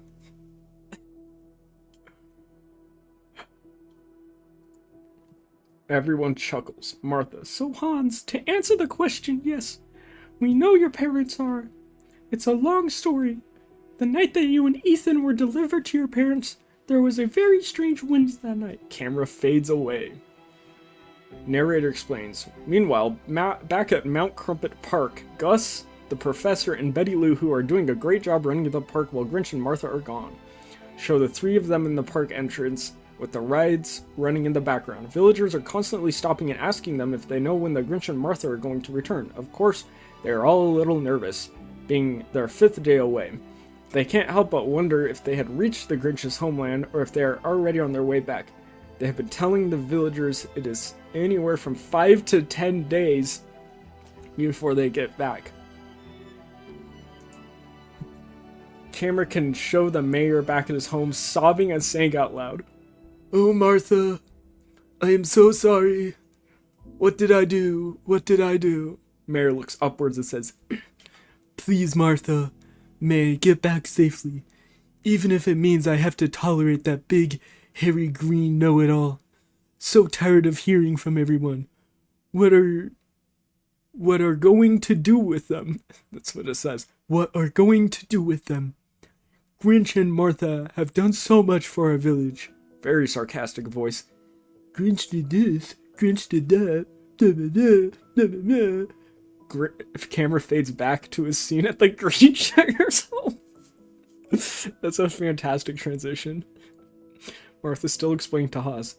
"So just like you, when Ethan grew older, he was very different and was always curious as to where he came from. The rumor in our village is that his parents had lived in the mountains north of us, so here we are. I thought of meeting my birth parents is exciting and scary at the same time, but to be honest with you, I really don't like this place. The Greenshires have been so kind to me and my parents. If it wasn't for them, I'm not sure how things would have turned out. The only other friend I have here is Owlie." Oh, here we go. Another miscommunication joke. Grinch, "Who's Owlie?" Hans, "Owlie who? Owlie, your friend?" "Owlie who is my friend. He is my pet owl." Grinch, frustrated, looks at the camera and says, "Why is this happening again? Dude, you wrote this. You wrote this, dude." The author knows that this is an overdone joke, and he still put it in there. That's infuriating. Susan, "Who is Owlie's last name?" Grinch, "What?" Susan, "Who?" Grinch, looking left and right, it once again says, "What?" Hans, "I gave him the last name of Who because that's the sound he makes all the time." Martha, "Oh my goodness, most people in Whoville have the last name Who, or it's our last names like mine. There's another sign, you being from Whoville." Hans turns to Martha and Grinch. "Okay, we will worry about Owlie later. If I was to go back with you," pause, if that's possible, what do we do with Mom and Dad? We can't leave them here in this horrible place. Can we take them too?" "Absolutely." Frank to Grinch, "Before anybody asks anybody anything, can the balloon handle 5 people? Grinch, "The professor designed the balloon. The professor that designed the balloon said it can handle up to 6 people." Camera shows Grinch raises his finger high in the air as if he is doing a math problem. He makes 5 numbers and then a multiplication sign, then underlines it, and then puts a bottom number, rubs it with his right hand on his chin a couple times, then simulates as if he'd been erasing the bottom number, underlines it again, rubs his chin once more time, and says, "So 5 people with extra supplies will be near the limit." Martha, "Don't forget Owlie." Grinch, "Okay, but you may have to leave some of your wardrobe and jewelry behind to cut out the weight." "Oh goody, I call dibs." Martha, "Only if I can get some new outfits from Hoomingdale's." Tell Hans about your amusement park and caves. If you, Mom, and Dad chose to come back with us, Martha and I just opened an amusement park. What's an amusement park? Grinch rubbing his forehead in confusion. Oh boy, it's a place where children and adults go to have fun all year round. Warm weather and cold. So I also have an extremely rare So I also have an extremely rare cave system that I used to live in, and I was thinking of turning them into rooms or for rent or shops. We can turn part of it into a new home for Mom and Dad if that's what they would like. Or if they want, they can live below the beautiful village of Whoville with us. Whichever they prefer, they would prefer. Oh my goodness. You can also live in either of the two also. Whichever you should prefer. There's the Double Dipper. The Double Dipper, he said it... Oh, he said it twice. Oh, it bugs me so much. Between the park and the cave projects, you will have full-time work from the rest of your career. I'm sure with your skills, you will be a top foreman in no time and eventually some sort of production manager. Grinch, while cupping his hand to his mouth.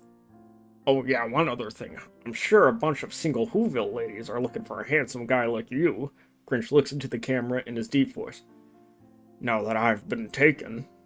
Hans gets up and turns to Ethan. Come with me, bro. We've got to try and explain this to Mom and Dad and see what happens. Frank, Susan, and Martha. Good luck. Martha to Hans. Hans, hold on for 1 sec. Martha fumbles for a second with one of her small suitcases. Please give this pink bow and necklace to your mom. I know she doesn't have anything colorful. She will look adorable with them on. Frank, what's pink? Martha. It's the name of the color, one of the thing in Whoville. It has every color you can imagine. It's beautiful there. Frank has never seen the color pink before, brothers and sisters.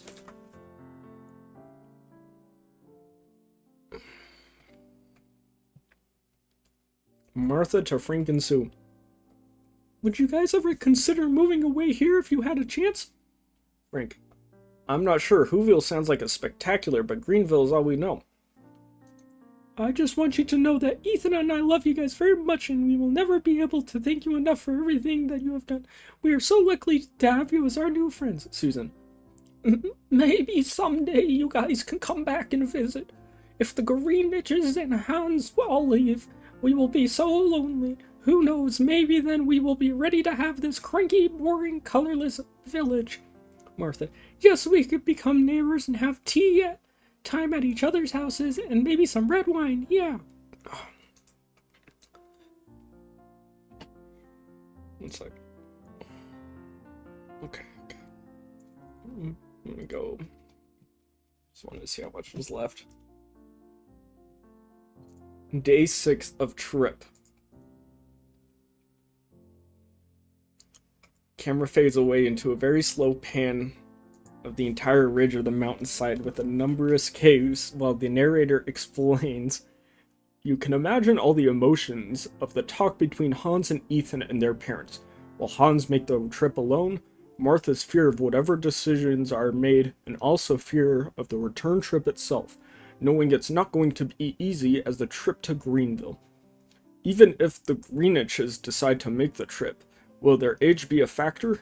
How will the Julians going to handle the surprise appearance of the son they thought they never had? Camera continues to pan slowly, pans down to the landing site of the balloon. Grinch has just finished filling the balloon with hot air. You can see the balloon starting to take full shape. Frank is emptying buckets of leftovers, a compost chamber, trying to fill it to the brim. You can see the crowd starting to gather around the site. The little boy that wants the balloon ride appears and yells up to Frank. Hey, mister!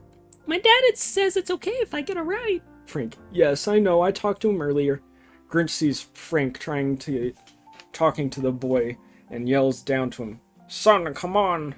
Or, son, come around on this side. This little door and hop in. The boy enters the balloon. Why is this little boy showing here? What the? There's too many characters. This is Ocean's 11 now. There's too many characters.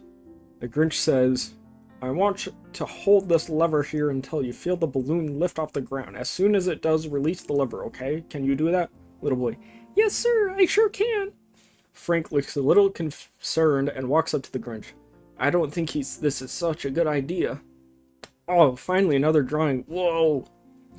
The little Grinchlers are there.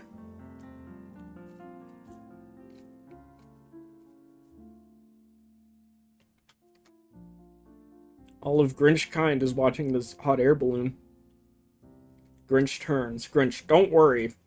I have everything under control. The balloon will lift off the ground. And I'll say to the boy he was a big help. Then I'll say I think I see his mother coming up and he better get off before he sees him on the balloon. And besides, the balloon isn't going anywhere until you disconnect all 4 straps. And I throw all the sandbags we filled overboard. Martha been busy putting all the luggage under the seats, so she looks into the crowd, which is now doubled in size, and can see Susan wearing her new blouse, sporting her new jewelry, tears streaming down her eyes, waving goodbye. Martha is looking back and forth and can't see the Grinches or Hans anywhere. Where are the Grinches? They should be here by now. They look like we were leaving about this time. The balloon lifts off the ground until the straps stop it from lifting any higher. Grinch to the little boy. Okay, son. Good job. You did well. Oh no, look back there. I think I see your mom coming. Hurry up. Get off before she catches you. Little boy to Grinch while scurrying off the basket. Thank you, Mr. Grinch. That was fun. Grinch. Yeah, get lost, kid. Hey, Frank, this balloon is just about ready to go. Martha yells out to Susan. Have you seen the Grinches?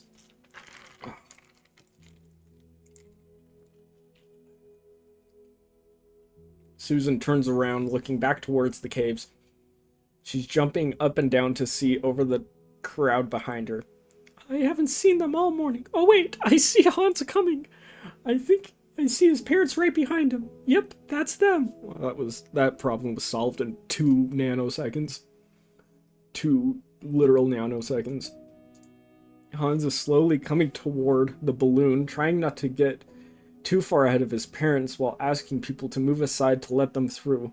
As the 3 of them get closer, you can see each one carrying a small duffel bag. They reach the entry door of the basket, and Hans says, Sorry we are late. Mom kept wanting to bring small furniture and kitchen utensils. I had to explain to her we don't have the room, and we have to keep the weight down. Then I turn around, and Dad is dragging his old toolbox across the floor, which I must weigh at least 100 pounds. He kept taking tools out of the drawers and saying, How about now? I'm so glad you talked us into loading all the other luggage last night. Hans hands up to Martha the 3 small bags. Martha takes them and stores them under the benches. Grinch is adjusting the heat and testing the equipment. Hans helps his mom on board and then turns and helps his dad. Grinch gives both of them a hug and says, Good morning, Mom. Good morning, Dad. Grinch looks into the camera and says, I love saying that. Grinch turns back towards his parents. I was getting worried that you might have changed your minds. Jean. I changed my mind 100 times last night. I don't think I slept a wink. I'm so scared. I'm not scared of leaving. I can't wait to get out of here. It's the trip that scares me. She turns to look at Eugene. All right, honey? Eugene. Yeah, I don't walk so good these days. I'm afraid to trip as well. Jean leans closer to Eugene. I didn't mean trip like fall. I meant trip like going on this balloon thingy thing. Eugene. Why didn't you say that in the first place? Jean to Hans. Where's Allie? Hans. I have to show you the new trick we've been working on. Hans cups his hand around the mouth and yells,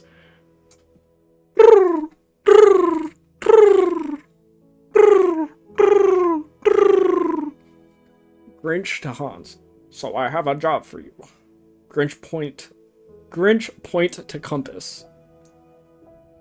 Grinch point to compass.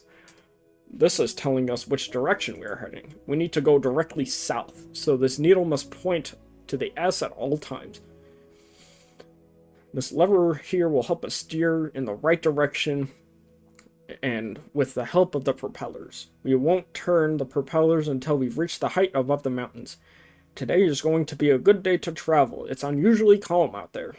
Relly appears and flies around the bottom twice and comes to lands on Hans' shoulder. Hans says, Good boy, and reaches into his pockets and gives Allie a treat. Everyone is amazed while Martha and Jean say, Good morning, Allie. Hans places his finger so Allie can hop onto Hans, places him in a small cage with no door on it, and says, This is one of Allie's favorite resting spots. Grinch. Okay, everyone, including you, Ally Who. We are just about ready. Grinch leans over the side. Frank, would you please start undoing the straps and making sure everyone stays back because Hans and I are going to start throwing these sandbags over unless you want to have your grouchy neighbor stand right about there. While pointing to a spot on the ground, Frank and Susan and everyone on the board laugh out loud. Grinch looks directly into the camera and says, "Just kidding," and then in a deep voice says, "No animals or people will be hurt in the making of this story."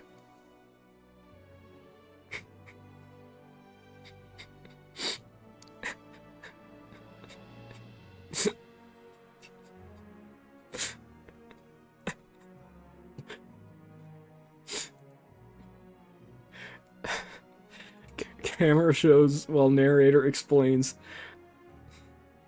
Frank unties all the straps. Susan can be seen waving goodbye and crying.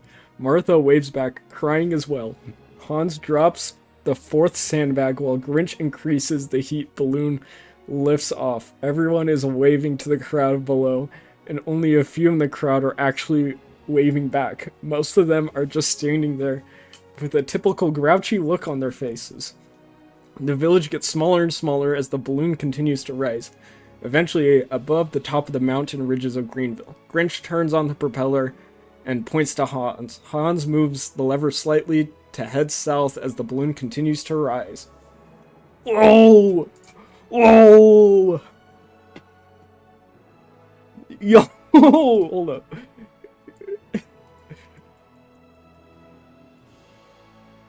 Oh. Yo!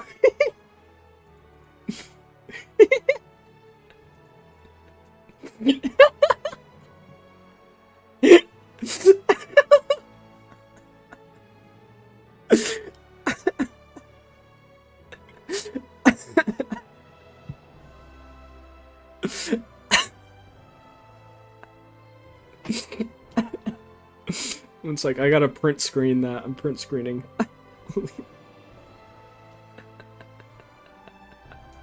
Okay, alright. Grinch with a pilot-sounding voice. Okay, ladies and gentlemen, please sit back and enjoy the ride. Sandwiches, fruit, and water are available. I'm sorry, but oh, no alcohol. There it is again. Will be available during this flight. What's with the alcohol, dude? This dude has such a weird relationship with alcohol. Jean taps Martha on the shoulder. Martha turns toward her and Jean, revealing a bottle of green wine in her duffel bag. Ooh, contraband. Jean puts her finger on her mouth. Shh. The two of them giggle lightly. Martha whispers, "You are a naughty girl." Oh, they both giggle again softly. You know, when I read Dr. Seuss books, when I read The Grinch and Horton Hears a Who, I was always thinking about, like, do these people drink alcohol? I'm glad I need some alcohol right now. But I'm glad that Uncle Bob answers that for me.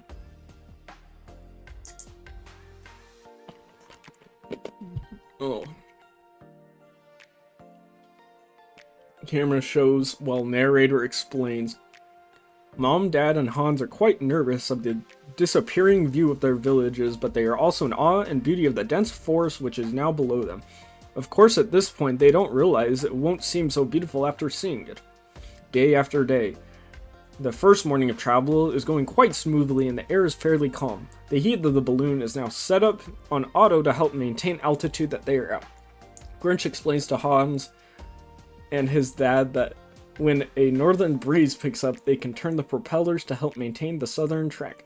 If the northern wind picks up, they can turn on turbos to keep the southern track. Double dipper! Double dipper alert!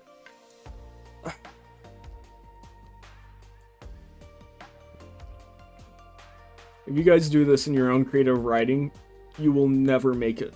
You will never make it.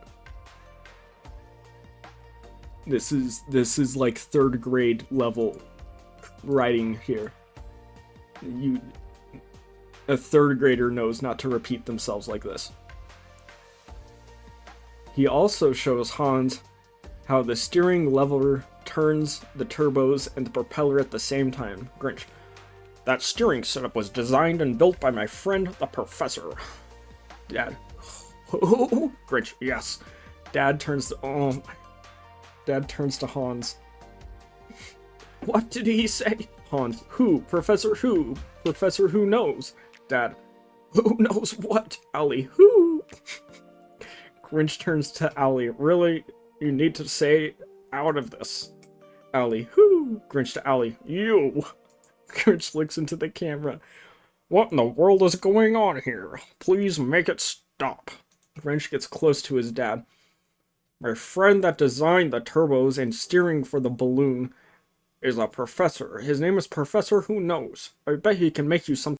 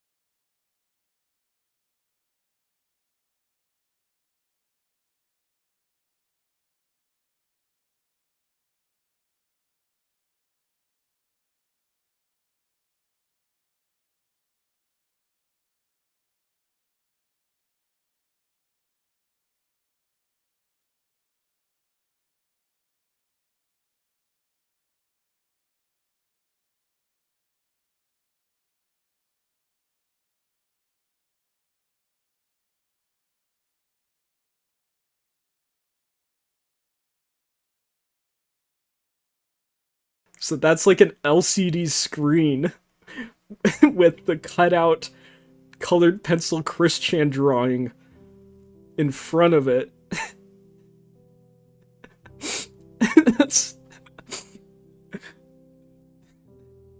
That's amazing. Oh my goodness. Day 7 of trip. Camera can show as narrator explains. Hans takes watch while Ali by his side. Ali seems to love his new perch. The weather continues to be favorable, thankfully. What felt like an eternity. What felt like an... It's not even un. Look at the sentence here. What felt like a eternity for Hans was actually just a couple of hours when he can see the sun starting to rise. Jean wakes up, a big yawn and a big stretch, and looks around to see Eugene, Martha, and Ethan still asleep. She stands along Hans and looks out at the spectacular view and says, "This might be the most beautiful sunrise I've ever seen. We have to wake up everyone so they can see. It's a sign. It's a sign of good things to come. I know it. Moms can sense these things. We have special powers, you know." They both hug a little tighter and chuckle. "I'm sorry, but I have to wake them up. This is too beautiful to miss." Jean turns around toward everyone and loudly says, "Eugene, Ethan, Martha, you've got to see this. This is beautiful." Martha wakes up, rubs her eyes, and says, "Are you kidding me? That's the ugliest shirt I've ever seen."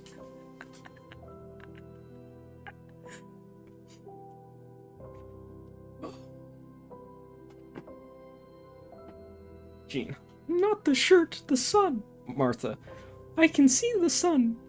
The shirt's in my eyes." Jean, "What are you talking about? I made this shirt." Martha, "I'm sorry, Jean, but..." Realizing she needed to change the subject, "Oh my goodness, the sunrise is magnificent."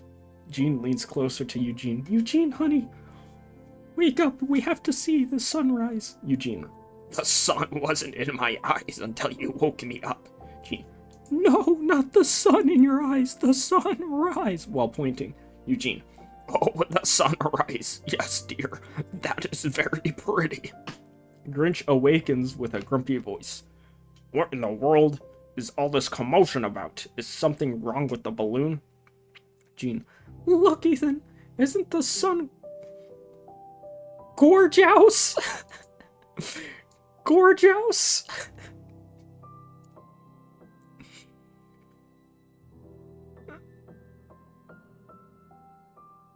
That's how you spell gorgeous? No, okay, I thought it was going crazy for a second. That is not how you spell gorgeous. Grinch looks into the camera and says, "Not half as gorgeous as that steak I was dreaming about." Everyone chuckles while still enjoying the view. There's so much chuckling. All the jokes land. That's what I love about this, is every joke lands in the story.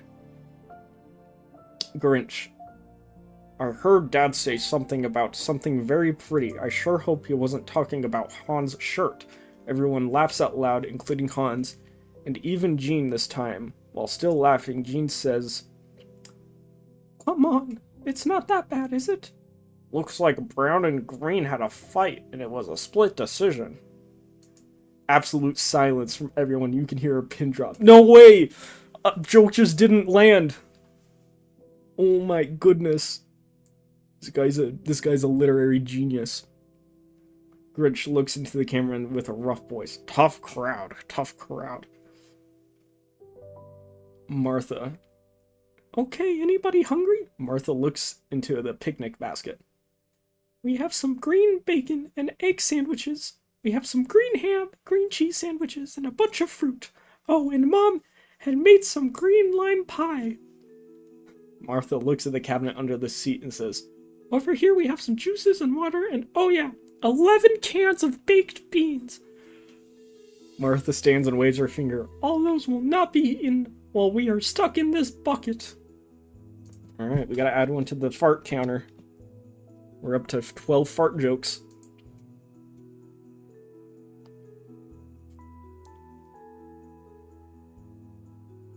Alright, Martha.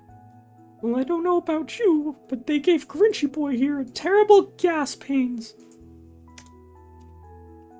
Trust me, we don't need to get into those beans. I hear you, sister. Eugene's the same way when he has cabbage. I would love some cabbage. That sounds great. Oh, that's Eugene, sorry. I would love some cabbage. That sounds great. Gene laughed. No cabbage for you, mister. This balloon couldn't handle it. Eugene, a little confused. You don't have to put a handle on it. I'll eat it with my bare hands. Everyone laughs again. We don't have any cabbage. It's not an option. Oh my, why didn't you say so in the first place? Grinch, poor Dad. I sure hope my friend the professor can make something to help him with his hearing. Gene. Who? Grinch does a long blank stare into the camera.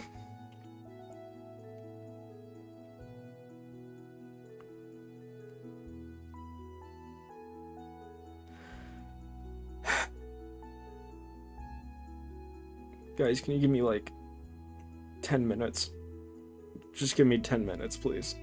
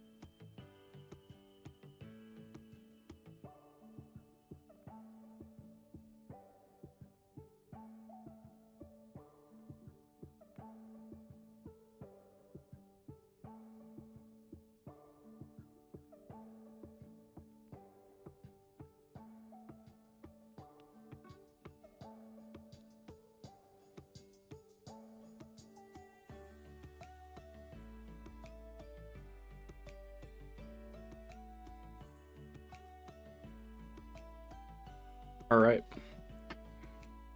We are back. Sorry, I feel like I'm about to lose it. So, again, the background on this script was this came from a Redditor on the Adam Friedland Show subreddit, who said his dad wrote this script for like months and got really upset because nobody in the family took it seriously. And he was like dead serious about making this into the Grinch 2 movie. Alright. Grinch looks over at the gauges. Hans, our speed is down to 1 mile per hour. We are slightly off course. No big deal, just adjust our propeller speed to medium and adjust our steering to head straight south again. Hans. Yes, Captain, you got it. Grinch. We would prefer our speed to be around 3 to 5 miles per hour. When I get a chance, I'll give you some more details. Grinch then steps over to the compost chamber while pointing and acting out like a steward, modeling each move. Just a reminder to all our new passengers. All leftovers, apple cores, banana peels go into this little trapdoor here. First, you unlatch it, open the trapdoor, deposit your items, then close the trapdoor. Make sure to latch it closed. This becomes fuel for our turbo things in case we need them. Dang, they're really hyping up these turbo things. I can't wait to see them used. So Ethan, when do we turn on those turbo things? I'll explain that all to you a little later. How about everyone have a bite to eat and get comfortable? No problem. Whenever you are ready. The Grinch, with his hands to his sides, begins pacing back and forth and says loudly enough so his dad could hear too. Ladies and gentlemen, may I have your attention, please? Everyone stops what they are doing and give Grinch their undivided attention. Everyone stops what they are doing and give Grinch their undivided attention. Oh my. Today, as you know, is our second day into this journey. It will be a very long day. Hopefully it all goes well, and it will be the last long day of the trip. Hans has been doing a great job assisting in navigation of this piece of equipment. As you know, he is my newly discovered brother. He is a very strong man, but he's not heavy. He is my brother. Everyone on board starts laughing and booing him. Boo! Boo! Throw the bomb out! Boo! Grinch, I'm sorry. I couldn't wait anymore. I have been wanting to say that for 2 days. Camera can show scenes while narrator explains. Ethan calls Hans away from the ladies for a moment because he needs to give Hans some info about the flight that may make their mom and Martha nervous wrecks. Dad is sidetracked with giving Owlie some treats. Martha and Gina are becoming very close, as the only other person Jean had ever became close was Susan.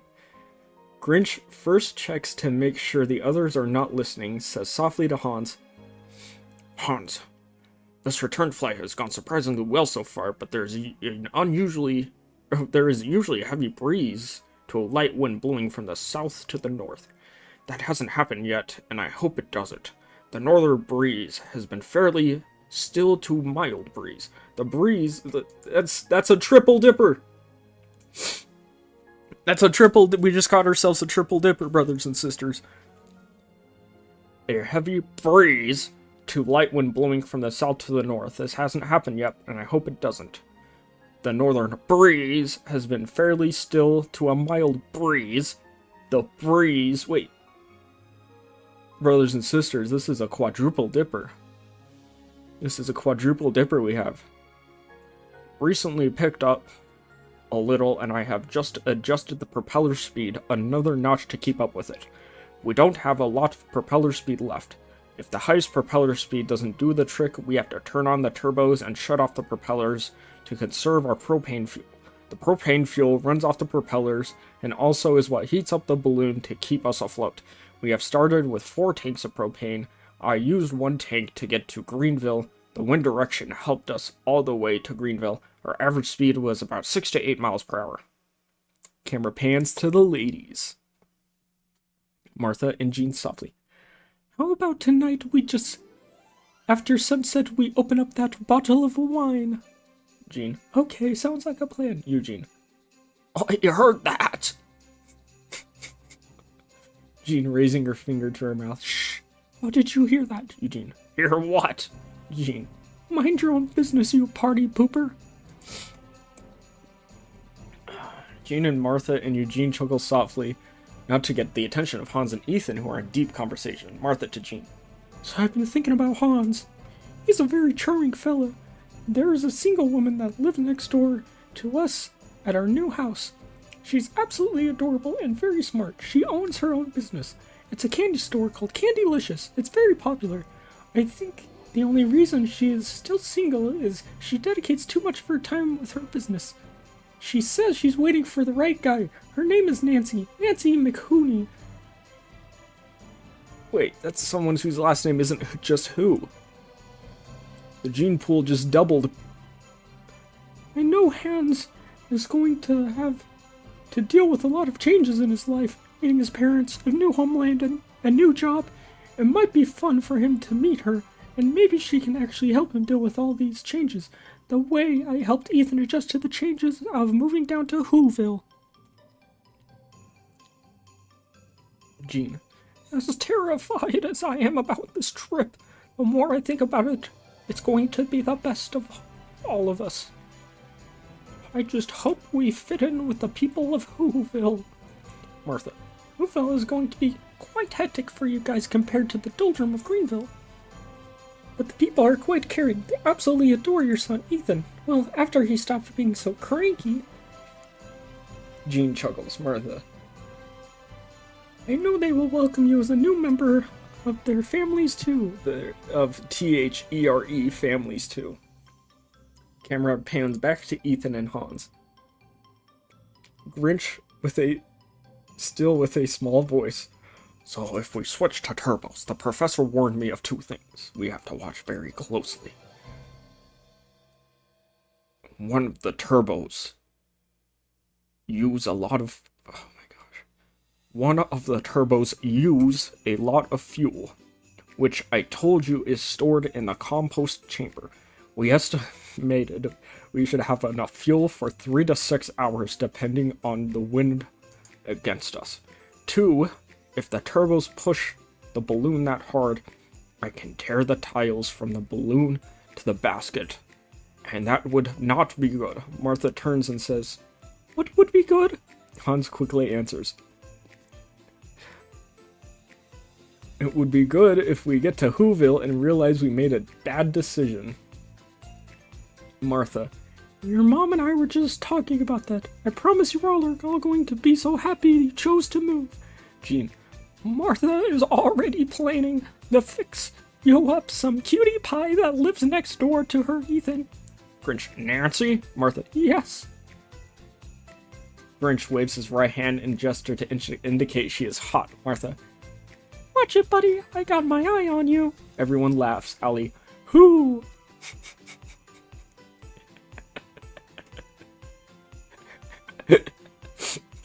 Martha turns to Allie, giggling, says, My husband, that who? Everyone laughs again. Eugene. Who's your husband? Hans. Dad. No, Ethan's her husband. Eugene. I thought so, but oh, never mind. Camera fades out. Again, camera fades out. And can show scenes while narrator explains. Oh, is this a montage? We got a montage, everybody. We got ourselves another montage. The second day of flight is still going well and seemingly on schedule. Back in Whoville, Professor Gus and Betty Lou are still running the park without major issues. The rumors are flying around the village, flying around the village, of them not wanting to return, of them crash landing somewhere, flying right by Whoville and not being able to land. All these rumors would have made the mayor very happy if Martha May had not gotten on board. Back at the house, Cindy Lou Who still walks the dogs and feeds them every day. One day, while walking the dogs, she met the neighbor, Nancy McHooney. They chatted for a long time, and Cindy Lou likes her very much, and especially because she now gets free candy from Nancy. Cindy is starting to worry herself that they might never return, but she sits down with the dog and says, "Don't you worry, boys. Your mom and dad will be here soon. If anybody can do it, the Grinch can." Camera fades back to Balloon. They have been talking so much that before you know it, the day has gone by. They all had their lunch, and their sun is starting to get lower in the horizon. They all will be eventually choosing what they will eat for dinner as the choices are getting thinner.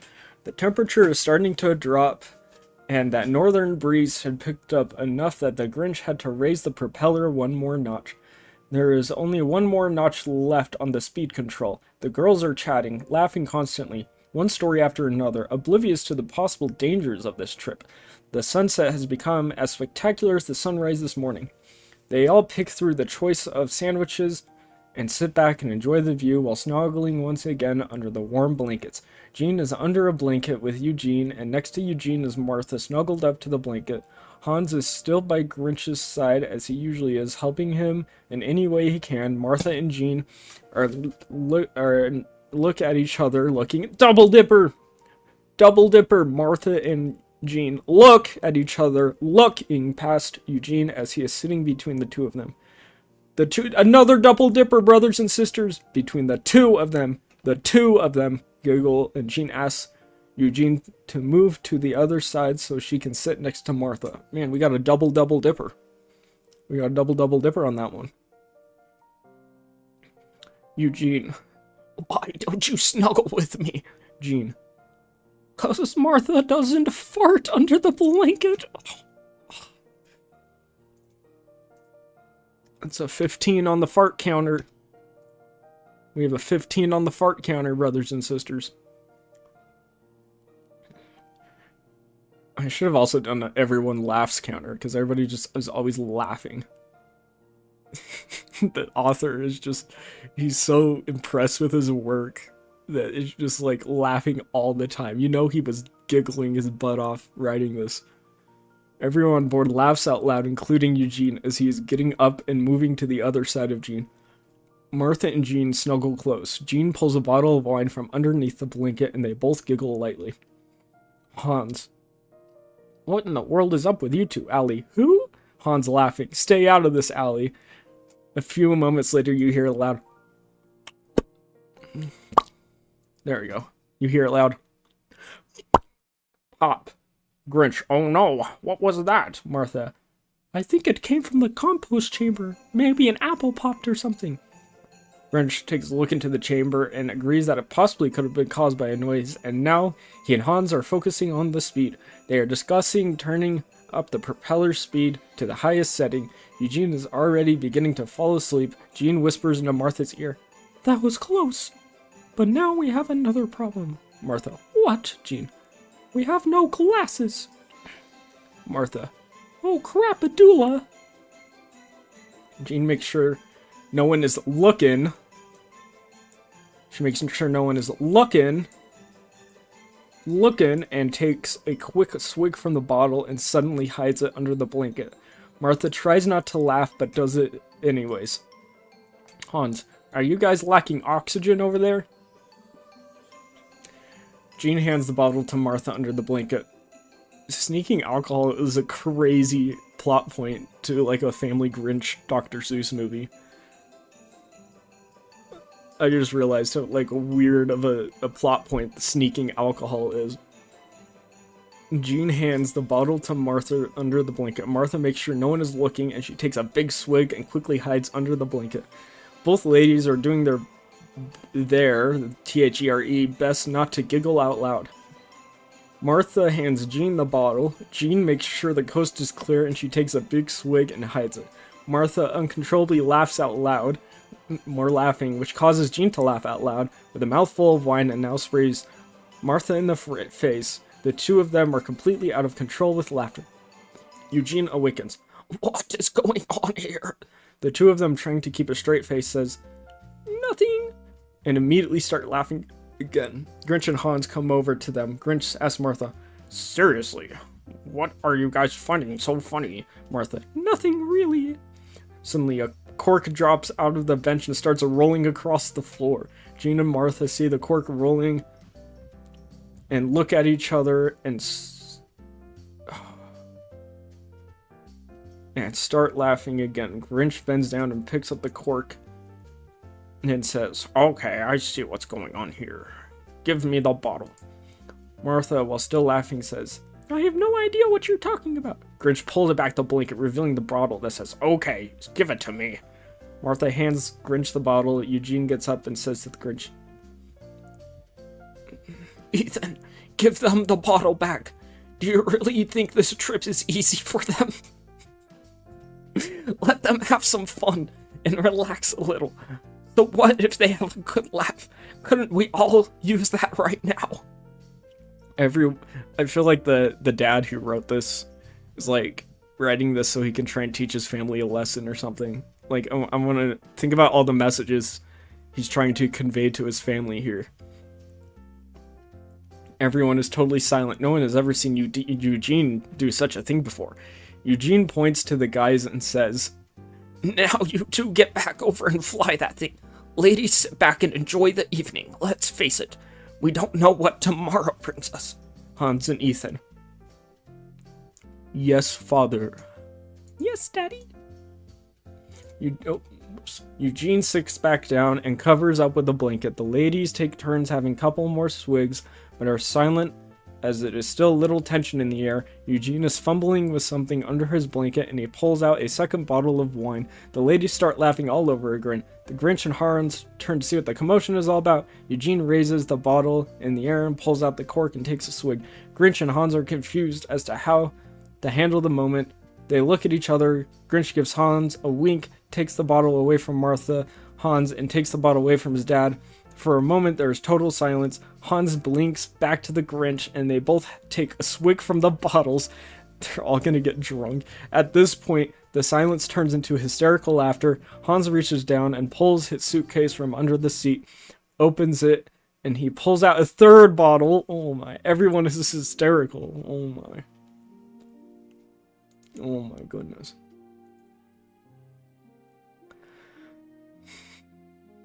Grinch, "I'm so sorry to let you know I don't have any bottles hidden anywhere, but your dad is right. A good laugh now and then won't hurt anyone, especially now." Grinch takes another swig, hands the bottle to Hans. He takes a swig and the bottle back to Dad. Grinch gets back to the gauges and hits extra blast of hot air and says, "Okay, just letting you all know, we might be switching to turbos tonight, so I don't want any of you all to freak out when we do, okay?" Jean takes another swig and says, "Roger that, Captain. Sir flies a lot." Ellie, "Hoo."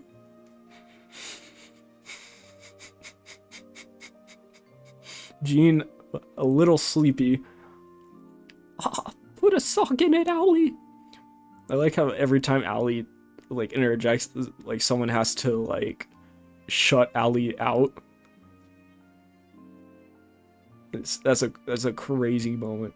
Martha, laughing again, takes the bottle from Jean and takes a small swig. They just keep drinking. Jean and Martha snuggle up close again and start to wander off to sleep. Hans offers to take over for a while so Ethan can get some rest. "Ethan, don't worry, I will make you if the speeds get too low." Grinch snuggles under a blanket alongside Martha and gets comfortable and instantly falls asleep. Eugene, too, is already fast asleep. Owlie jumps to his perch alongside Hans. Hans looks over at Owlie. "We are the night owls, Owlie." Owlie, "Whoo!" Hans with a snicker. "Me and you, that's who." Day 8 of the trip. Day 8. Hans has been watching guard for a couple hours and watched the speed drop to 2 miles per hour. I think at this point the author has given up on this being a movie and is now just like totally invested in writing this as like like just a fanfic story. Because I don't know how you could put any of this later stuff like into movie format and not have it be 15 hours long. Hans has been waiting, watching. Maybe it could be like a 6-part miniseries, like an HBO 1-hour miniseries or something like that. Hans has been watching guard for a couple of hours and watched the speed drop 2 miles per hour and eventually down to 1 mile an hour. He can definitely feel the breeze turn to a steady but light wind. He attempts to turn up the propeller speed but realizes it's already at the maximum speed.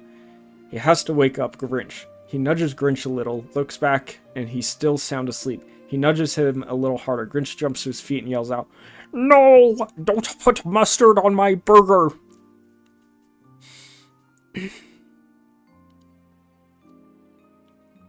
Hans shanks him violently. Wake up, Ethan. We have a bad dream. Or you're having a bad dream." Grinch shakes his head a couple of times, rubs his eyes, and says, "I was having another dream about food." Grinch looks into the camera. The people in restaurants just don't listen anymore. Hans, Ethan, are you awake? Grinch rubs his eyes again. Yes, I think so. What's up, Hans? We're down to 1 mile an hour. We're gonna have to start the turbos. Grinch over at gauges. I was hoping to get a little farther. These turbos use a lot of fuel. Grinch fires up the turbos. At first you hear a high-pitched sound, then a series of small explosions. Martha and Jean jump up quickly. Dad wakes up slowly and says, "Could you guys please keep it down, over?" Owlie flies down and hides in his cage. Grinch, I'm sorry, guys. I should have warned you at first. I forgot they were that loud when you first start them. It's still dark out. What time is it? Time to go back to sleep. Grinch to Hans. The turbo has 5 speeds, controlled by the lever here. I'll set it at level 1, and for now we can watch our speed and adjust as we need, okay? Got it. A whine of the turbo calms down, and soon the ladies and Dad are back to sleep. Grinch is watching his gauges closely and sees the speed only increase to 2 miles an hour. He brings it to level 2, and slowly the balloon speed increase to 4 miles an hour. The spelling is getting worse and worse as we're getting through this story. Grinch to Hans. This is perfect. Remember, the higher the lever, the more fuel we burn. Grinch jokingly to Hans. Hopefully that Huna Fish Sally gives us some extra power. That's a 16 on the fart joke counter.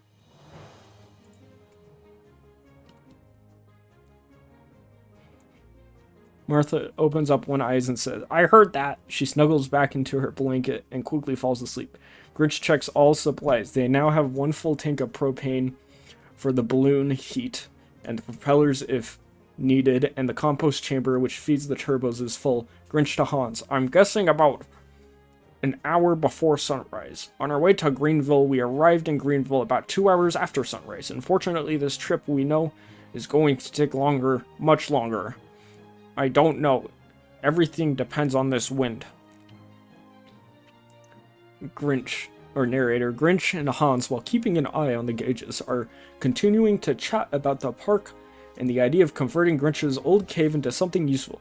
Grinch has repeated the offer that he, Mom, and Dad stay there with them until they decide where to live. Eugene wakes up and steps on between his 2 sons and says, Good morning, boys. Wait, is it morning yet? Hans and Grinch chuckle. Grinch says, Yes, Dad, it is. The sun should be coming up soon. Dad, I'm absolutely starving. Grinch, me too. You just want to get you something. Dad, I don't want to wake the girls. All the sandwiches are under the bench. Sorry to interrupt this very important discussion, but we are back down to 1 mile per hour. Grinch, shaking his head slightly, says, Go to level 3 and see what that does. Hans makes the adjustment. Ethan and Dad return to their discussion of hunger. Grinch goes into another cabinet and grabs 3 cans of baked beans and shows them to Dad. Dad, oh, I can't wait! Ethan holds his finger to his mouth, gesturing for his father to be quiet. Shh! So the ladies were sneaking alcohol, but the guys are sneaking cans of baked beans. yeah, Chess says, I like how the old man now can miraculously hear everyone perfectly now. Grinch grabs a can opener and quietly opens the 3 cans and hands them spoons. They all start eating, and you can hear the oohs and ahs and enjoyment as they're trying to be quiet about it. Dad whispers, reminds me of when I was a kid sneaking dessert before dinner time. The Grinch with a mouthful, we better hurry before they wake up. Hans, I'm done. What do we do with the cans? Dad, I'm done too. Grinch grabs the 3 cans and starts to figure out where to put them, and hears Martha say, what is that smell? I know I've smelled it before. The Grinch hides the cans. Why doesn't he just throw them over the edge? You just throw them over the edge. No, that's too obvious.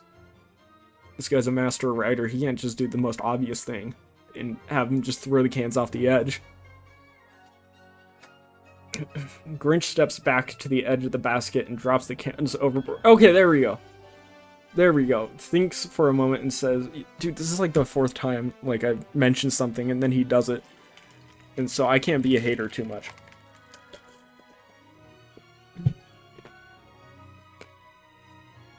I'm glad he did the most obvious thing.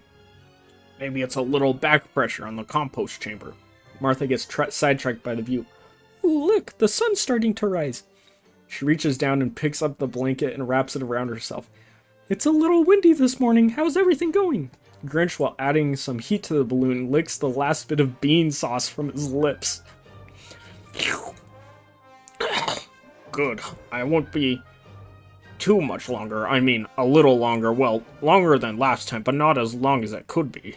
Martha, please stop talking. You're making me nervous. Jean wakes up. Here comes the beautiful sun. Good morning, everyone. Can I get a kiss from all my men today? Whoa. I can see she's already assimilating to Whoville incest culture quite well. I'm sure she'll be fine. Hans and Ethan give her a kiss on the cheek. Eugene gives her a kiss just like he does every morning. Aw. Jean.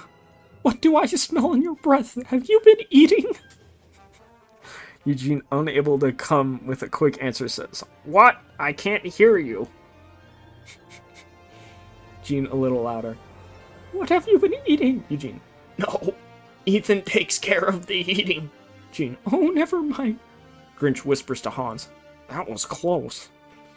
Grinch turns towards his dad, makes sure the ladies aren't looking, and gives his dad a thumbs up. His dad returns with a thumbs up. The ladies sitting together again, talking about what's left to eat for breakfast. Martha, I was just thinking after our breakfast this morning, our meal would be in Whoville. Are any of your boys hungry yet? The men all look at each other. Hans says, we're good. Martha, are you sure? You're usually now asking what's available. Hans nudges the Grinch's shoulder. Grinch turns and Hans whispers, speed is down again. Grinch raises his eyebrows, being a little concerned, gestures with his thumb to raise the turbo power.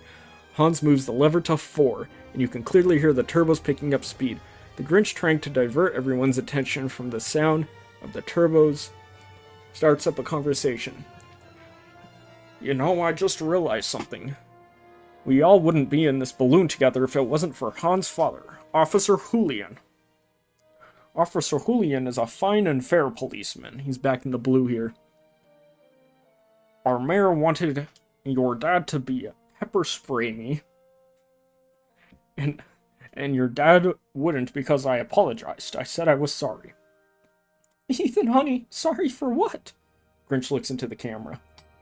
Uncle Bob, is there enough time in this story to explain?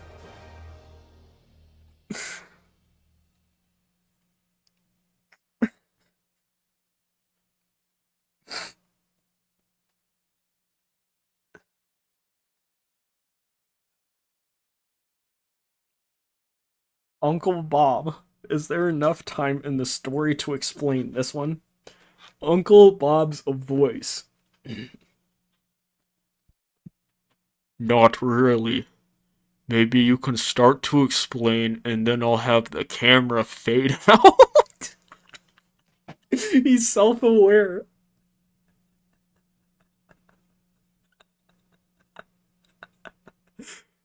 Have the camera fade out. And the narrator can step in. We'll move on to something else. Grinch, perfect. Good thinking. So when I lived in a mountain cave and I could hear all the who's and whovilles so excited and getting ready to celebrate. Oh yeah, this is about the Grinch. I forgot this story is about the Grinch. They all would start putting their Christmas decorations, shopping for presents. So happy it made me furious. The night before Christmas, I went down and stole their Christmas. I forgot what the Grinch even did. That's crazy. Mom, oh dear sweetheart, this is very nice. But what's Christmas? Martha, you don't know what Christmas is? Mom, I have no idea what it is. Martha, have you never heard Christmas? Santa Claus? Claus as in like a writing clause, not Claus as in Santa Claus, by the way. That's how that's spelled. Mom, Santa who? Allie, who? Hans, not now, Hooli. Martha excitedly. Claus! Oh, I have meant to tell you, it's the best time of the year. We all... Camera fades out. Fortunately, the ladies are so wrapped in their THERE conversation of Christmas, they are oblivious to the problems arising on board. Dude, this guy's dad is crazy. This guy's dad is nuts. Uncle Bob is nuts. Martha tells her about Grinch's sweet relationship to Cindy, C-I-N-Y, Cindy Lou Who, and now she helped change Grinch from a lovely, cranky character to the loving person he has become, all about Santa and the spirit of Christmas, how after he stole Christmas, he returned everything and why, the Christmas jubilation, and how the villagers grew to love him. Meanwhile, the Grinch and Hans are forced to move turbos to level 5, the highest speed. Grinch opens the compost chamber and is shocked to see how low it is. Oh no, what are they gonna do? What are they gonna do? Is Chekhov's beans gonna show up? Camera fades back to Grinch. So I don't want everyone. Suddenly Grinch shouts, lets an unexpected fart. Dad, shame on you. Suddenly Dad lets out a fart. Okay, that was me. Grinch, please, I'm trying to... I don't want you to panic, but R, as an ARE fuel situation, is beginning to worry me. Okay, that's a double fart, so let's go up to 18. Martha gets up and looks at the cabinet where the beans were stored. You can hear her counting. 1, 2, 3, 4, 5, 6, 7, 8. There was 11 in here this morning. Please don't tell me you two ate beans. Hans let out a small fart and... You mean 3? Martha to Jean. You think this trip was long before? It's about to get longer. Hans, we are so sorry. The 3 of us were starving this morning and we didn't want to wake you guys, so Ethan suggested we eat the beans. Grinch sarcastically. Ethan did this. Ethan did that. Mommy. Hans is blaming me for everything again. Grinch looks into the camera. He has always done that since we were little. That one doesn't even make sense. Hans, we just met a few days ago. Grinch, oh yeah, that's right. Damn, this guy's good. Uncle Bob is good. Grinch to Mom and Martha. So back to what we were trying to say before.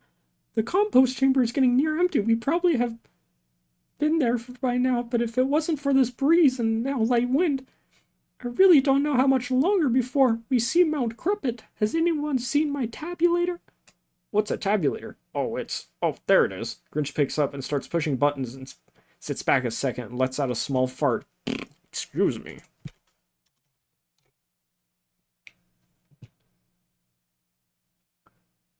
Continues tapping on the buttons. Put his fingers to his lips and taps out a few more buttons. How did I know there's going to be so many fart jokes? I don't know. I just knew. I just knew there's going to be... honestly, guys, I'm going to be dead serious. I did not read this script before. I knew nothing about this script before starting this. Martha. That's not a tabulator, you idiot. That's a piece of wood I brought to draw a dot on it every day we've been from Whoville. Grinch, now quite embarrassed. No wonder the figures weren't adding up. This throws it overboard. Oh, and throws it overboard. Yeah, also the coloring of the dialogue is, like, completely been dismantled, and so now I just have to like try and figure out what is dialogue and what isn't. If you and Mom can figure out how much food we need for the rest of the day, then we throw the extra in the compost chamber. The rest of the day? What does that mean? Grinch softly to Martha. I'm assuming we'll be there before dark. If it gets dark, the only way we will see Whoville is all the lights. But then the landing will be scary. We've got to be getting closer. I'm truly not sure. Martha. I wish you didn't tell me that. Martha and Jean gather all the extra food and toss it in the compost chamber. Martha. We should be all set, Mom. That should do it. Grinch loudly enough for everybody to hear. We've been heading straight south since the first day. I expect it to take a little longer because of the slower travel speed. I'm just not sure exactly when we should see Mount Crumpet. We might be slightly off course, so I need everyone to keep your eyes peeled east and west also, besides straight south. Grinch, I have an idea to see if we are close to Whoville. Grinch, nervously / sarcastically. Oh, really? What, do you want me to land somewhere and ask for directions? No, how about we turn the radio on? They have a radio? They have a radio. And if the Whoville station comes in, we must be close, right? Grinch thinks for a second, grabs Martha, and gives her a big kiss and says, Honey, that is brilliant. Turn it on the radio. Hans, what's a radio? Martha picks up the radio. This thing. We can listen to music with it. What's music? Martha, I'll explain later. Hans farts a little.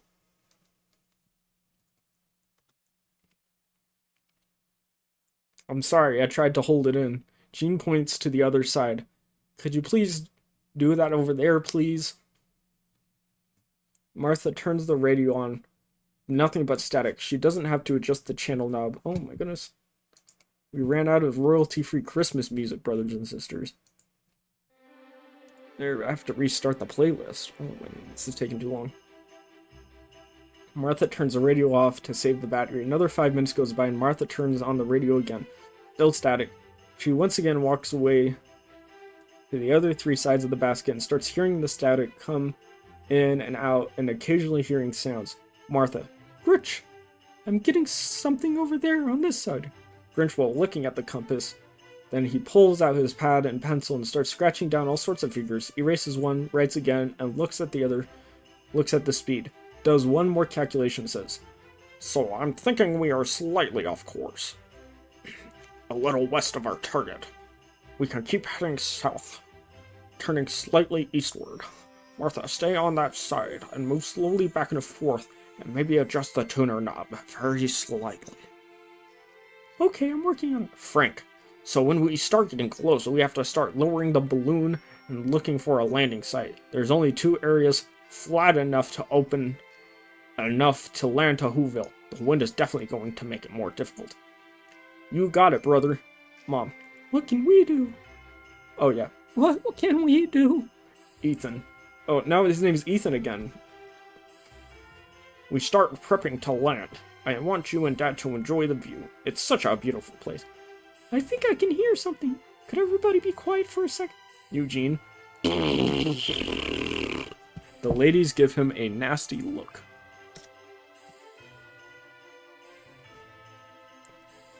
I might have got away if it wasn't for being so quiet.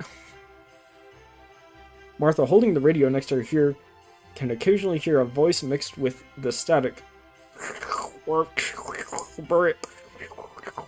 Spoke, vert, shoop, word, top hits, news next. Hello, ever. Martha turns the knob ever so slightly, and you can hear the radio clearly. The announcer has the typical radio voice that says, Welcome to Whoville, listeners. You're listening to WHO 1.5 on your dial. The last song you heard was Who Light Up My Life? And just before that you heard Stuck in the Middle with Who. News next after this commercial break. Martha excited me. It's coming in perfectly clear. We definitely are getting close. Commercial. Oh, we have a commercial. We have an ad. Got an ad break, brothers and sisters. Tired of the same old sliced ham or boring roast beef? How about a sandwich that wakes up your taste buds? Put some zep in your step, some crunch in your lunch. Make eating fun again. Make eating fun again with your visit to Hooters.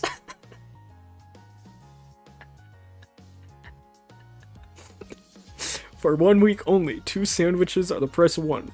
That's right, come on down to Hooters, located on 12 Main Street. Different voice speaking rapidly. Children must be accompanied by 12 adults or more. Adults are not eligible for the special. Only 1 per child per 12 adults allowed. Announcer. In today's news, police responded to a reported stolen car from the Subaru dealership. Officer Julian investigated the situation and the original complaint and handed the investigation over to the Detective Bureau. Hans, that's your dad they're talking about. We interviewed Detective Dunnett. Alright, so now we've tripled the gene pool in Whoville. Oh, no, wait. Oh, wait, never mind. Yes, this is Detective Dunnett. That's Detective Whodunit. I am the lead investigator at this scene. After some interviews with some people in the area, we discovered that the car was not stolen. Someone failed to put the car in park, and it rolled down the hill into the Donut Who. Interview. Who did it? Detective. No, that's not. That's Whodunit. Thank you for your time. I'm a very busy man. I have to take all these damaged donuts to the station and make sure they are not served in the public.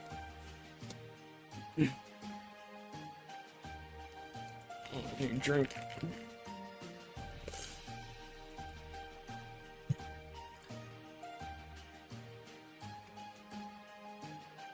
Our final news story is over the growing concern of the return of the Grinch and Martha May Whovier. We interviewed the mayor this morning, and this is what he had to say about the situation. Listen, everyone, they're talking about us. Today is the 8th. Today is day 8 since Martha lifted off in that balloon, that big beautiful balloon. I knew it was a bad idea. I told him that was a bad idea. Of course, we are all concerned about her safety. I said I was concerned about her safety. I've started the paperwork to take over ownership of the park, so if they don't return in 30 days, but that's not the important issue right now. Right now, the important issue is Martha's safe return. What about the Grinch? Oh yeah, him too. And now back to our playlist with no commercial interruptions. First you will be hearing I Will Always Love Who. And then our first Christmas request. I know it's a little early, but you know us Who's love our Christmas. Our first Christmas request is All I Want for Christmas is Who. That's a great song. I think it's my favorite Christmas song is Who Do You Hear What I Hear? Oh, Do Who Hear What I Hear by Whitney Hooten.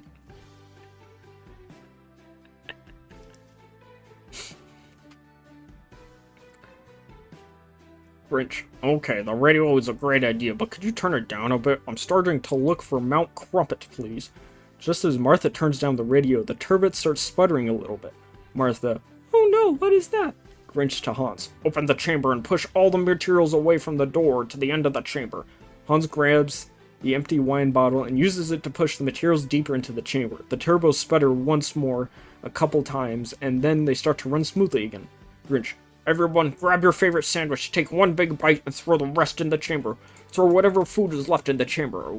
We'll just have to do without. Everyone does what he says. Hans once again pushes everything deeper into the chamber. Grinch. I do have some good news. The wind seems to have calmed a little. I think I can lower the turbos to level 4. That will save us some fuel. Narrator. Everyone, including the Grinch, are definitely getting more nervous about what happens if the turbos stop. Will the balloon start drifting away from Whoville? Will they turn the propellers back on? Will that be enough to stop them from drifting? Will they be forced to land in the forest short of their destination? Will everybody landing itself be a disaster? How about half an hour? About half an hour goes by and the turbos start to sputter again. Everybody is starting to panic. Things just can't end this way. They were too close. Grinch starts pacing back and forth. The turbos shut off for a split second and then back on. The Grinch pacing starts beginning in his head. Think, think, think.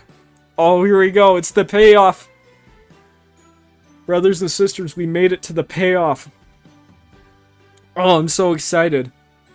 For everybody who's stayed, you're the real ones. This is it. This is what I've been waiting for. Page 77. Eugene is standing next to Hans, is starting to sense the severity of the moment. Suddenly, the turbos shut completely off. The balloon becomes totally silent. The only sound you can hear is the burner heating the balloon. Grinch is wondering, should he shut off the burner and start the descent procedures before they drift towards on the propellers, which he isn't sure won't do the trick. Poor Eugene evidently has had gas pain, and for some time hoping it would go away, he lets out a large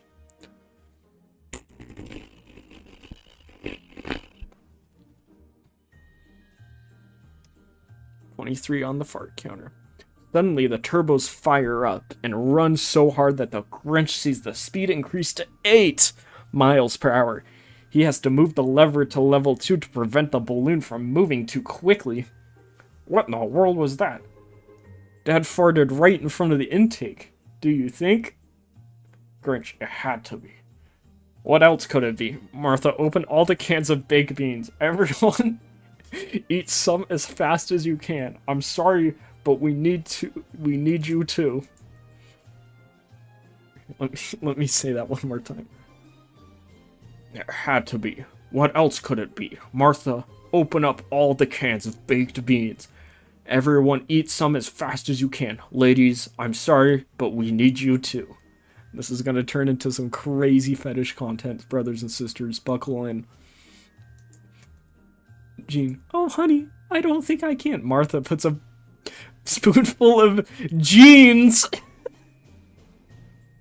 Oh, jeans. That's okay. I thought it said spoonful of jeans. Spoonful in Jean's mouth. Ooh, that was delicious. Jean grabs a spoonful from Martha. Get your own spoon. Grinch just pours the can in his mouth and eats as quickly as he can.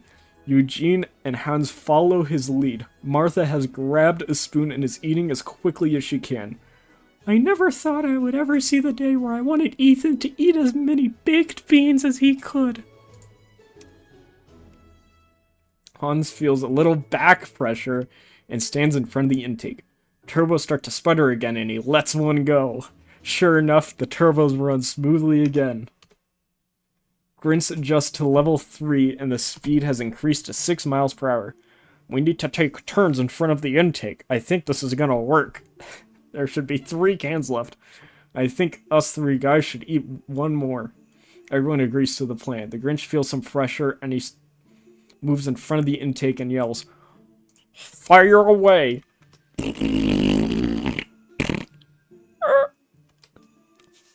Everyone chuckles as the tension is beginning to lessen. The 3 men continue this pattern of taking turns. Occasionally, wait, guys. This is like the end of Stephen King's It, but instead of like what those children were doing, instead it's the Grinch and his family farting into an intake to save the day. The wind is very mild now. That's a big help. I'm down to level 2 and we're still at 6 miles per hour. At least an hour passes before the women start to feel some gas building. Jean walks over in front of the intake. She is standing there for a while and says, I'm sorry, but this is too embarrassing. I don't think I can do it. Grinch and Hans start chanting, Go mommy, go mommy, go mommy. Hans, it's gonna start sputtering. Jean, Everyone, yeah! That is so embarrassing. Martha goes in front of the intake. Grinch and Hans start chanting again. Go Martha, go Martha. Please stop, you're making me nervous. Stop staring at me, turn around. A few moments pass and there's a Martha starts to return to her seat, then suddenly hurries back to the intake.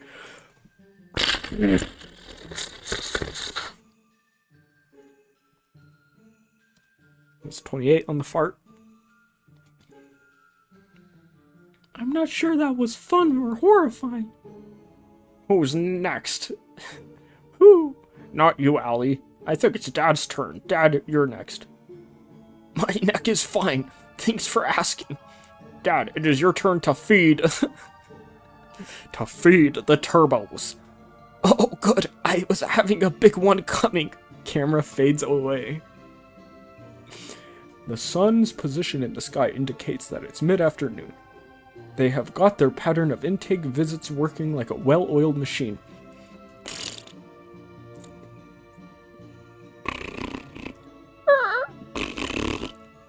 It's a 29. Can't you see I'm narrating here? Oh, whoa, the narrator's breaking the wall too. Can't you see I'm narrating here? Could you please keep it down there? When I'm talking, narrator continues. Everyone keeps hoping the next time they look to see Mount Crumpet. The wind is down, thankfully. Down to what you would call a mild breeze. It sure would be nice to get a rare southern wind, but oh well, you can't have everything. The sun's position in the oh yeah, we already did that. Grinch looks into the camera with his agitated, grumpy voice. Who does the narrator think he is anyways? Does he understand we are under a lot of pressure?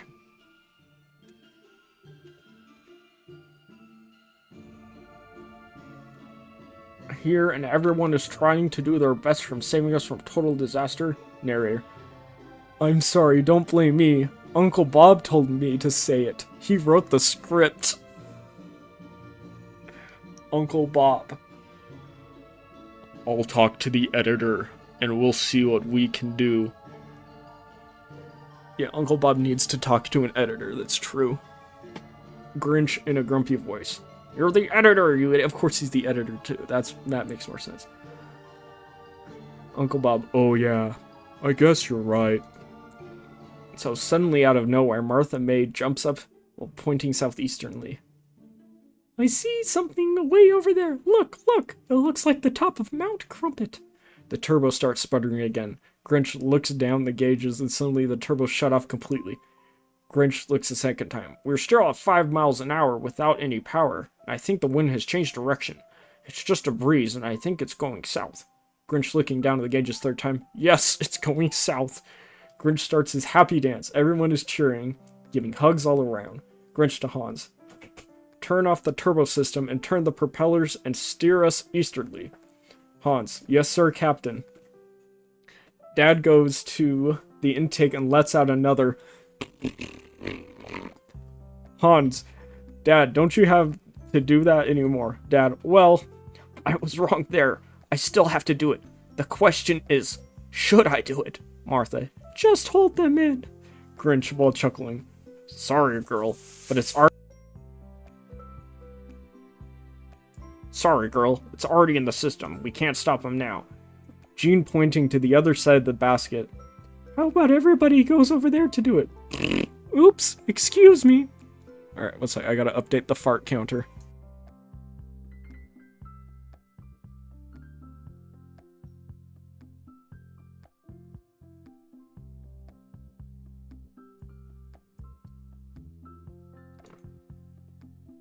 Everyone starts laughing again. Narrator. Mount Crumpet is slowly getting closer. Everyone on board. Grinch interrupts narrator. Could you please just shut up and let's enjoy the moment here? Ethan, honey, do you know where my blue necklace is? The green one doesn't match my slacks. I can't be seen like this in Whoville. Really? That's what you're going to worry about at this moment? And besides, you gave it to Susan. Martha to Jean. I don't know why I gave her that one. It was my favorite. Jean. Because you're a sweetheart. I love the pink you gave me. Grinch mimicking Martha while pacing. I love the blue one. My red one. I chose the purple one. My white one is nice. Oh, and don't forget the yellow one. And my lavender one is to die for. Everyone is laughing again. Narrator. All those build-up nerves are starting to escape. Everyone in unison. Shut up! The balloon is close enough where you could start seeing the village and some of the park. Grinch turns down the heater to start bringing the balloon down lower. Everyone is standing now to enjoy the view. Hans, Mom, and Dad and all have their arms around each other. Ooh, there's a pretty photo. Look at that. That's Whoville. Grinch to Hans. Stop kissing up to Mom and Dad and start unpacking the 4 straps under the bench where the beans were. Tie one to each corner. You're also going to see a long yellow rope that's called a drop line. Tie that over here. That's the one that will toss down to people below to help us land. Hopefully Gus, who will have noticed we're coming, and be ready for us. Hans. How do I know who? I don't know anyone yet.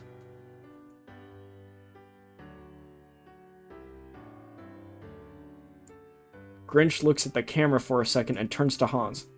Gus, the balloon guy I told you about. His name is Gus who? Ellie. Who? Grinch looks into the camera again. Uncle Bob? Is this really necessary to keep happening? Uncle Bob. If I were you, I would watch your descent. I think you're going down too quickly. You might want to put a little heat back in the balloon. Grinch adds a little heat to slow the descent and says, well, of course, Mr. Smarty Pants, you're writing the story. Narrator. May I step in now? Grinch. Go ahead. I'm going to be busy here for a while.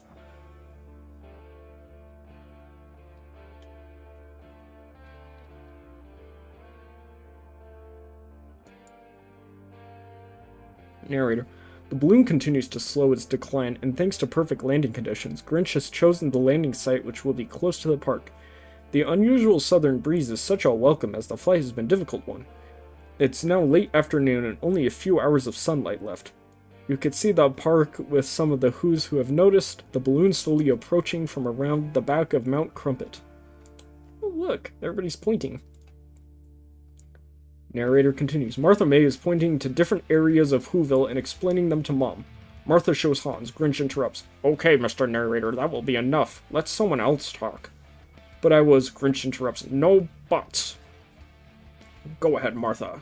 You're trying to say something? Narrator. I'm going to contact my attorney of the Writers Haven organization. The WHO.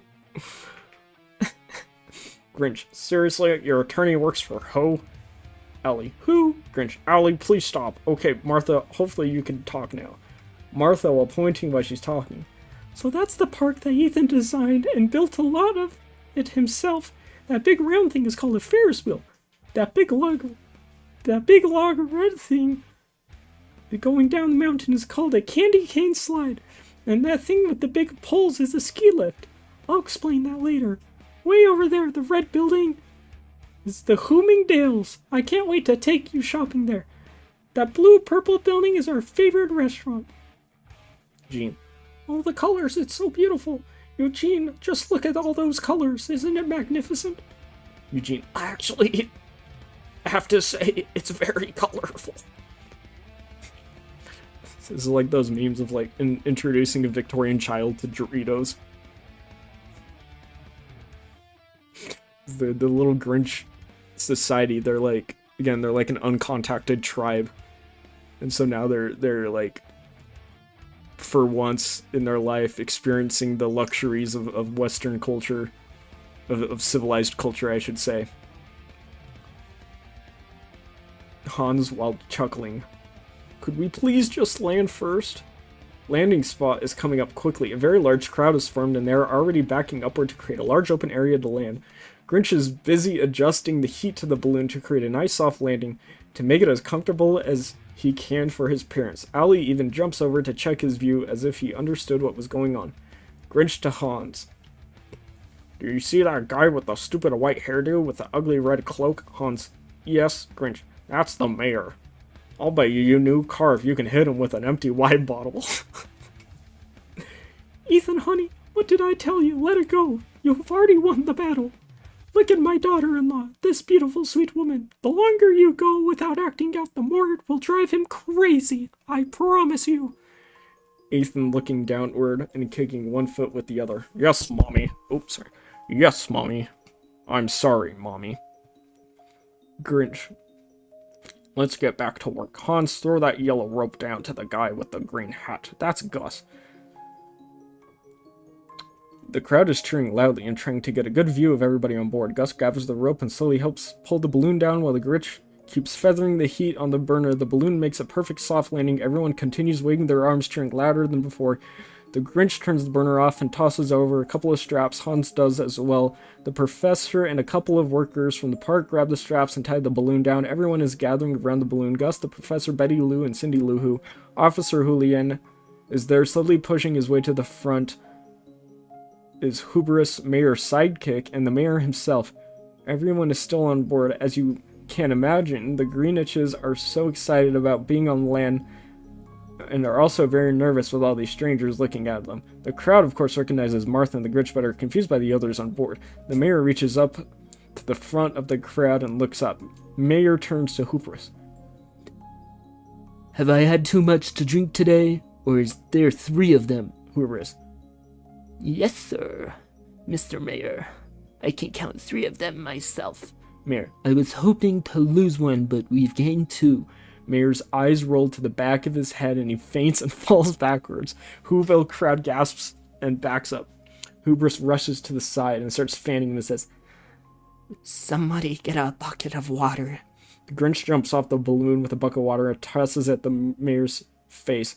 Nothing happens. The Grinch says, let me get another. The Grinch runs back on board and Martha says, Ethan, where did you get that bucket of water? The Grinch, evidently that's the one we all spit in after we brushed our teeth this morning. I forgot to empty it. It's fetish content. I thought it was the one with clean water, as he smirks toward the camera. Grinch grabs his bucket of clean water and runs over to the mayor again and throws that one on his face, stands back for a second, and the mayor starts to comes too, so it says. The mayor starts to comes too. He shakes his head a couple of times, wrinkles his nose a couple of times, as if he was sniffing something, and asks, Spearmint? Hubris and Offer Julian help him get up. Mayor wipes his cloak off a couple of times and asks the Grinch, So please tell me, Grinchy boy, why am I now seeing 3 Grinches? Grinch sarcastically, well, actually, that's quite easy to answer, Mr. Mayor. It's because you see me and these 2 fine folks here, while counting on his fingers. 1 + 2 = 3, Mayor. I think you know what I mean, Grinch. And one more thing, who is that other gentleman on board? Martha to Grinch, let me take care of this, please. Martha leans over the side of the basket facing Hubris. Hubris, can I have your megaphone thingy thing? Hubris hands her the mayor's megaphone. Martha with a megaphone stands on the bench seat. Can I have everyone's attention, please? The crowd silences. Martha. Hello, Whoville. The Grinch and I are so glad to be home. We missed you all. The crowd cheers loudly. We have some very important news to tell everyone. For some of you, it's more important than you could ever imagine. The entire crowd. Ooh, Martha continues.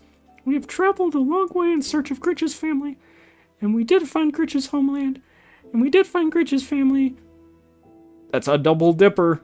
And all I want you to give you is a warm and loving welcome to Grinch's parents, Mr. and Mrs. Greenwich. The entire crowd cheers and whistles. Mayor covers the side of his mouth and whispers to Hubris, Why aren't they staying here? Surprising, Hubris gives the mayor a disgusted look and starts whistling himself. Ooh, mutiny. Martha. I also want you to meet my husband, as you all know as the Grinch. Well, Grinch has a real name. His name is Ethan Greenwich. Grinch stands on the bench beside her and waves proudly to the crowd. The crowd cheers and whistles loudly. Ethan takes the megaphone from Martha and says, We will now be known as Mr. and Mrs. Ethan Greenwich. The crowd cheers even louder than before.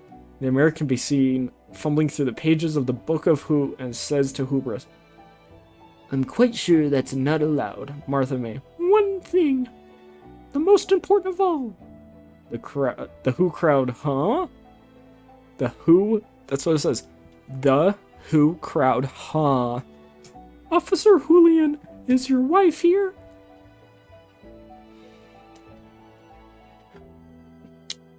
Officer turns, the pages aren't up there.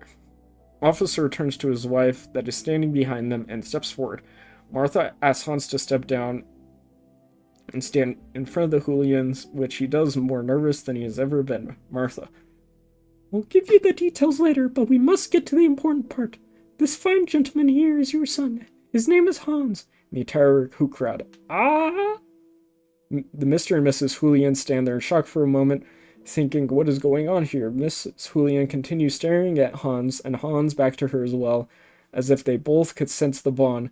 They both lock themselves into a long hug. You could hear Mrs. Julian sobbing out loud, tears now streaming from Hans's eyes. Hans pulls Mr. Julian from a hug with his other arm, and three continue the long emotional tug. Tears now streaming down from Mr. Julian's eyes as he says, welcome home, son. Hans, Mom, Dad, I've only dreamed of this moment. I can't believe it's actually here. Mom Julian, while trying to speak through her tears.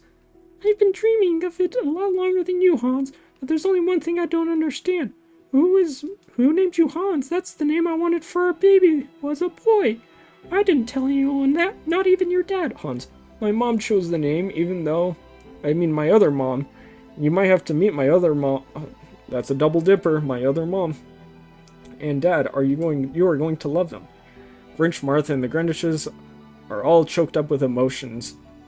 There's so much happening here all at once. The Grinch goes over and gives Cindy Lou Who a big hug. Grinch, thank you, Cindy. You know you are a big part of this too, don't you? Cindy nods her head.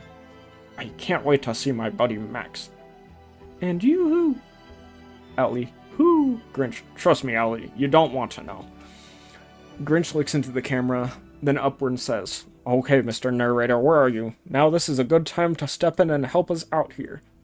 This is the Deus Ex narrator. Okay, we're almost done, guys. We only have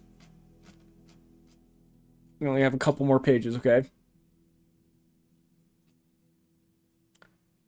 The Who's all want to meet and greet Hans and the Grinch, which they do with open hearts. Already, the Grinches feel more welcome in Whoville than they ever did in Greenville. They have been introduced to and have shared hugs with the Julians. Ethan introduces his parents to Cindy Lou Who, her dad and mom, Gus and the professor. Martha suggests that the two families go back to Ethan's house, order some takeout, discuss what the future will bring us. They all agree. Let's order a bunch of pizza from Pizza Hut. Everybody loves pizza. I love Pizza Hut. Except for the small problem, Augustus. What's that? You're not invited. Grinch does a sinister happy dance. But his mom shakes her finger and says, what did I warn you, my young man? Grinch to Mayor. I'm sorry, Mayor. If there's any slices left over, I'll bring them over to your house tomorrow. Mom Grinch. I'm sorry, Mr. Mayor. You may seem like a sweet man. Excuse Ethan. He's very tired. I promise that I will get settled in and I'll make you one of my delicious casseroles that I call Jeans and Mean Beans and Greens. Oh my. Mayor. Thank you, Miss Greenwich. That is very kind of you. Oh, this cute little drawing of the dog and the owl, the two new characters in this story. Narrator. They all meet at the house. The Grinches and Allie are introduced to Max and Yoo-Hoo. Allie and Max instantly becomes friends. Allie now loves to perch himself on Max's back, which Max loves to parade around with him there. The Julians suggest that Hans stay with him so that they can catch up on the lost years until he decides on where to live. The pizzas arrive. Of course, Grinch ordered every flavor to make for the Greenwiches. This is the first time they've ever had pizza. They can't decide on which is their favorite. The pizza smells good. Can I have a slice? Grinch pointing upward. No, you're not even here. You're up there somewhere. Just get on with your job. Excuse me. Holy shit. Look at all this narration. You guys ready? Okay, this is in a speed zone. Excuse me, I think someone needs a nap. So anyways, let's fast forward a little. The Greenwiches decide to live in the caves of Mount Crumpet because of how much they love Whoville. It kind of reminds them of their roots, and they still want to become close to Ethan and their growing numbers of friends from Whoville. It doesn't take Hans and his dad very long to convert some of the cave to a beautiful home. The plans are to convert the rest of the caves to a bed and breakfast for the park. Mom and Dad will run the bed and breakfast for the park goers and also servers her how now popular green wine. Only Jean and Martha have the recipe. It is now a family secret. Jean had to change the recipe slightly as one of her ingredients isn't available in Whoville. Jean is looking forward to the spirit of Christmas. They are so happy they moved here. Although they do miss the Greenshires, the professor ended up making Eugene a hearing device. Of course, he has learned to pretend it doesn't work when Gene is on his case about something. Hans, now well-paid employee of the park, buys a home for himself down in Whoville. Rumor is Ethan will soon be making Hans a part owner. Martha has introduced Hans to Nancy McCooney, and they definitely are a perfect fit for each other, to the dismay of many of the single ladies of Whoville. Even Owlie loves to see Nancy. Mount Crumpet is a total success as it continues to expand, even though the mayor is pleased with its benefits to the community. Speaking of the mayor, he has accepted the fact that the Grinch and Martha are inseparable, and the fact that they are a great business team as well. Actually, the mayor adores Jean. He calls her Aunt Jean. She managed to win him over with her cooking. The colder weather is setting in, and soon there will be skiing and sledding on the slopes. More important than anything is what's just around the corner: Christmas and the popular Jubilation celebration. They will be extra special this year with its 3 new citizens. One cold night, Martha and Ethan are snuggled on the couch, having a cup of cocoa in front of the fireplace. Max and Yoo-Hoo are lying on the doggy rug in front of them in the fire, sound asleep. Martha and Ethan are discussing how lucky they are to have everything has turned out so well. The family park, the new house, the hole in Ethan's heart has been healed with the discovery of his family. His mom and dad are now safe and friendly place to go grow old. His brother Hans being so successful, and finally how happy Hans's parents are. They raise their cups for a toast, and just when they tap their cups together, there's a commotion at the front door. I'm so warm and comfortable. Could you let the dog back in? Are you blind? The dogs are right in front of you. And who is out there? Ethan just sits there. Most likely. Oh, really? Who? More who jokes? Ethan. Sorry, I couldn't help myself. I'll see who's there. Ethan walks over to and opens the door. What the? Martha, come here quick. Martha gets up and looks down. Oh my goodness, could it be? Were we expecting? Martha. Well, kinda. I was waiting for the right time. Let's get this little sweetheart out of the cold and see if it's a boy or a girl. Ethan picks up the pumpercella and places in front of the room on the table where it is warm and cozy. Max and Yoo-Hoo are also curious, so they jump up on the table to get a peek. This one is one of those split-second moments that your mind is racing with thoughts. Are you ready for this? Is this a baby boy or a girl? Will the baby look like Martha or will it look like Ethan? Maybe a little bit of each. Martha pulls back the yellow blanket to reveal their unexpected arrival. Turn page. Alright. If you're listening to this, this is the time where you gotta open up the screen. This is the big reveal. What? It doesn't show us? The end? The End? By Uncle Bob. 11/25/2023.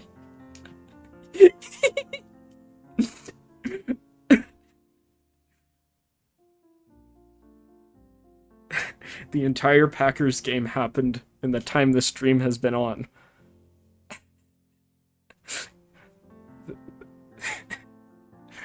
Thanks, chat. Thank you guys for making it to the end. I'm tearing up. That was... Oh my gosh. 32 fart jokes. 32 fart jokes, brothers and sisters. I thought Nick Fury... Yeah, I don't know why it ended like that either, guys. I was expecting, like, Nick Fury to show up. And, like, we can have the Grinch and the Avengers. Guys, I gotta go to bed. Alright, this stream went 3 hours longer than I thought it would have. Alright, well, I appreciate you, and have a very Jermbo Christmas. The next stream's gonna be crazy. Talk to you later.